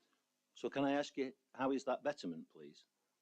The betterment is provided by the additional pond that we put on the site. The original site had 65 metres cubed at the low spot, where water was attenuated before it escapes down Gritstone Road. With the new pond, there was 275 metres cubed before it does exactly the same thing. It's replicating the same exceedance flow path. Well, basically, it's just doing the same as it was before. Yes, pretty much. There's a bit of Well, I'm sorry, you know, how can that, if you're not making any improvement, how can that be betterment? It's marginal betterment due to the pond that we put in place having more capacity than the low spot and the ground that's there currently. How marginally? The site currently 65 metres cubed volume at the low spot. The new pond 275 metres cubed, so 215. I would suggest that the residents that are going to be impacted, I mean, ideally, certainly from myself, that deals with the outfall of the water into the Bentley Brook catchment, that is little comfort that you the community of,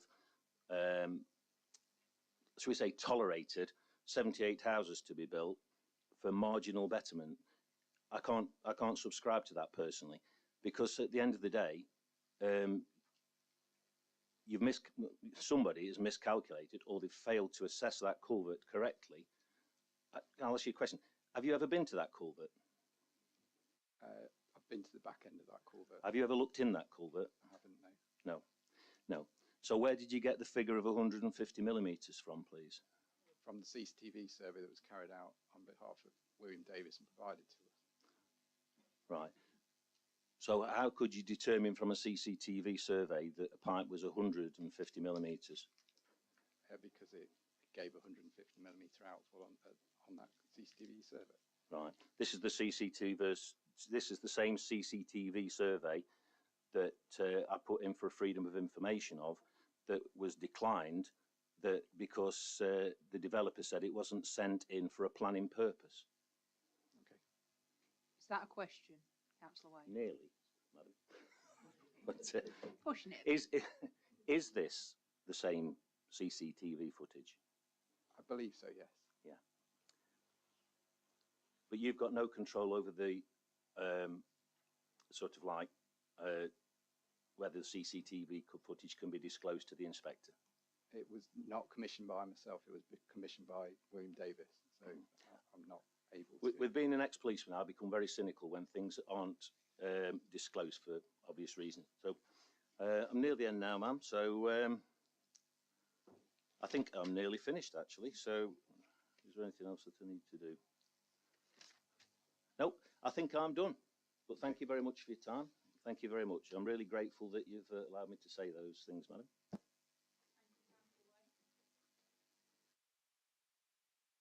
Okay, thank you. We can carry on.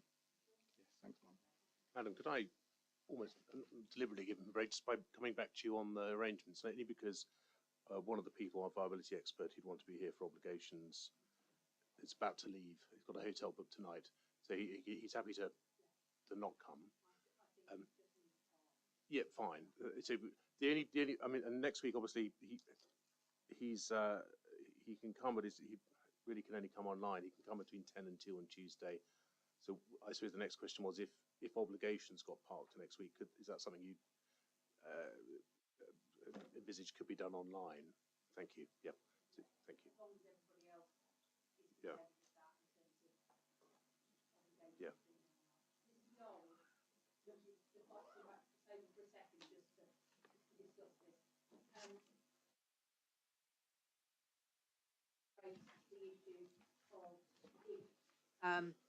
If planning obligations moves to next week, that could be whether that could be done online due to the availability of the council's witness on viability. Would the planning obligation session being online work for you? Yes. Okay, thank you. Any concerns from the appellant about that? No, no concerns from us. Okay, thank you very much. So I think when 5 hands went up earlier, I think we've had 4 people so far. Did Mr. Ellsworth, did you still wish to ask some questions? Thank you. Do you want to just come and sit over here next to Mr. Shipley, please?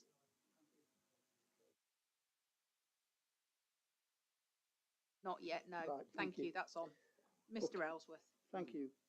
I'd just like to make it clear, I am not going to ask Mr. Hilton any matters within his remit.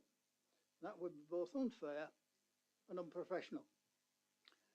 However, I just have to say 1 or 2 things about some of the things that is mentioned, which may not be in his remit, but nevertheless the appellant should have looked at, including yourself, and that is the question of my submissions, because the official way is not to directly come to you, but to come through the planning authority, and then they're supposed to pass it on to you. From what I can see, over the 6 years that you've had the conversations, some of these questions here have never been answered. So I would simply ask, have you, that is WMD and the witnesses and the group, Dickinson group, actually looked at any of the things that I have actually submitted to the inquiry, please? I've not seen them. Why not?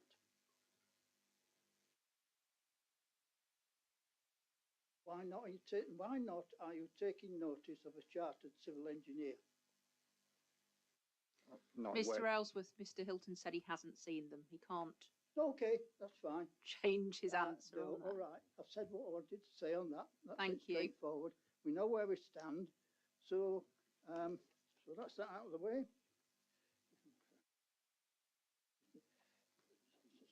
Right, we'll just deal with just a few questions then. I come back to this question of responsibility, the law for surface water onto downstream land that's owned by another landowner. As far as I can see, the act that covers this, or the legal advice that covers this, it's quite clear. And in fact, this is something I actually mentioned to the appellant at his meeting with the town council in 2019 as one of the first questions to ask them, and that was, how were you going to deal with the surface water? This was the whole, it's just like they all started looking at each other, and then they decided to say, it's not our responsibility. So I said, oh, surely it is. And then they decided to answer the question lately. So that's been hanging around for some 6 years, 7 years. And the thing is that the statement made legally is that provide it's not a legal case that you can bring, but it is a common law case that you can bring. And it depends upon one thing, which is crucial, and that is whether the owner of the land who's going to discharge this water has disturbed the land in any way whatsoever. It's quite clear to me that you have disturbed this land. You have excavated for the archaeological works. You've done site surveys, including trial pits. This is another matter, by the way, but then again, you've done all this, and therefore you have interfered with the land, and you are going to interfere with the land even more so by putting houses on it. So I fail to see how on earth you can actually say that. That's that one out of the way. Is there a question there, Mr. That is a Ellsworth? question. That is a question. Why have you not taken this into account? So we've referred to the Derbyshire County Council guidance on surface water flooding and how that's managed. If you've got surface water flooding from an upstream source on your site, it's how you deal with that. I'm not sure where it is in the core document. I think it's the proof of evidence. But yeah, Derbyshire County Council, they produce a guidance document on surface water flooding, which says that you have no responsibility to attenuate flows from surface water entering your site. It allows you to divert the flow around your property, but you have to maintain the same point of outfall as what would have been there before. I think that's what it says. I'm trying to find it. But yeah, ultimately, that we don't have. If you're dealing with surface water flows from upstream catchments, you don't have to attenuate those flows, and you need to maintain the same point of discharge, which is what we're doing with our development. Thank you, Mr. Doctor. It's just that, as you say, how do you divert them? We've shown no signs of showing how on earth you're going to divert these, including... Mr. Ellsworth, could you speak a little bit closer to the microphone so people can hear you? Yet again. Okay, thank you. Yes, as I say, I'm not going to pursue this question any further. It's been asked and that's it. And it's up to the inspector to decide on this. And unfortunately, a lot of it's outside the remit of the planning authority, so it makes it very difficult for her. And I have every sympathy in that, madam. The only other thing then is the question of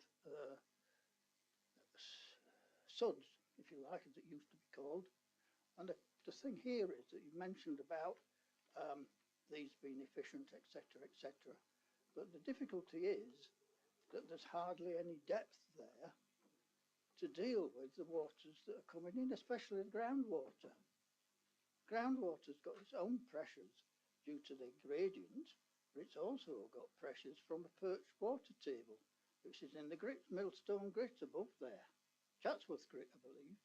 And so therefore, another thing is, of course, is the presence, and you are competent in geology, so I assume that you know this, but I'm just asking why on earth you said that question, set it out that way, because of the fact that the marsden beds are there, an impermeable layer, and the site survey has shown there's a bedrock which has got a standard penetration test of 50, so it's obvious. I won't go any further than that. There's much more, am I right, that it's got standard penetration of 50, and it's impossible to get the water to stay in there if it's greater than it can accommodate.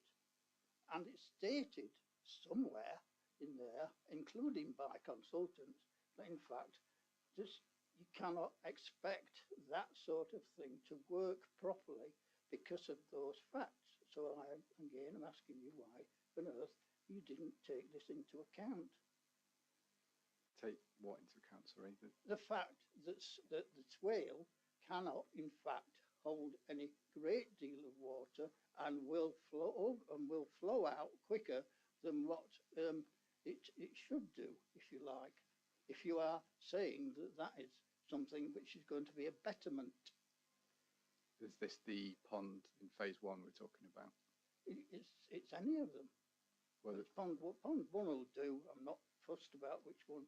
There's a significant amount of attenuation ponds, storage in the attenuation ponds, that is providing betterment to the current situation. Not so much in phase 1 because of the constraints in phase 1. In phase 2 we're providing 2 large attenuation ponds at the top of the site. But it also applies to the ponds which are in phase 2, and also the works that you're doing to the north and south of the boundaries, which if they're still there, because you keep, no, not sending them up, right, they're not, because they are there to try to prevent water from coming from the upper catchment area and in fact going through the site, and similarly down at the south end, they're there to actually stop water from going into the properties that are existing on places like Bentley Brook and Moorfield, Matlock, Gritstone Road, etc., etc. Yeah, that's correct. Right, that's fine. That's okay, as long as we establish that. Just one more, I think. Coffee. Report from coffee, which I'm pleased to say is part of what's it called now? YMG. Tetra Tech. That's it, which I'm familiar with the firm. And of course, Tetra Tech. What it is that, just let me check it. Yes, the coffee report. This is a analysis of the embankments, purely and simply. Yes.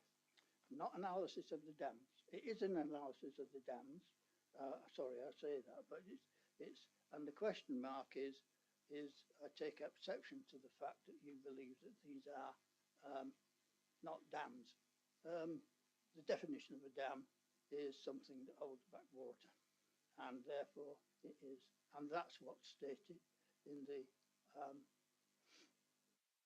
Reservoir Act, as far as I know, and therefore it's something which, in fact, is a structure. A dam holds back water for a reservoir. Yes. I don't understand why these are not standard balancing ponds. Mr. Ellsworth, could you let Mr. Hilton finish, sorry, please? I do apologise. Sorry. I don't see any difference between the ponds that we're proposing and what would generally be classified as a balancing pond, attenuation pond. Sorry, I probably phrased it wrong, as usual. Got so much in my head. The thing is, it's a structure. It's a civil engineering structure. It's not a structure because it's just a standard earth slope. It's not reinforced. No, I'm not talking about that. I'm talking about the dam. It holds the highway. There is no, where the highway is. Yeah, there's a 1 in 3 slope behind the highway. That's fairly common. It doesn't necessarily need any. It's not a structure. It's not an embankment there because I maintain that Tetra Tech and generally that the drawings that have been shown do not show exactly what is going on across the section where the highway crosses the valley behind the dams. We've produced sections through the ponds. You have which show, yes, Tetra Tech has. Yes, yes, which show. I've not found any. They show a 1 in 3 slope. I'd ask you to reconsider that. I don't sit here telling lies. Mr. Ellsworth, we're not saying that you're telling lies, but could you just let Mr. Hilton finish explaining? Okay. Thank you. Yes, Mr. Hilton. We've provided some section drawings. I could find a reference to that if you want to have a look at that in the court documents. Mr. Hilton, I have seen all this, and I have submitted things that show it differently.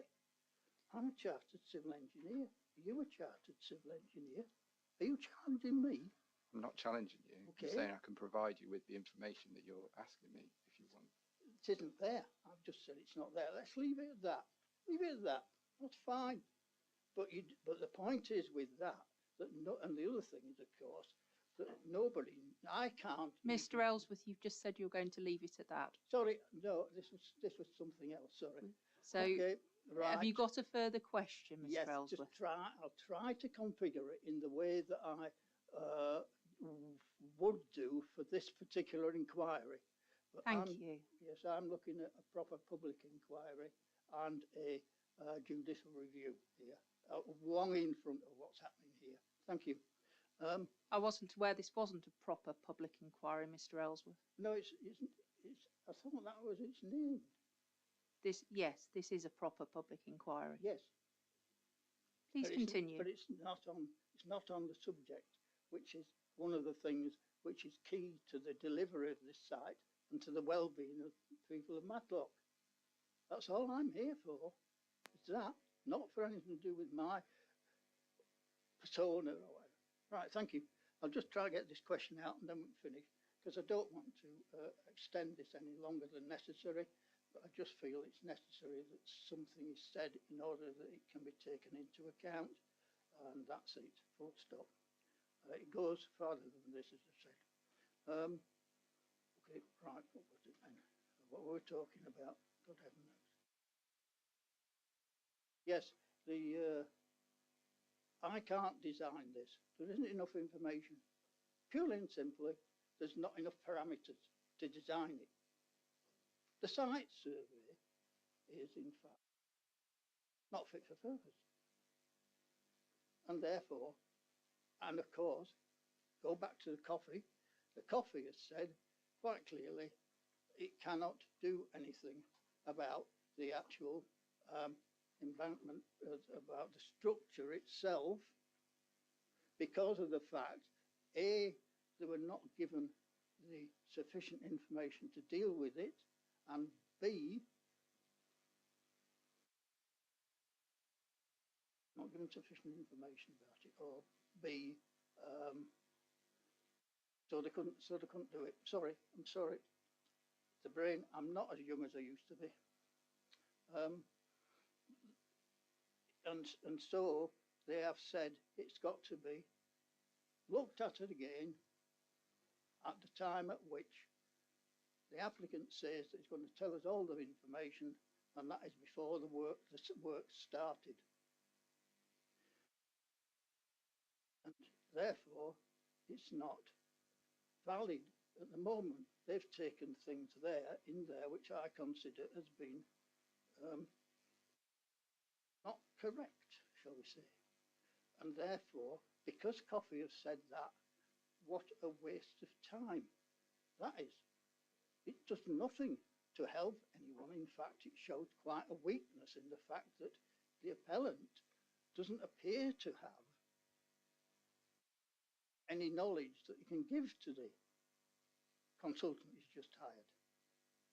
Again, I'm sorry, but that's just how I feel, and that's what I'm entitled to say.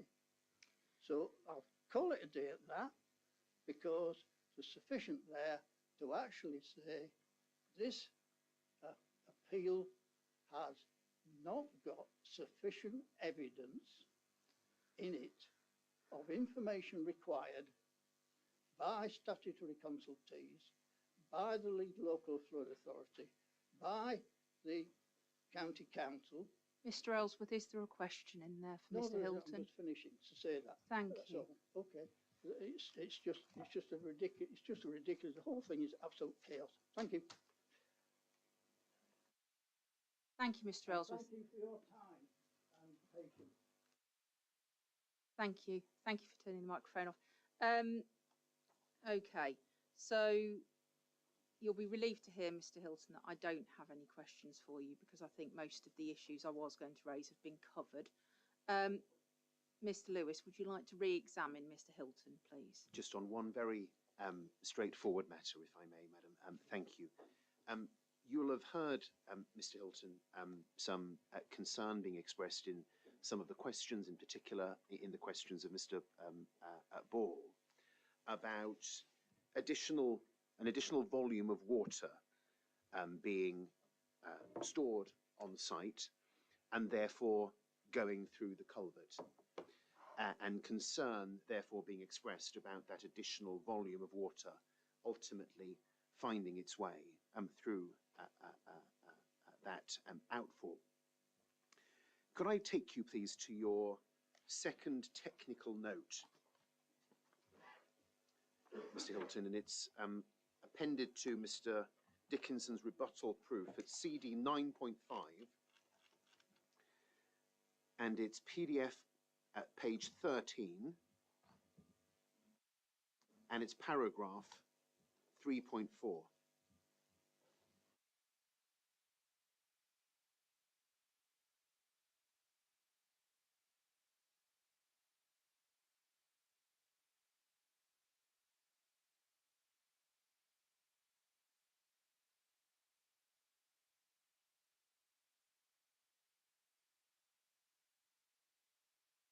Of course. It is PDF sorry, CD 9.5, PDF page 13, and this is a page within your second technical note.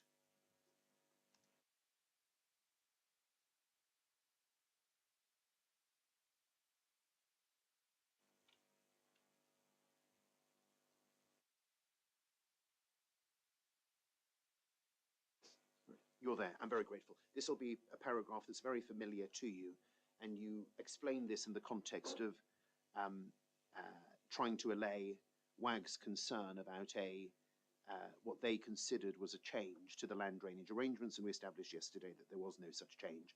But you set out here, for clarity, the agreement with Severn Trent Water is to provide new connection points to discharge water at 20 litres per second from the Phase 1 land and at 45 litres per second from the Phase 2 land. Tetra Tech produced drawings showing this at the time of the determination of the application, and there is no intention to alter this arrangement. Indeed, Severn Trent Water have made it clear that this is their final position on this matter at this stage. Very basic question at this, Mr. Hilton, but I think important for us to be clear about it in light of the questions raised. What is the level of control, please, if any, that the developer will apply to the flow going through that culvert? No level of control. The intention is to maintain the outfall in its existing condition, which will have the same capacity as what's there currently. And there, you referenced an email from Severn Trent Water, and you understandably weren't immediately able to identify the reference. Let me check if I've got this reference correct with you, and you can confirm if this is the document or not the document that you were referring to. CD 11.28, please.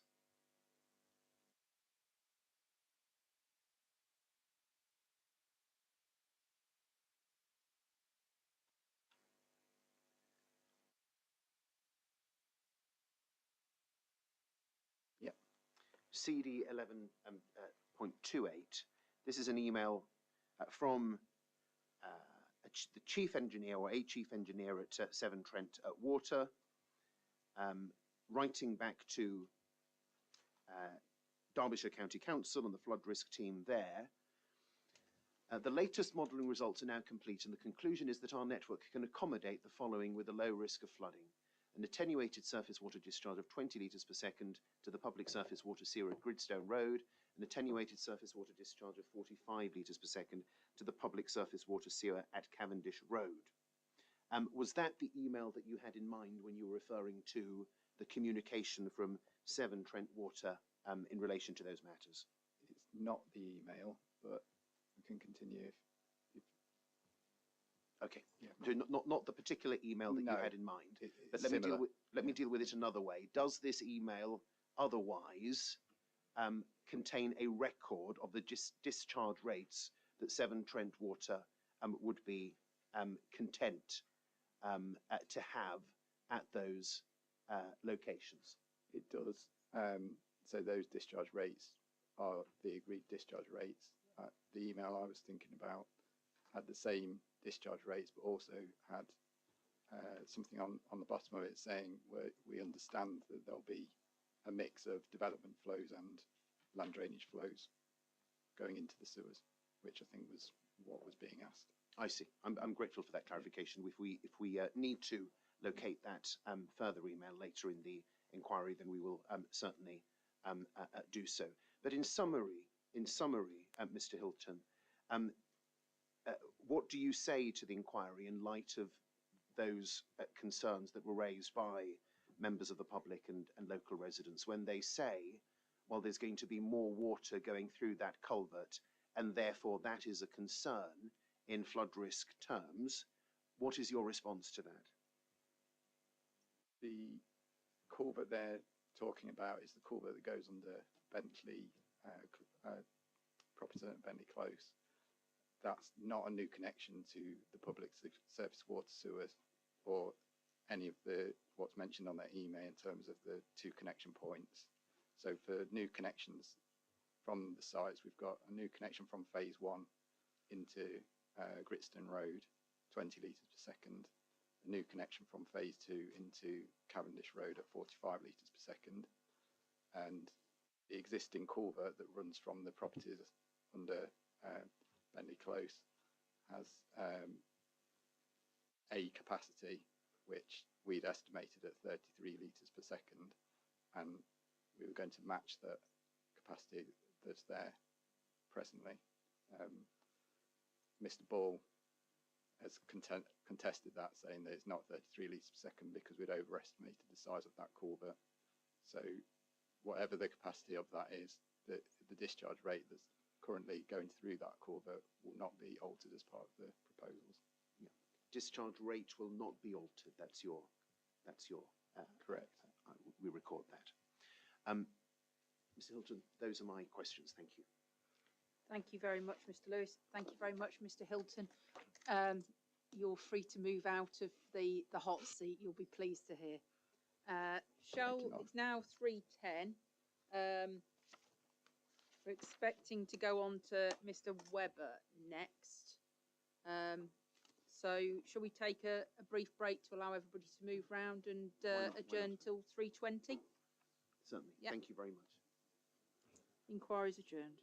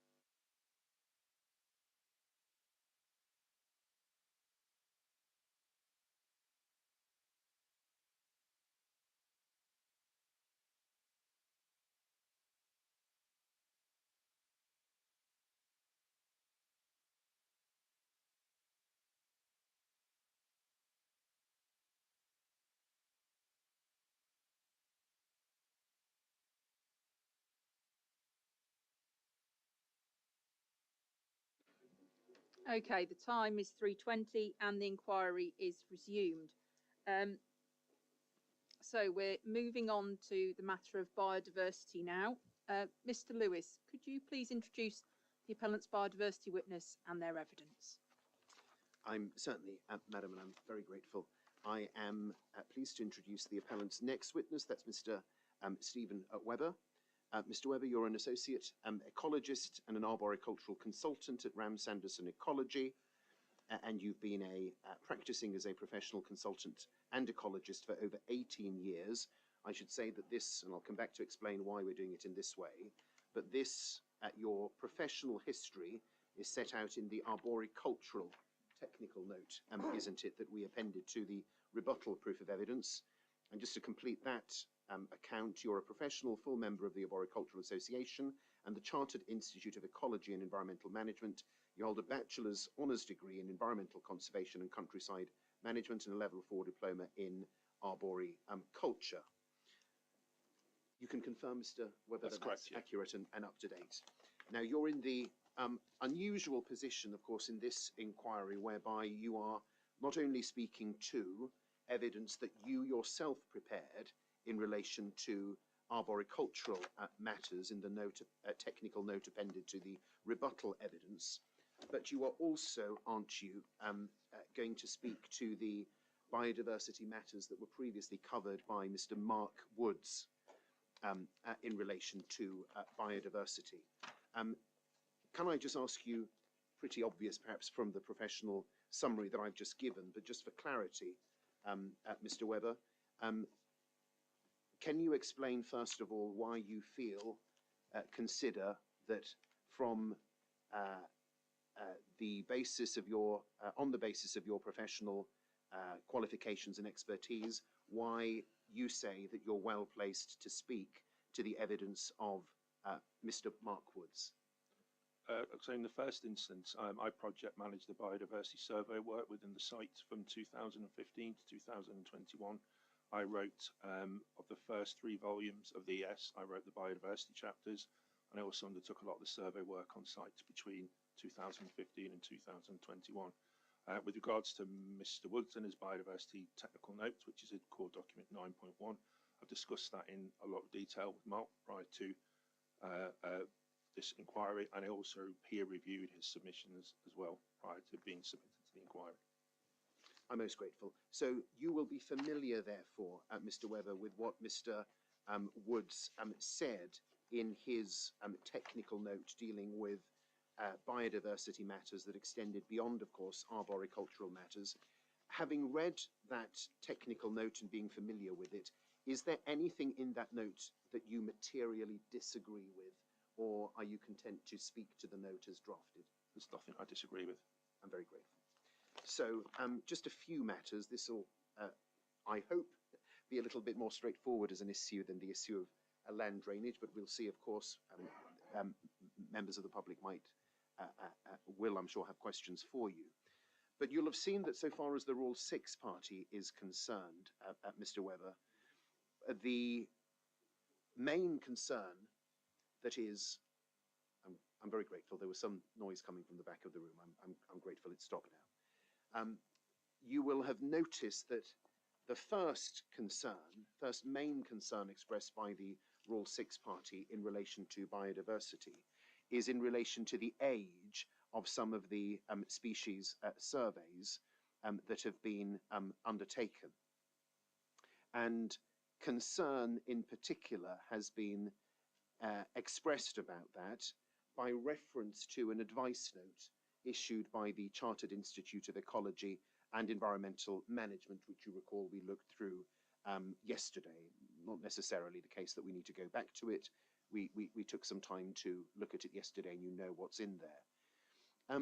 What do you say in summary, Mr. Webber, to the concerns that are expressed by the Rule 6 party that the species surveys, some of them at least, are no longer reliable because of their age?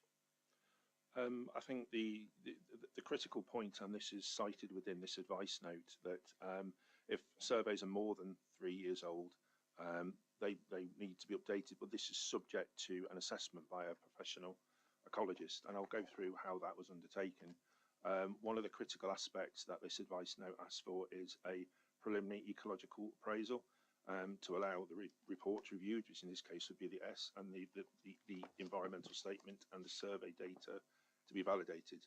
So this was undertaken by Mr. Mark Woods in 2022 and 2023. This is stated in 4.3 of the biodiversity technical note, and that clearly identifies that the habitats within the site and the management hadn't changed since that previous survey work was undertaken. And that's one of the critical points. There's extensive survey work was undertaken between that time, between 2015 and 2020, and there's no evidence to suggest by no change to the habitats on site, no change to the management, that those surveys needed to be updated. You'll have heard, Mr. Webber, that a particular emphasis seems to have been placed by members of the public on the reliability of the reptile surveys. This is dealt with in 4.7 of the paragraph 4.7 of the biodiversity technical note. The history here in very broad summary is that reptile surveys were carried out in 015, 016, 018 and 020. Lower down that paragraph we say 4 years of surveys in accordance with the survey guidelines did not detect any reptiles, and then it goes on to give the rationale as to why on the basis of that work no further comprehensive reptile survey was considered necessary. What additional assurance, Mr. Webber, can you give that reptile surveys carried out over those 4 years, going up to 2020, that they are still reliable in your expert judgment for the consideration of the biodiversity issue? So just as a point, between 2015 and 2020, that was 28 reptile surveys that were undertaken, 7 per year. If I point you back to the SIEM advice note, it relates to scenario 3 on the over page, and if I can just read that out, and this is in relation to management of a site and whether additional survey work needs to be undertaken. And if you just pause there, Mr. Webber, we can take the inquiry to it, and those Apologies. watching on YouTube, it's CD 7.5, isn't it? And Yes, that's correct. PDF it's page appendix 21. 5. Appendix 5. Yeah. Indeed, yeah. PDF 21, CD 7.5. I'm sorry to interrupt you. Do continue. So that says an area of grassland was heavily grazed by cattle. So this is a scenario. An area of grassland was heavily grazed by cattle at the time of the original survey and was considered to be unsuitable for reptiles, although slow worms, which is a reptile, were unknown to be present in the wider area. Grazing has since ceased and the grassland has been cut once annually, which has encouraged the development of a tusky sward which provides suitable habitat for slow worms or reptiles. A reptile survey is now likely to be required. Well, that's not the case on this site, because we know since 2020 the habitat pattern within that site and the management hasn't changed. It remains intensively managed. Therefore, it was a decision of Mr. Mark Woods, and which I fully agree with, that additional reptile surveys were not needed. And this is advice provided by the Chartered Institute of Ecological Management, who I'm a full member of, and they provide this professional advice to the industry for ecologists to follow. Grateful. The second point, or second main point, that the Rule 6 party raise in relation to biodiversity is in relation to observations that have been made by local people over the years about certain species on the site, including common lizard, they say, brown hare and hedgehog. And Mr. Woods, when he prepared the biodiversity technical note, dealt with this at paragraph 4.8 onwards of that note. And I'll remind you of what it said. 3 lines in: desk studies have been provided by the Wildlife Trust on 2 occasions. There are records for common lizard, brown hare and hedgehog in the local area, but not on or in close proximity to the site. The Wildlife Trust have not provided any further evidence of species presence since 2021, and if WAG have submitted records, the Wildlife Trust have not shared those records or raised any relevant concerns. with regards to birds, several of the species have been identified on the site and assessed in the ES chapter. Given that there's no survey evidence from the Wildlife Trust and WAG, the statement regarding the possibility of several bat species and insects being on the site is of no consequence. So just help us and help the inquiry, if you will, with how this process normally works, Mr. Webber. If you have local people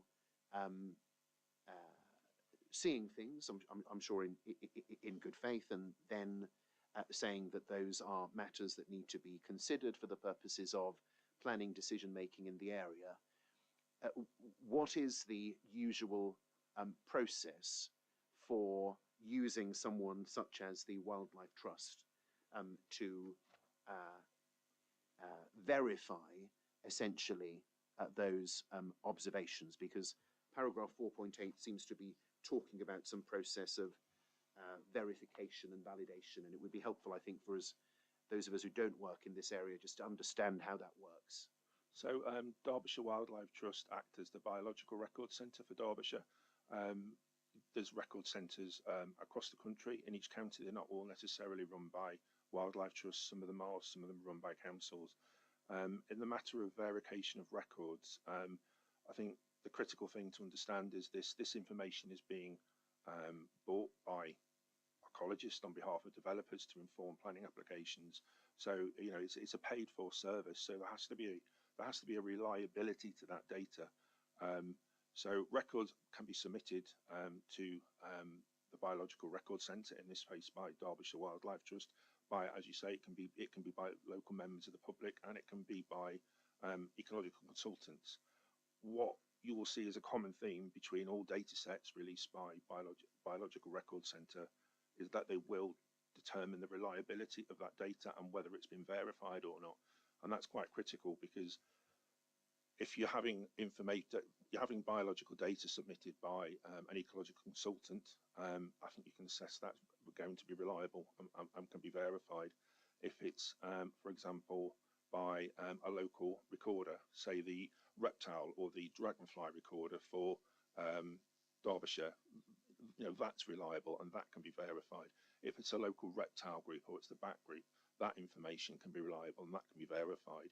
If it's a local member of the public, and this is meant in no disrespect at all, they are unlikely or not always going to be sufficiently experienced to be able to make that species identification. And that doesn't mean that you can't give that information any weight at all. You can certainly consider it, but you just need more caution in the way you're going to analyse that when you're looking at these desktop study records, as we call them, and you're using that to assess the ecological sensitivity of the site and the impacts and the mitigation therein.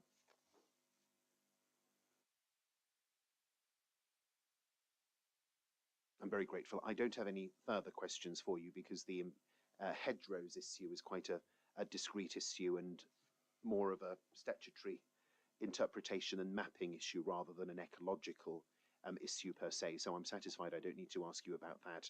Those are my questions for you, Mr. Webber. Is there anything else that you would wish to say about biodiversity at this point, or no, thank you. Content to answer questions? Thank you very much. Thank you, Mr. Lewis. Mr. Yarwood, are you ready to cross-examine Mr. Webber? Are you in a... You look ergonomically like you're not in a particularly comfortable position there. I'm okay? I'm very comfortable. You're okay. Yeah. Okay. Over to you, Mr. Yarwood. Okay. Setting aside the badger and bat surveys, which have been updated, we're really concerned with perhaps the breeding birds, wintering bird surveys, and the reptile surveys as being what we would consider out of date. Do you not accept that there have been significant changes over time which might impact on those surveys, such as climate change, deforestation of the upper slopes, housing development on nearby open sites, changes in the agricultural regime on the site, increased flows of springs through the site? Aren't all those factors which could impact on the validity of those surveys? That's a lot of individual points to consider. Which one would you like me to take first? Well, let's take climate change. I mean, that's quite a long-term view, climate change. Climate change doesn't, the effects of climate change don't happen within a few years. I don't think it's appropriate to say that we need to undertake further additional surveys because of climate change, and that's certainly not any advice that's provided in this CIM advice note. Well, I'm suggesting that there's a cumulative effect here of a series of changes. And whilst you're right to say climate change doesn't happen very quickly, it happens, and it happens progressively. But let's talk about the deforestation of the woodland on the upper slopes. What about the impact of that? So it's mostly conifer woodland up on the slopes, is it not? Yes. So it's, I'd suggest that's quite a different habitat type to what we've got on site, which is predominantly intensively managed grassland. So the species abundance and distribution within those woodlands are going to be very, very different to what you'll have on site. It's not exclusively that type of woodland, though, is it? There is a mixture of woodland types which are being deforested. Quite possibly. I was aware of the afforestation in that area, but I'm not aware in detail of those different habitat types that were there. However, whether it's coniferous woodland or broadleaf woodland, the habitat pattern on site is largely managed grassland, intensively managed grassland by cattle. So it's not a similar habitat type. So I don't agree that on that basis that we would have needed to update the surveys. Okay, let's talk about the impact of housing development on nearby sites. Mm-hmm. Would that cause a displacement of species which might impact on the site? I don't agree. I don't agree the pockets of development that are happening around Matlock. I mean, I know Asker Lane is one of them because I worked on it. I just disagree that would be significant enough to drive a whole raft of new species onto the site. It's not going to happen. Right. So increased flows of water through the site, the emergence of additional springs. I've worked on that site, been surveying that site for 10 years. I think there has been. I mean, I'm not a hydrologist, so we're talking post 2020, aren't we? Well, I know, but then I think it's still fair to account the amount of time that I've spent surveying that site. Mr. Mark Woods, of course, walked over the site in 2022 and 2023 and didn't identify any critical changes in hydrological flows that would require additional survey work. If he had, he would have mentioned it. Finally, the agricultural regime. You say that hasn't changed, but the site has been intensively mowed for at least in periods during that. Sorry, the site has been intensively mown. Yes. But doesn't that back up the argument that what I've said to begin with, that the cattle on that site intensively manage that site? The grassland is intensively managed, so if it's intensively mown, that's the same thing. You don't see a change in.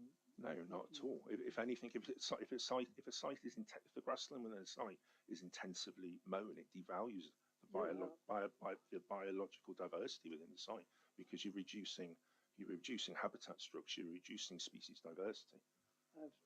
Of course, I accept that, but it's another change in the way the site operates. In terms of wildlife. I don't agree. It is. It's either you've got a short homogeneous sward structurally, either because it's being mown or because it's being managed by cattle. I don't see that as a difference. Right. So your wintering bird survey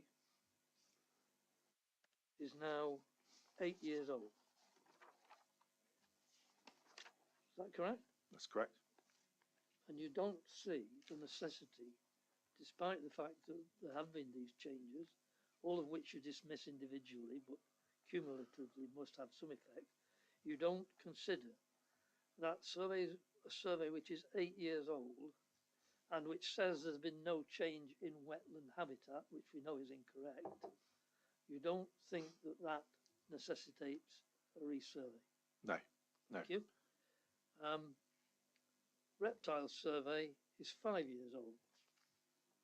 Is that correct? That's correct. No resurvey, no examination, nothing. 5 years. So I stated before when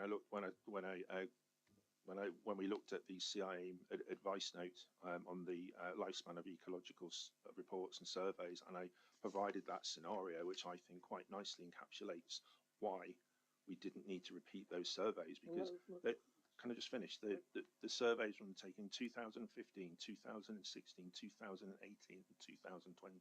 It's 28 surveys that were undertaken across that site in those years. The habitat management on that site hasn't changed since.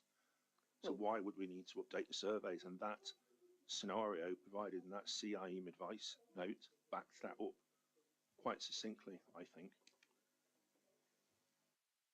So when you say there is the potential for reptiles to colonise this site from adjacent areas, but without change to the habitat on the site, it's considered unlikely. You think just because it's unlikely that absolves you from any necessity to resurvey? I don't think there's a requirement to resurvey, but what I would probably advise the appellant, and I would probably advise during when we're considering drafting the conditions, is that we have to consider that there are claims of local residents that common lizards are within gardens, and I think we have to respect that, and we have to take that into account when we're assessing the site and looking at setting up these conditions. So in that instance, what I would advise is precautionary work measures that would be secured through a construction ecological management plan. I think those surveys are robust enough to suggest that a permanent population of reptiles isn't present within that site, but what we can't discount, and you can't ever discount this, is following the precautionary principle, which is a basic tenet of the mitigation hierarchy. Following the precautionary principle, we would undertake precautionary work measures during construction. So that would be, for example, habitat manipulation, where you gradually lower the height of the grassland to dissuade any kind of very, very low numbers of reptiles that could be within the site. You can do site stripping in sensitive areas under an ecological watching brief. It could even require gradual dismantling of the stone walls. But this can all be mitigated. So in summary, you're saying that surveys which are respectively 5 years, 8 years, or 5 years old, even taking a precautionary approach, there's no need for resurvey, despite the fact that the guidance says that any report that's over 3 years old is unlikely to be valid. But Mr. Yarwood, I've said this, respectfully, I stated this before, that is subject to an assessment by a professional ecologist, and I think I described my reasoning for that before quite concisely. Let's just move on to this issue of local residents providing information. Are you aware of the work that's going on, commissioned by Derbyshire Wildlife Trust in partnership with East Nature, which gives residents the opportunity to record through a WhatsApp message and send to Derbyshire Wildlife Trust with photographic evidence of species that they've identified? I am. It's only recently, but yes, I am. And it's been updated to some degree by bringing in historic records. So that could have an impact now, having been run for some little time, on species records, couldn't it not? Yes, I mean, there could be additional species records that could be on there. Would that not suggest that some resurvey work was necessary? No, because I think I've clearly stated why we don't need to undertake those additional survey work already. Were you involved in the issues of the Rush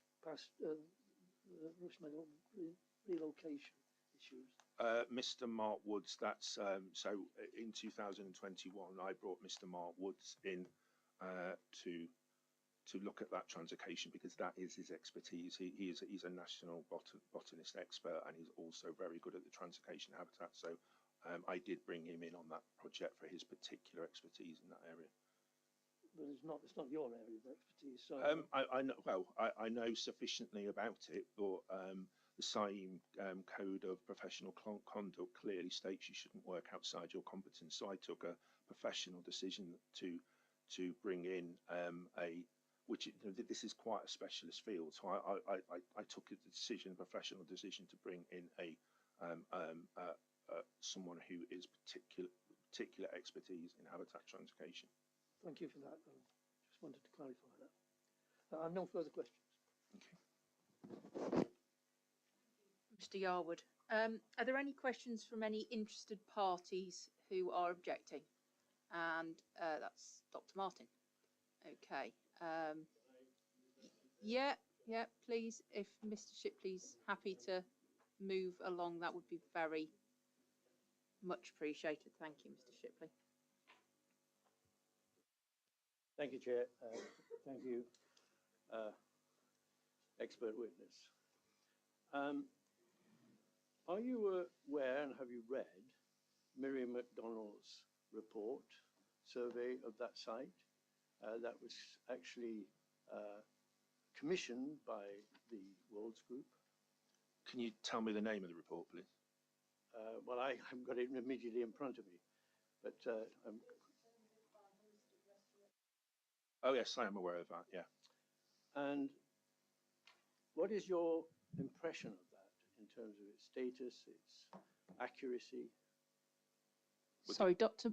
Martin, the microphone appears to be flashing. I'm sorry. If it could be swapped, I think it means it's out of battery. It's not you, it's the microphone. It could be me too. Well, aren't we all by this stage in the afternoon? Thank you. Sorry for interrupting. How is that? Okay. That's much better. Thank you. So, an estimate, just a brief one, of what you think the value of that report was. Do you want to give me an overview of the report? Yes, an overview. No, do you mind giving me the overview report, because I remember seeing that in 2019, which is quite some time ago. So if you can possibly give me an overview, it might jog my mind. Well, there was a large amount of information over a long period of time from two specialist ecologists, Miriam MacDonald and the Department of Ecology at Exeter University. So that gives it a lot of credibility.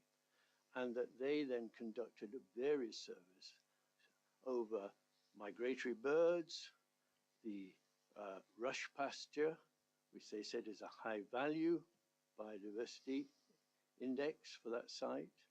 And they looked at all of the issues of compaction by the cattle, which you've referred to some extent in terms of the intensity of agriculture, and so on and so forth. So, and it came out very clearly that there was a relatively high biodiversity value in that site. It's really difficult for me to assess or analyse a report that I haven't read in 6 years.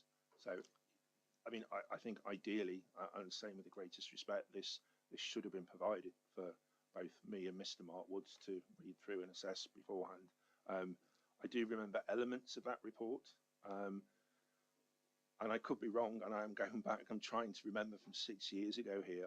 I felt that a lot of that information was taken from the ES that I had written and the survey work that I had done. I think you're mistaken. Well, I could be, but a lot of it was done by observation. I could be, work on site. But the report, you know, I haven't looked at the report in 6 years, and it hasn't been presented to me any time during this appeal for me to have a look at. It's always accessible, and when one does some research, one looks around. Dr. Martin, Mr. Webber has said he hasn't read it in 6 years, and you'll appreciate there is a large volume of information, and we're not supposed to go hunting if it's not in the core documents library. Okay. Thank you. I retract that statement then. Climate change. you referred to climate change as somewhere in the future in an earlier statement and its impact on biodiversity. Is that your view? I didn't say it was somewhere in the future. It was in relation to Mr. Yarwood's comment of needing to update surveys that were 4 years old. I don't think climate change has a significant effect on a site level within 4 years to validate the requirement for surveys to be updated, and it's certainly not stated within the CIM advice note 2019 of a requirement to update surveys. That was my point. Well, you obviously know that there's a lot of people who think that it's in an existential crisis, biodiversity, and that we need to be protecting it. I'm not disagreeing with. I'm not at all disagreeing with that climate change is happening, and I'm not disagreeing in any way that biodiversity is in crisis. I'm an ecologist. Good. I'm pleased to hear it. Thank you. One final question, if I may. The translocation and biodiversity net gain, that translocation is going to be situated in, and it's the rush pasture, which is a site for overwintering snipe, for example, which are very rare species even in this part of the world, I believe. And that is going to be situated in one of the attenuation tanks. Is that your advice? And would you support that? Thank you. In the first instance, you say snipe that are very rare in this area. I disagree with that. If anyone can access the laptop, if they'd like to type in Derbyshire Wildlife Trust snipe, and you'll get a nice picture of a snipe. If you go down to distribution, it says widespread, a fairly common breeding bird and wintering visitor found on wetland and marshes, and that's the view of the Wildlife Trust. Okay, well, you know, I'm bound to some better judgment, but they're nonetheless an important species. Indeed, yeah, no, I agree. I mean, they're amber listed, they're a priority species. So an amber listing gives them some priority. No, the amber listing is something different. They're a priority species under the Natural Environment and Rural Communities Act 2026. I'm asking you, though, is that translocation process likely to affect that movement of that species in particular? It will temporarily while the works are being undertaken. The translocation is being undertaken, but long term, the idea is that the rush pasture is translocated and put back, and therefore you are retaining long term that rush pasture habitat and that overwintering habitat for snipe. And what proportion of the biodiversity net gain is that translocation likely to reach of the 10% target? I couldn't answer that without looking through the metric in detail. Okay. The metric's quite complex. I'd have to look at that in detail. I'm happy to get back to you, but I'd have would to be interesting for the. I can give you the figures, but it's not something I can just make in an immediate. No. I'm sorry. I'm not trying to test all your memory, but it would be a part of obviously the decision making, as far as I'm concerned, and hopefully the inspectorate, that legal requirement that has to be compensated for, i.e. that 10%, how much of that is determined by that translocation process. My feeling is it's a relatively small one, and therefore the second question might have been, if it's relatively small, what's going to happen to the remainder of the 10%? So are you talking about a percentage in terms of the total rush pasture, as in is 100% of the rush pasture going to be translocated, or 80% of the rush pasture? Are you talking about it in the context of the entire biodiversity net gain calculation? Can you give me some indication of what your interpretation of biodiversity net gain is, and what that site and the developer has to achieve in order to achieve that target? So I understand it's 10%. No, it's not 10%, because this application was submitted prior to mandatory biodiversity net gain, which I think was the 12th of February 2024. It was around the 12th of February 2024. It was the 12th of February. Thank you. It's not subject to mandatory biodiversity net gain. So the appellant does not have to achieve 10% biodiversity net gain. What they need to do is achieve no net loss. So that can be 0.00001 net gain, and that would still. Okay. Well, thank you for the clarification. Thank you very much indeed.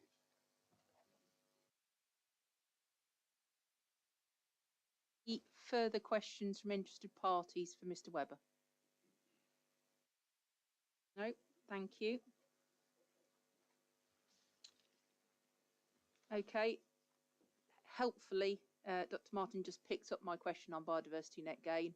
So I have no questions for you. Thank you very much. Mr. Lewis, would you like to re-examine Mr. Webber? I have no re-examination. Thank you, Madam. Thank you. Thank you very much for your time, Mr. Webber.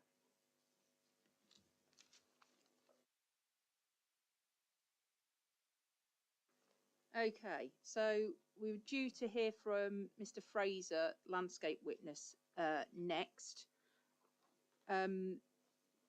Just like to check with Mr. Lewis whether you're happy to continue to proceed. Very happy to continue to proceed, Madam. Yes, thank you.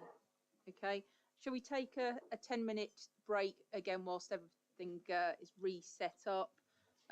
So if we, might be slightly more than 10 minutes, if we reconvene at 4:10.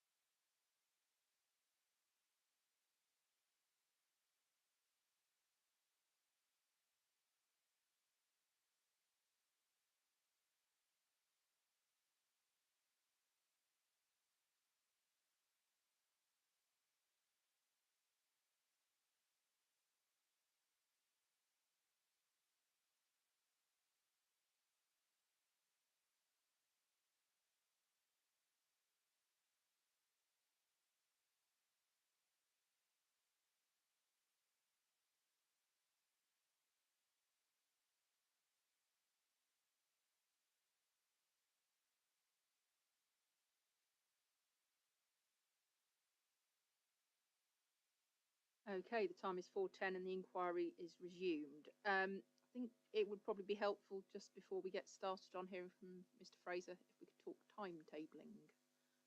So, did the council want to make a start on yes, thank you, Madam, because it looks as though we're making good progress. And I thank you for your indication earlier that we wouldn't deal with obligations tomorrow. My witnesses have now been able to stand down? And I was just being told, it looks as though we're making good progress, and I suspect, although this is tempting fate, that we will probably achieve, with a fair wind, getting conditions done tomorrow at that stage. The timetable, Fingers crossed and touching. the issue then was if you were minded to have the obligations session next week online on Tuesday. And the only reason I asked that, because the gentleman who's stood down his hotel says, fine, I've just now blanked Tuesday. And I thought, well, just in case, we decided that we wouldn't do that, because I know my learned friend's got a sequential document coming in. There may be some sense in saying, well, actually, we'll deal with all this a bit later. So I wanted to pin that down now before I tested the patience of the expert anymore by saying that. Maybe you still think there's value in dealing with something online on Tuesday. Difficult for you to say until you've seen the 106. Difficult. It is indeed. But for example, you've got our sort of effectively our skeleton arguments on the point that may be something you may say, well, you can rebut in closings, or you may say, well, actually, I want to talk to you about some of those authorities in an obligation session. That entirely for you, and we would do either. So I just wanted to flag it now before I, just in case we ended up tomorrow saying, actually, why don't we deal with obligations and closings on a day in a couple of weeks' time to let everyone look at the sequential test, and my witnesses had blank Tuesday. It certainly would be helpful to me to go through stuff. Obviously, I haven't seen it in full yet, but just to give an indication as to if there's any work that needs doing, it would probably still be helpful. And that's fine. I mean, it can be online. That's easily done. It was just, if we sort of make a in principle decision now, we can do that. That's really helpful. That allows, if we're in a position to move forward on Tuesday, because I've had the sequential test work, and I'm satisfied things can move forward as they are, a kind of status quo situation, then we can hear the last bits and pieces and get the planning obligations stuff done. If that isn't the case, we can get the planning obligations first go done, and then come back to it. So that's great. I appreciate it. No, it's like, well, no, they're all the dates in the diary anyway. It's just now we can relay that back and we can put that in. That's really helpful. Yeah, and my take on things, if we were in a position to do closings next week and we'd done obligations and anything else that was left over on Tuesday, then I would probably be looking at Thursday for closings if that worked. Does that not? It does work virtually. I'm very grateful. And forgive me for doing this. On the assumption that we wouldn't be sitting on the Thursday morning, I've got an appointment that's gone in early on the Thursday morning, but it'll be over pretty quickly. So I could do a 10:30 start comfortably on that Thursday if that were required. I couldn't do any earlier, I'm afraid, and I apologise about that. The only thing that strikes me, Madam, is, and this I'm acutely aware it's very difficult to have any real sense of this before the document is actually submitted, but if the Rule 6 party wants an opportunity to respond to that document, they'll be able to say whether they're content with an oral response or whether they want to put in a written response to it. But that would we then potentially, if they need to put in that written response, let's say potentially towards the back end of next week, would we then potentially be looking at a final day for the inquiry at some point in the week of the 24th? That is possible if it were virtual. Yes, certainly. Yes. On the basis that it's virtual, because the other inspector in the household is away. Got it. Yep. So. Well, that would certainly be fine by us, Madam. It just strikes me that we're not expecting an unduly long document, but it won't be a 2-page document. So I'm aware that the Rule 6 party in particular, in fairness to them, needs a fair opportunity to consider it. So I would think it would be a tall order to expect them to respond perhaps by next Tuesday or Wednesday to a document that we will be submitting this Friday. So it seems to me that they will probably be looking at an opportunity to put in a response at the back end of next week, I would imagine, if so minded. Or Mr. Yarwood can, of course, tell us that he's content to deal with it orally, whatever is preferred. Okay, Mr. Yarwood, just bearing in mind, I think it's perfectly fair to take soundings on Tuesday morning virtually of how you feel about that, and then we can look at timetabling after that. But have you got any initial views, Mr. Yarwood? Pessimistically, I blocked out all next week. So I haven't got a problem, however it pans out. That's great. Thank you very much. So if we work on the basis that we're definitely looking at obligations Tuesday morning. 10 a.m. start. If we go for a 10 a.m. start on Tuesday morning, that would be helpful. And if the council can get that link up on the website so that anybody who wants to access it, that would be helpful. Yeah.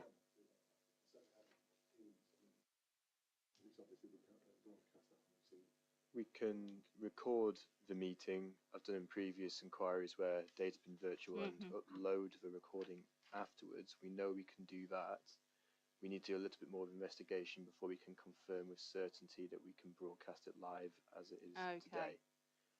So I'll need to go away and with Teams, be able to. It's whether or not we have the infrastructure for it here, but we can go away and look at that and come back. Well, perhaps if the council could come back to me on it, and I won't cancel my hotel booking just yet. Of course, thank you. Yeah. Okay. Well, as expected on day 2, the numbers have lowered a little. So whilst I would like to ensure that people can have the opportunity to listen to it live, should they wish to, and participate should they wish to, I don't think the numbers will be tremendously high necessarily. Thank you. Okay. Anything further on timetabling before we move on to Mr. Fraser? Okay. Mr. Lewis, over to you. Madam, thank you. I'll introduce the appellant's next witness dealing with landscape and visual matters. That is Mr. Steve Fraser. Mr. Fraser, you have a technical note on landscape and visual matters that is appended to Mr. Dickinson's main proof of evidence. That's at Appendix 3 of CD at 9.1. Mr. Fraser, you're an Associate Director of Urban Wilderness Consultancy and a Chartered Landscape Architect. You can confirm that? Yes, I am. I've just noticed, Mr. Fraser, that in perhaps a consequence of our providing a technical note rather than a fully fledged proof, we don't have a record of your academic qualifications in the technical note. Madam, we'll correct that. We'll prepare a sheet summarising everyone in the team's qualifications for you, so you've got that recorded. But just for present purposes and for the record, Mr. Fraser, could you identify for us what are your relevant academic and or professional qualifications in relation to landscape matters? I've got a BA Hons dual degree in landscape design and town planning and a diploma in landscape architecture. And I'm a chartered landscape architect. Indeed, and as noted there, and very grateful. So in the usual way, I'm going to take your technical note as read, Mr. Fraser, and just focus on your response, please, to the key points that are raised by the Rule 6 party and members of the public in relation to landscape and visual matters. And you'll have seen that in their proof of evidence, the Rule 6 party, and it's specifically paragraph 4.2, Mr. Yarwood says on their behalf that the landscape impact will be severe and unacceptable. Severe and unacceptable because this is, he says, and I quote again, an exposed site at relatively high altitude and provides the scenic backdrop to the town. We'll come on in due course to look at some particular viewpoints, but just a high-level answer, first of all, Mr. Fraser, if I may, to that. What is your summary response to that statement that the landscape impact will be severe and unacceptable? My summary response is to agree to the statement that you read out this morning, which is the conclusion of the LVA undertaken by Munro and Witten, which stated that the potential landscape and visual effects identified are likely to be of substantial significance only in the immediate vicinity of the site, receding to moderate and slight impacts as distance increased away from the site. I'm very grateful. Let's go then to that LVIA. We looked at the addendum LVIA this morning. I don't think we need to rehearse the addendum LVIA again, but let's look at the original LVIA, please. And that's CD, as you've helpfully said, that's CD 1.3 AZ, the original landscape and visual impact assessment within the environmental statement. Could we go first, please, to the modified ZTV, the Zone of Theoretical Visibility? That is on PDF page 61 of this document.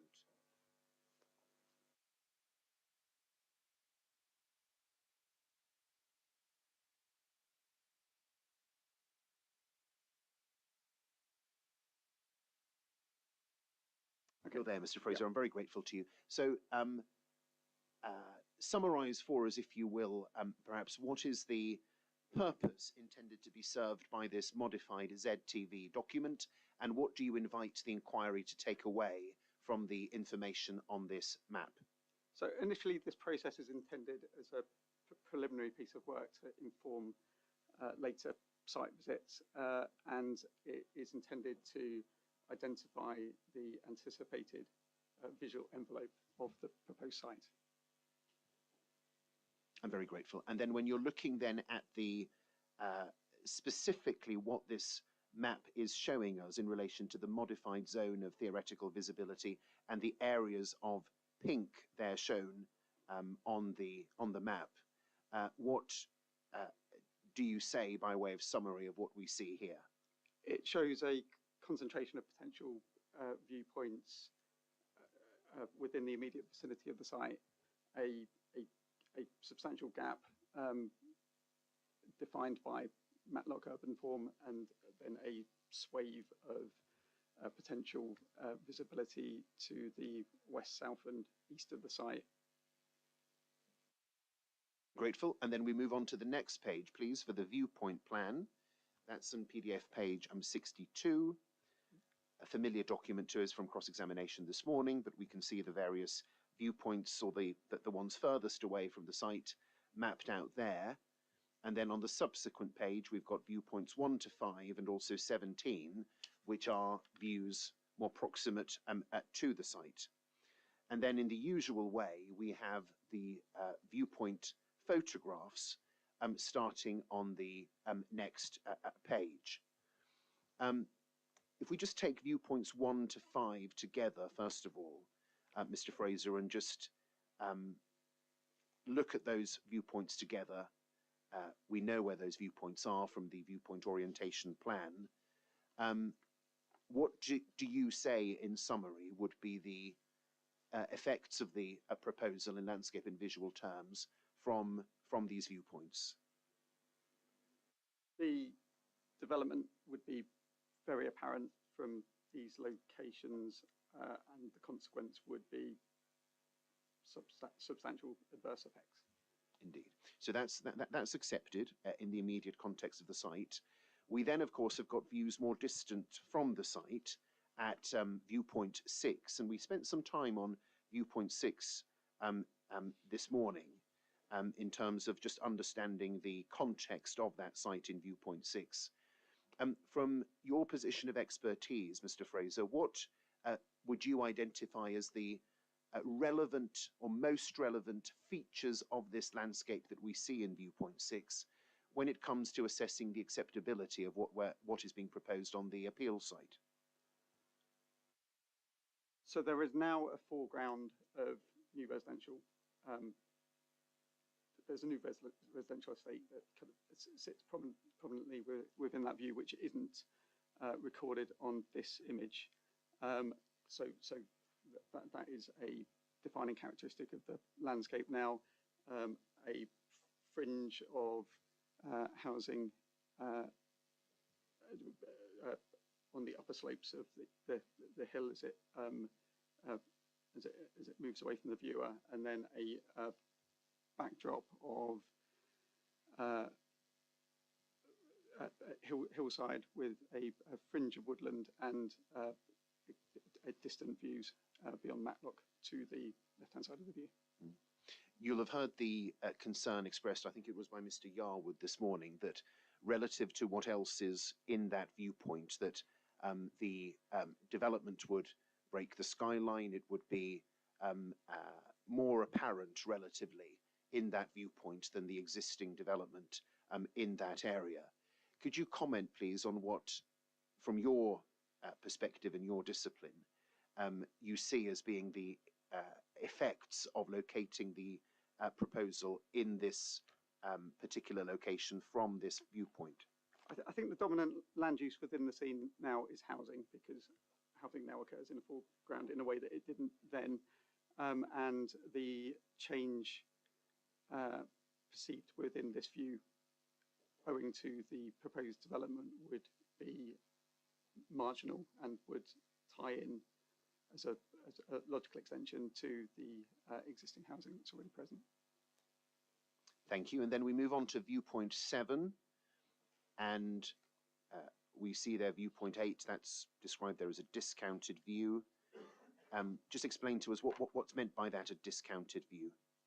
So the ZTV provides a desktop study and an anticipation of where the views will be available, and then they're essentially ground tested on site. So it's used, the ZTV is used to develop an idea for what views or what locations might be receptors. A representation is presented and then visited on site.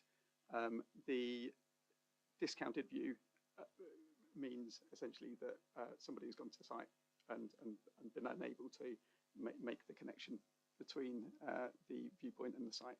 There was no intervisibility. I'm grateful. And then if I could invite you to go on to viewpoint 10, please. And we see 10A, 10B, 10C, 10D. Summarize for us, if you will, please, what do you say would be the landscape and or visual effects of the proposal from these viewpoints? So I would say that the site from this distance makes a very small contribution to the scene and isn't a focus of it.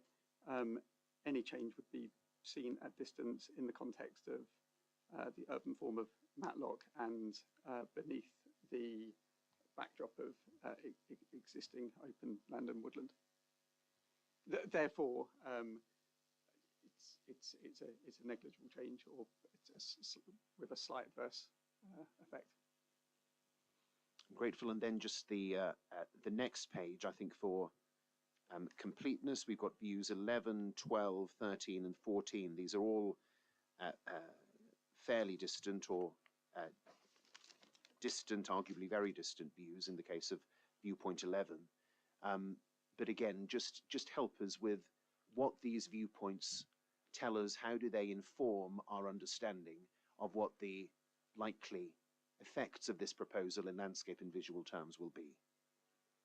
I think it helps to illustrate the relatively low impact of the development from these locations at such a distance, and against the backdrop of the hillside and with the intervening Matlock urban form.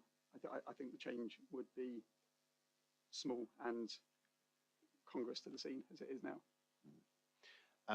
Just I should check for completeness. Is there anything else you'd wish to say about any of the viewpoints that we see in this document, Mr. Fraser, or are you content that you've said everything you'd like to say by way of summary? Only about Ryber Castle, the viewpoint there. I didn't do the original assessment.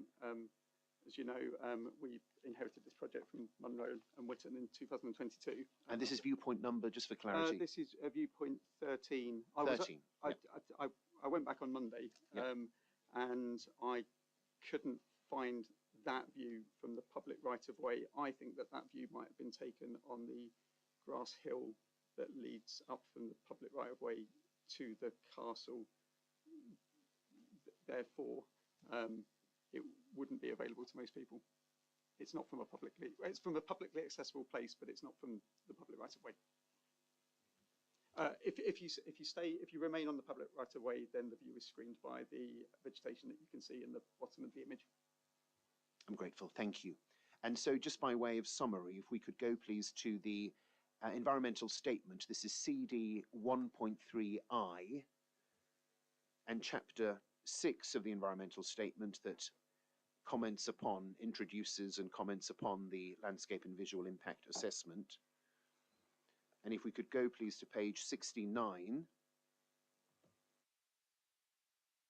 we'll see there the conclusion of the LVIA, which is again consistent with what you've already told us in evidence just now. In conclusion, the proposed development extends the northern urban fringe of the town of Matlock on the urban upper middle slopes of the Derwent Valley, establishes an environmentally sustainable edge to the settlement defined by and set within the existing framework of woodland on high ground to the north and woodland belts extending down from higher ground to the west. Visual impact is moderate when seen from afar, and these, as well as substantial moderate adjacent views, and can be mitigated with the design of the proposed development. The form of the proposed development means that the extension to the town can be integrated in a visually constrained manner. Anything that you would wish to say by way of further commentary or elaboration on that, Mr. Fraser, or are you content that that encapsulates the position? I agree with that position. Yes. One thing that we haven't perhaps dwelt on to date in the inquiry is the potential for there to be mitigation of landscape and visual effects as part of the proposals. And we see there reference to that in paragraph 6.9.6, talking about mitigation. Could you summarize for us how you would envisage the potential for mitigation to be used in this proposal to mitigate or soften the effects in question? I think it's described within the report, and mitigation is referring to inherent mitigation. So features that are already embedded within the design, such as planting, that over time will diminish the effects. You'll see that, or will have seen that in paragraph 4.3 of their proof of evidence, the World's Action Group, or 4.4, forgive me, refers to a consultation response by the County Council's landscape officer, and I read out the relevant bit this morning, you'll recall. How do you read this advice from the landscape officer of the County Council, Mr. Webber, and what bearing, if any, do you say it has on the judgment to be made in this case? So I agreed with your interpretation that this was, to me, it appeared as if it was written before proposals had been seen, and it was talking about the potential, the possibility of inadequate proposals that didn't show a sensitivity to the existing landscape characteristics and the recommendations of the allocation policy. I'm grateful. If you could next take up, please, the Illustrative Development Master Plan, which is CD 3.7.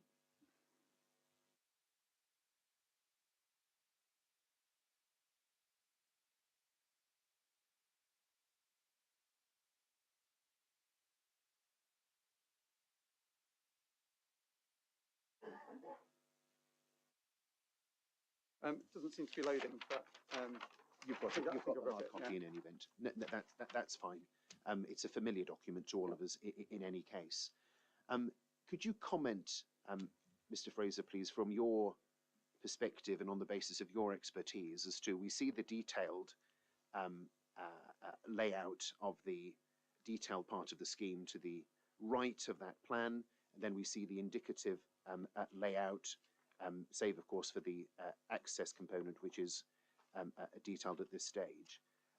What do you say, please, Mr. Fraser, about the relationship between the proposal as detailed and indicative the relationship of what we see here by way of the landscape pattern and layout relative to the existing development to the south. How satisfactory or otherwise would be that relationship in your judgment? So as a headline, I think it's a sensitive interpretation of development proposals in this context with reference to existing landscape characteristics. I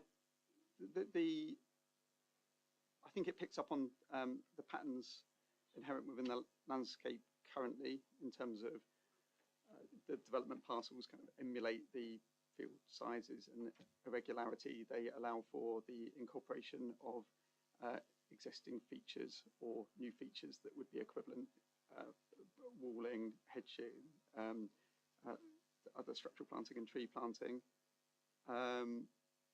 And I think the arrangement allows a sensible transition to the wider countryside.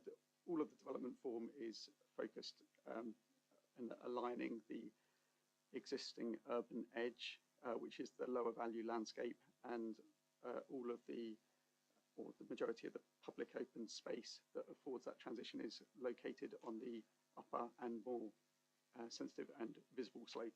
So it makes sense to me as an arrangement. And then you'll see that as we've been discussing during the inquiry, there is across the northern area of the site and through the centre of the site, we have this countryside park proposed, and we see the proposed indicative arrangements there in relation to the surface water attenuation features.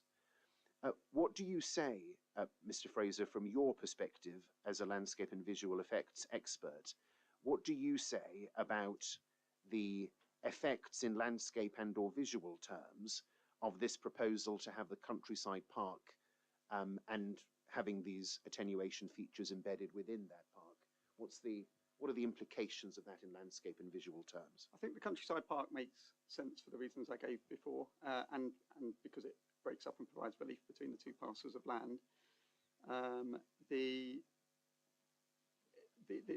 essential delivery of the attenuation basins within, again, makes sense because it's consistent with the character and the kind of aesthetic of the countryside park. It will be visible from the immediate vicinity of the site, so namely the number of houses that abut onto the site boundary to the south and east, and from the distant viewpoints that we've already explored. The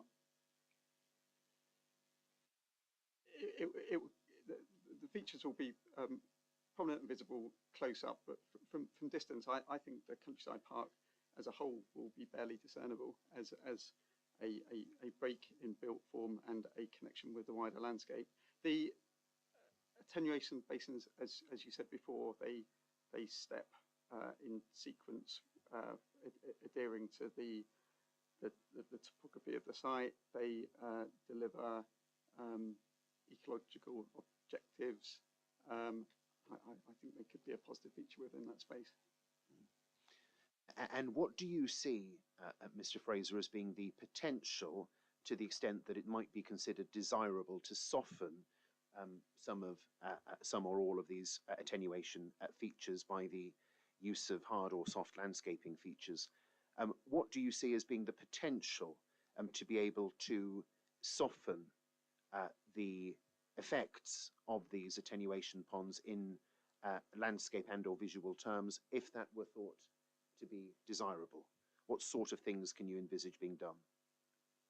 So they already follow, as I understand it, a 1 in 4 gradient at steepest. I think that's right, or something within that vicinity.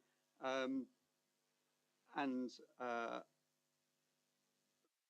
they're organic shapes, and they'll be planted. So I think those 3 elements provide some mitigation.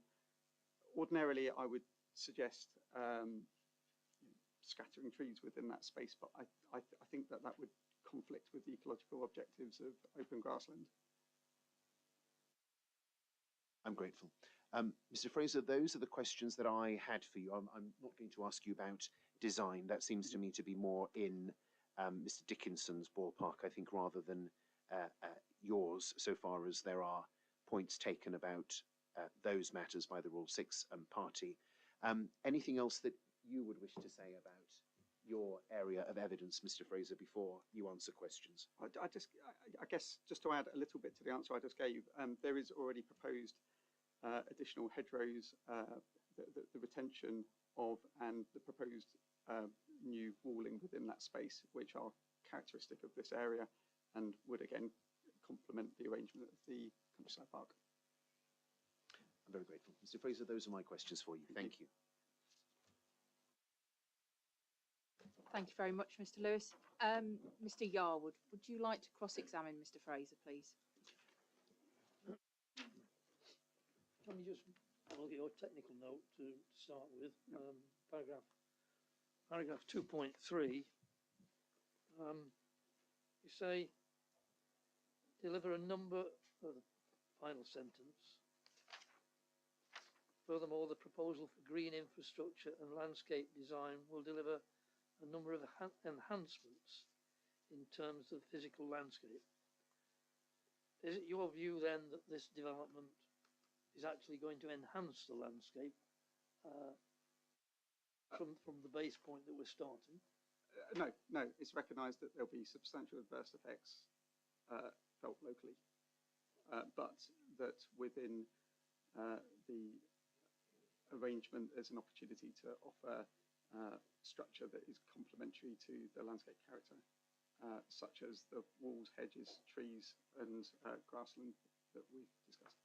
So the enhancements that you talk about there are mitigation rather than enhancement from where we start from in terms of the landscape as it exists. They're not an improvement to the baseline, but they are enhancements within a localised area. Thank you. Moving on to paragraph 2.4, you say that the substantial and moderate adjacent views can be mitigated within the design of proposed development. The form of the proposed development means that the extension to the town can be integrated visually in a visually constrained manner. Do you think that is a fair reflection of the way the development has been designed in terms of the phase 1 detailed design, not in terms of the master plan, which is indicative, but in terms of the reality of the actual development as proposed now on the ground in phase 1? Do you think that form of development is integrated in a visually constrained manner?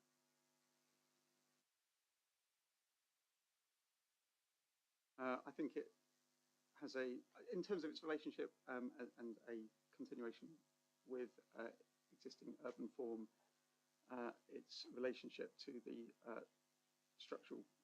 the woodland to the north, I would say that it does well, and the woodland beyond that. I would say it does.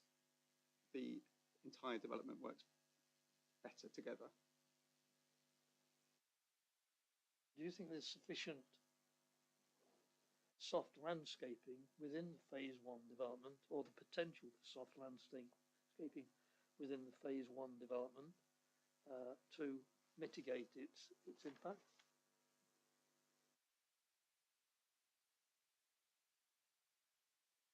I think once you get to the later phases, there is the big win of the countryside park, which knits the entire scheme together and provides a better setting and amenity for everyone. I think that the balance of built form to soft landscape feels appropriate. In phase 1? For phase 1. See, the point I'm making is that master plan is indicative. We don't know what, in reality, phase 2, 3, 4 will look like. The only thing we know for certain is what phase 1 looks like. And I put it to you that when you talk about a visually constrained manner, that's not a fair assessment of what we see in phase one, is it? I mean, the very highly engineered straight rows of houses, the lack of internal landscaping, they don't sit comfortably in my view, but they apparently do with you in terms of it being visually constrained. Visually constrained in the sense that there is not great intervisibility between the site and many potential visual receptors. Would you agree with me that in terms of views close to the site and within the site, that the valley feature where the attenuation ponds are to be put, that valley feature is an extremely attractive piece of natural landscape and probably the most attractive part of the site? No, I think that the most attractive part of the site is its context. So views from to the setting to the north and views across Matlock and beyond. That suggests there's a great deal of subjectivity in terms of the perception of attractive landscape between different receptors of different people. That is true, and that's written into the GLVIA guidance, so guidelines for landscape visual impact assessment provided by the Landscape Institute, which is why it's necessary when providing a professional account to give detailed narrative alongside gradings so that they can be interrogated. So your view was that the attenuation ponds in that valley will be a positive feature. That's your feeling, is it? Your opinion that those attenuation ponds that change to the valley appearance will be positive? I think they're going to offer benefit in terms of sustainable water management. They're going to offer a benefit in accordance with the ecological aspirations, and I think that they will be interesting and attractive amenity for those residents enjoying the space within and overlooking it. In terms of landscape impact, and that's the issue that we're talking about, you've maintained that those are positive features in terms of their impact on that valley landscape.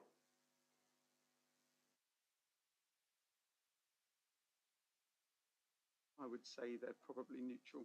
I think the report might have reached the conclusion that there was a positive benefit to that section, and that was contested by the council's expert David Stoko, who suggested that it was a neutral situation. So your view is positive.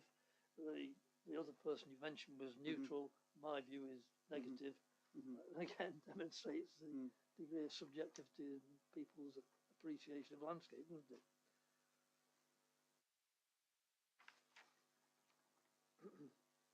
In paragraph 218, you say the link road will subtly interrupt the flow of the valley with abundant construction. Won't that be a highly engineered element, as will most of the attenuation ponds, because there'll be maintenance tracks,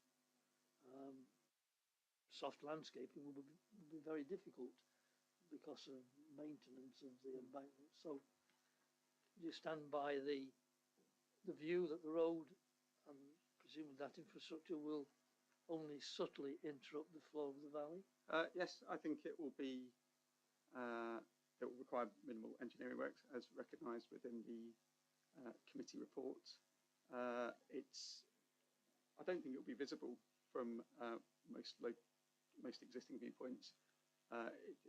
It's going to be accommodated within 1 and 3 slopes I believe. There are some sections within the design access statement that illustrate that, and it will be planted. So it will, I think it will be relatively unobtrusive. Turning to the photographs we've talked about, photograph 6, which we dealt with at some length in my cross-examination. Do you think that it is true that that in that view the proposed development will break the skyline? I don't think it will. I think it will sit just below the tree line beyond.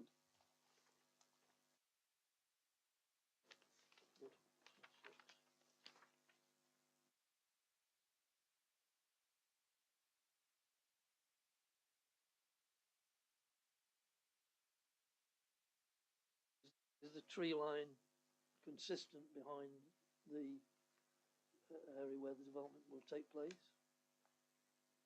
Continuous?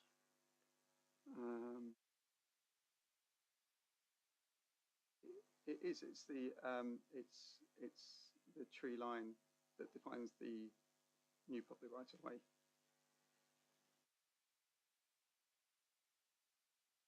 Do you agree? What's been put to you, well, you have agreed already.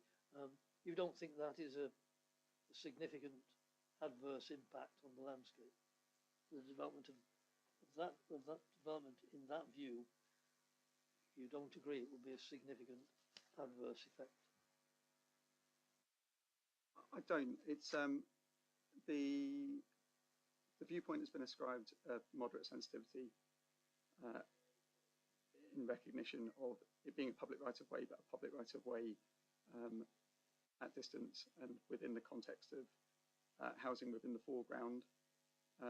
It's an expansive view, and the development will be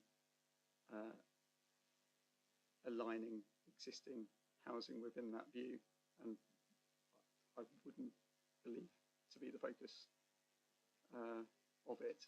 So I don't think it represents a significant change. Thank you. I have no further questions. Thank you, Mr. Yarwood. Okay, we do have questions from interested parties, which was going to be my next point. It's all right. Not at all. So, Mr. Shipley's being very kind again. Can I have this one? I'll sit here. Are you sure? Yeah, that's fine. Not a problem.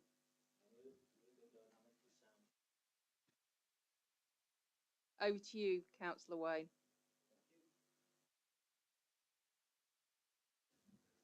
Thank you. I don't need to introduce myself again. I've already done it a couple of times.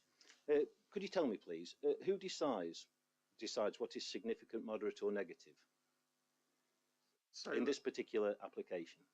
So the GLVIA that I referred to earlier, it's like the industry standard, and it's what the local authority will require an LVIA to be written in accordance with, and that establishes the process.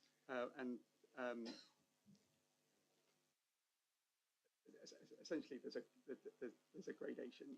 You work through what is sensitive based on the values associated with the view, susceptibility of that receptor to change, and then you apply the magnitude of change to that sensitivity to determine what the effect is. And as Mr. Yarwood suggested, there is two professionals might come up with subtly different verdicts on that, but the commentary allows a discussion to be had. It's more important than the. So, is your decision based on only your opinion in this particular matter? I didn't write the original report. That was written by a landscape architect practice called Munro and Whitten. We took over this project in 2022, and I wrote an addendum which supported that. That has the narrative and the conclusions of that document have been agreed with the council and subsequently by David Stokoe, who is the council's expert. So 3 or 4 landscape architects along that line have agreed these conclusions. Because to me, the people that matter are the people who live locally and the people who travel to this area in cars, cycles or whatever. And many residents, including myself, will disagree with your point regarding distant views, as they value the view from the A615 at Tansley and the view from Salters Lane. Right? The view from Tansley is the framed gateway to the Derbyshire Dales and should be respected as such. This development will significantly and adversely affect the wildlife green buffer between the woodland and the existing development. It fills it in completely. Is that a view that I've represented? Is there a question in there, Councillor Way? I'll ask my question first, Madam, but I'm just asking, you know, basically, do we respect the views of the public and also, you know, the people who are driving the vehicles here? Because it does, it is a frame. So, you know, do you know where I'm meaning? No, I don't. Of the viewpoints we have included, is it Am I okay to approach, Madam? Thank you.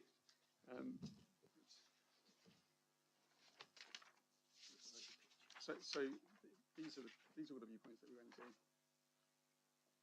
and they're intended to be representative. So you can extrapolate to make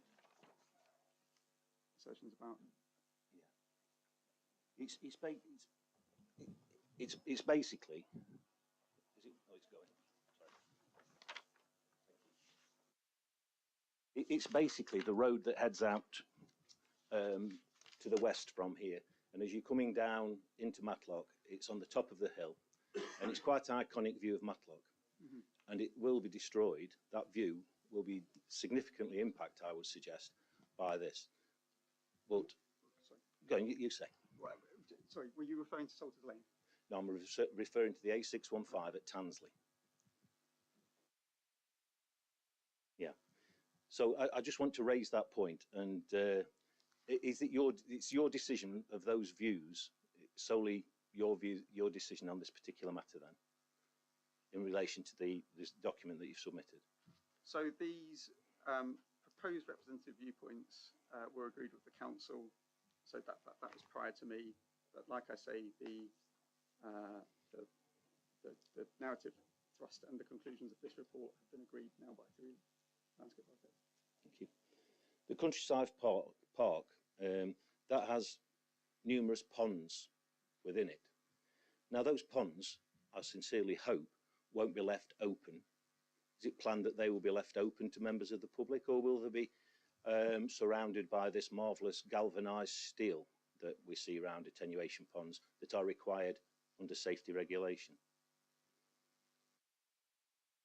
So, as far as I understand, that detail hasn't been confirmed yet. I would certainly hope not for the latter, but I would say that the gradient leading to the ponds is 1 in 3, so it's not steep. As Mr. Hilton said earlier, the ponds rarely be full. They're dynamic with only a small amount of permanent water. I think Mr. Hilton, did say that there would be quite often water in there, right. And the issue is that a countryside park would infer access, and if you've got a development that's full of houses, children will be going out there. Now, it would be somewhat reckless, would it not, of the developer not to put the horrible galvanised steel barriers around it. Is this conducive with a beautiful countryside national park? So I wouldn't agree with the premise that because you've got water features, they need to be fenced off. I think as long as there's a sensible gradient so that people are unlikely to get into difficulty, and you have clear views across the space, then I would think that would be a reasonable approach. I think you'll find that under the SUDS regulations that quite possibly, I think I'm flashing again here, sorry.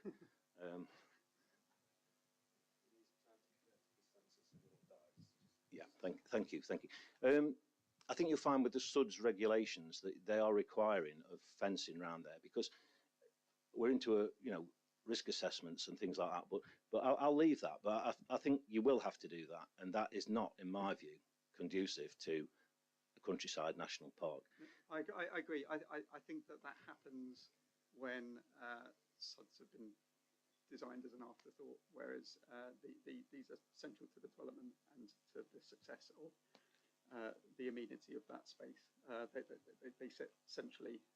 They are visible, so I wouldn't anticipate that. Would you not agree that a SUD that is designed as an afterthought is just the same as a SUD that's designed before an afterthought? But you can drown in both, can you not? So a SUD designed as an afterthought tends to be tucked away at the back of a development, unsurveyed. Oh. This is to be celebrated within a country park, as you say. Right. The third question is: walls, hedges, and temporary structures, when forming the parts of people's gardens. Would you agree that residents are at liberty to remove such barriers, and if done so, would it not fail? Does it not fail your point of enhancement? I'm not sure I understand the question. Right. So basically, what you've got is, you mentioned about walls and hedges. Yes. Now, quite a few of the hedges, from what I've seen on the plan, are around the curtilage of properties.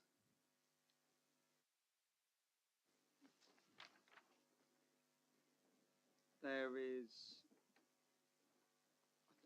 I don't think that's actually defined yet in detail. There is some indicative structural vegetation to the south side of the site, and as I understand it, that's a 10-metre corridor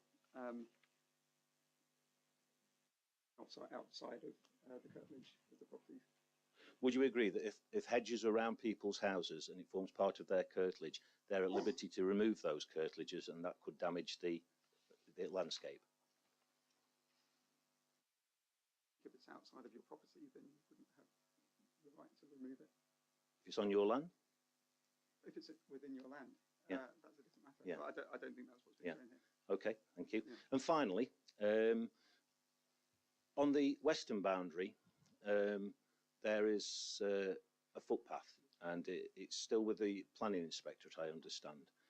Are you aware of this? Yes. What is the landscape impact and the impact on amenity for the development from that bridle way stroke footpath? Sorry, do you mean the other way around? So the impact of the development on the... Sorry, yes, sorry, yes. That wasn't considered at the time of the report, because as I understand it, it wasn't a public right of way at that point. If I may, it's always been used by the public. Yeah. It's never been definitively on the map, if you know what I mean. So I would suggest that the change occurring along that route would be quite equivalent to that appreciated on Sandy Lane. So a substantial adverse effect. So it would have a substantial adverse effect from that bridle way or footpath? Yes, I think it would be the equivalent, but only for a very small stretch of the route. Essentially what you would appreciate is a slightly longer journey in making it to the open space to the north. So a lot of that route, as I look at this, is already flanked by existing development. It would just essentially provide a small extension to that experience before reaching the open landscape. It has been agreed by Derbyshire Wales, Derbyshire County Council, that it is with the planning inspector. It's okay, I've done now, but thank you very much. Yeah. Thank you, Mark. Thank you, Councillor Wayne. Any further questions from interested parties at all? Mr. Ellsworth.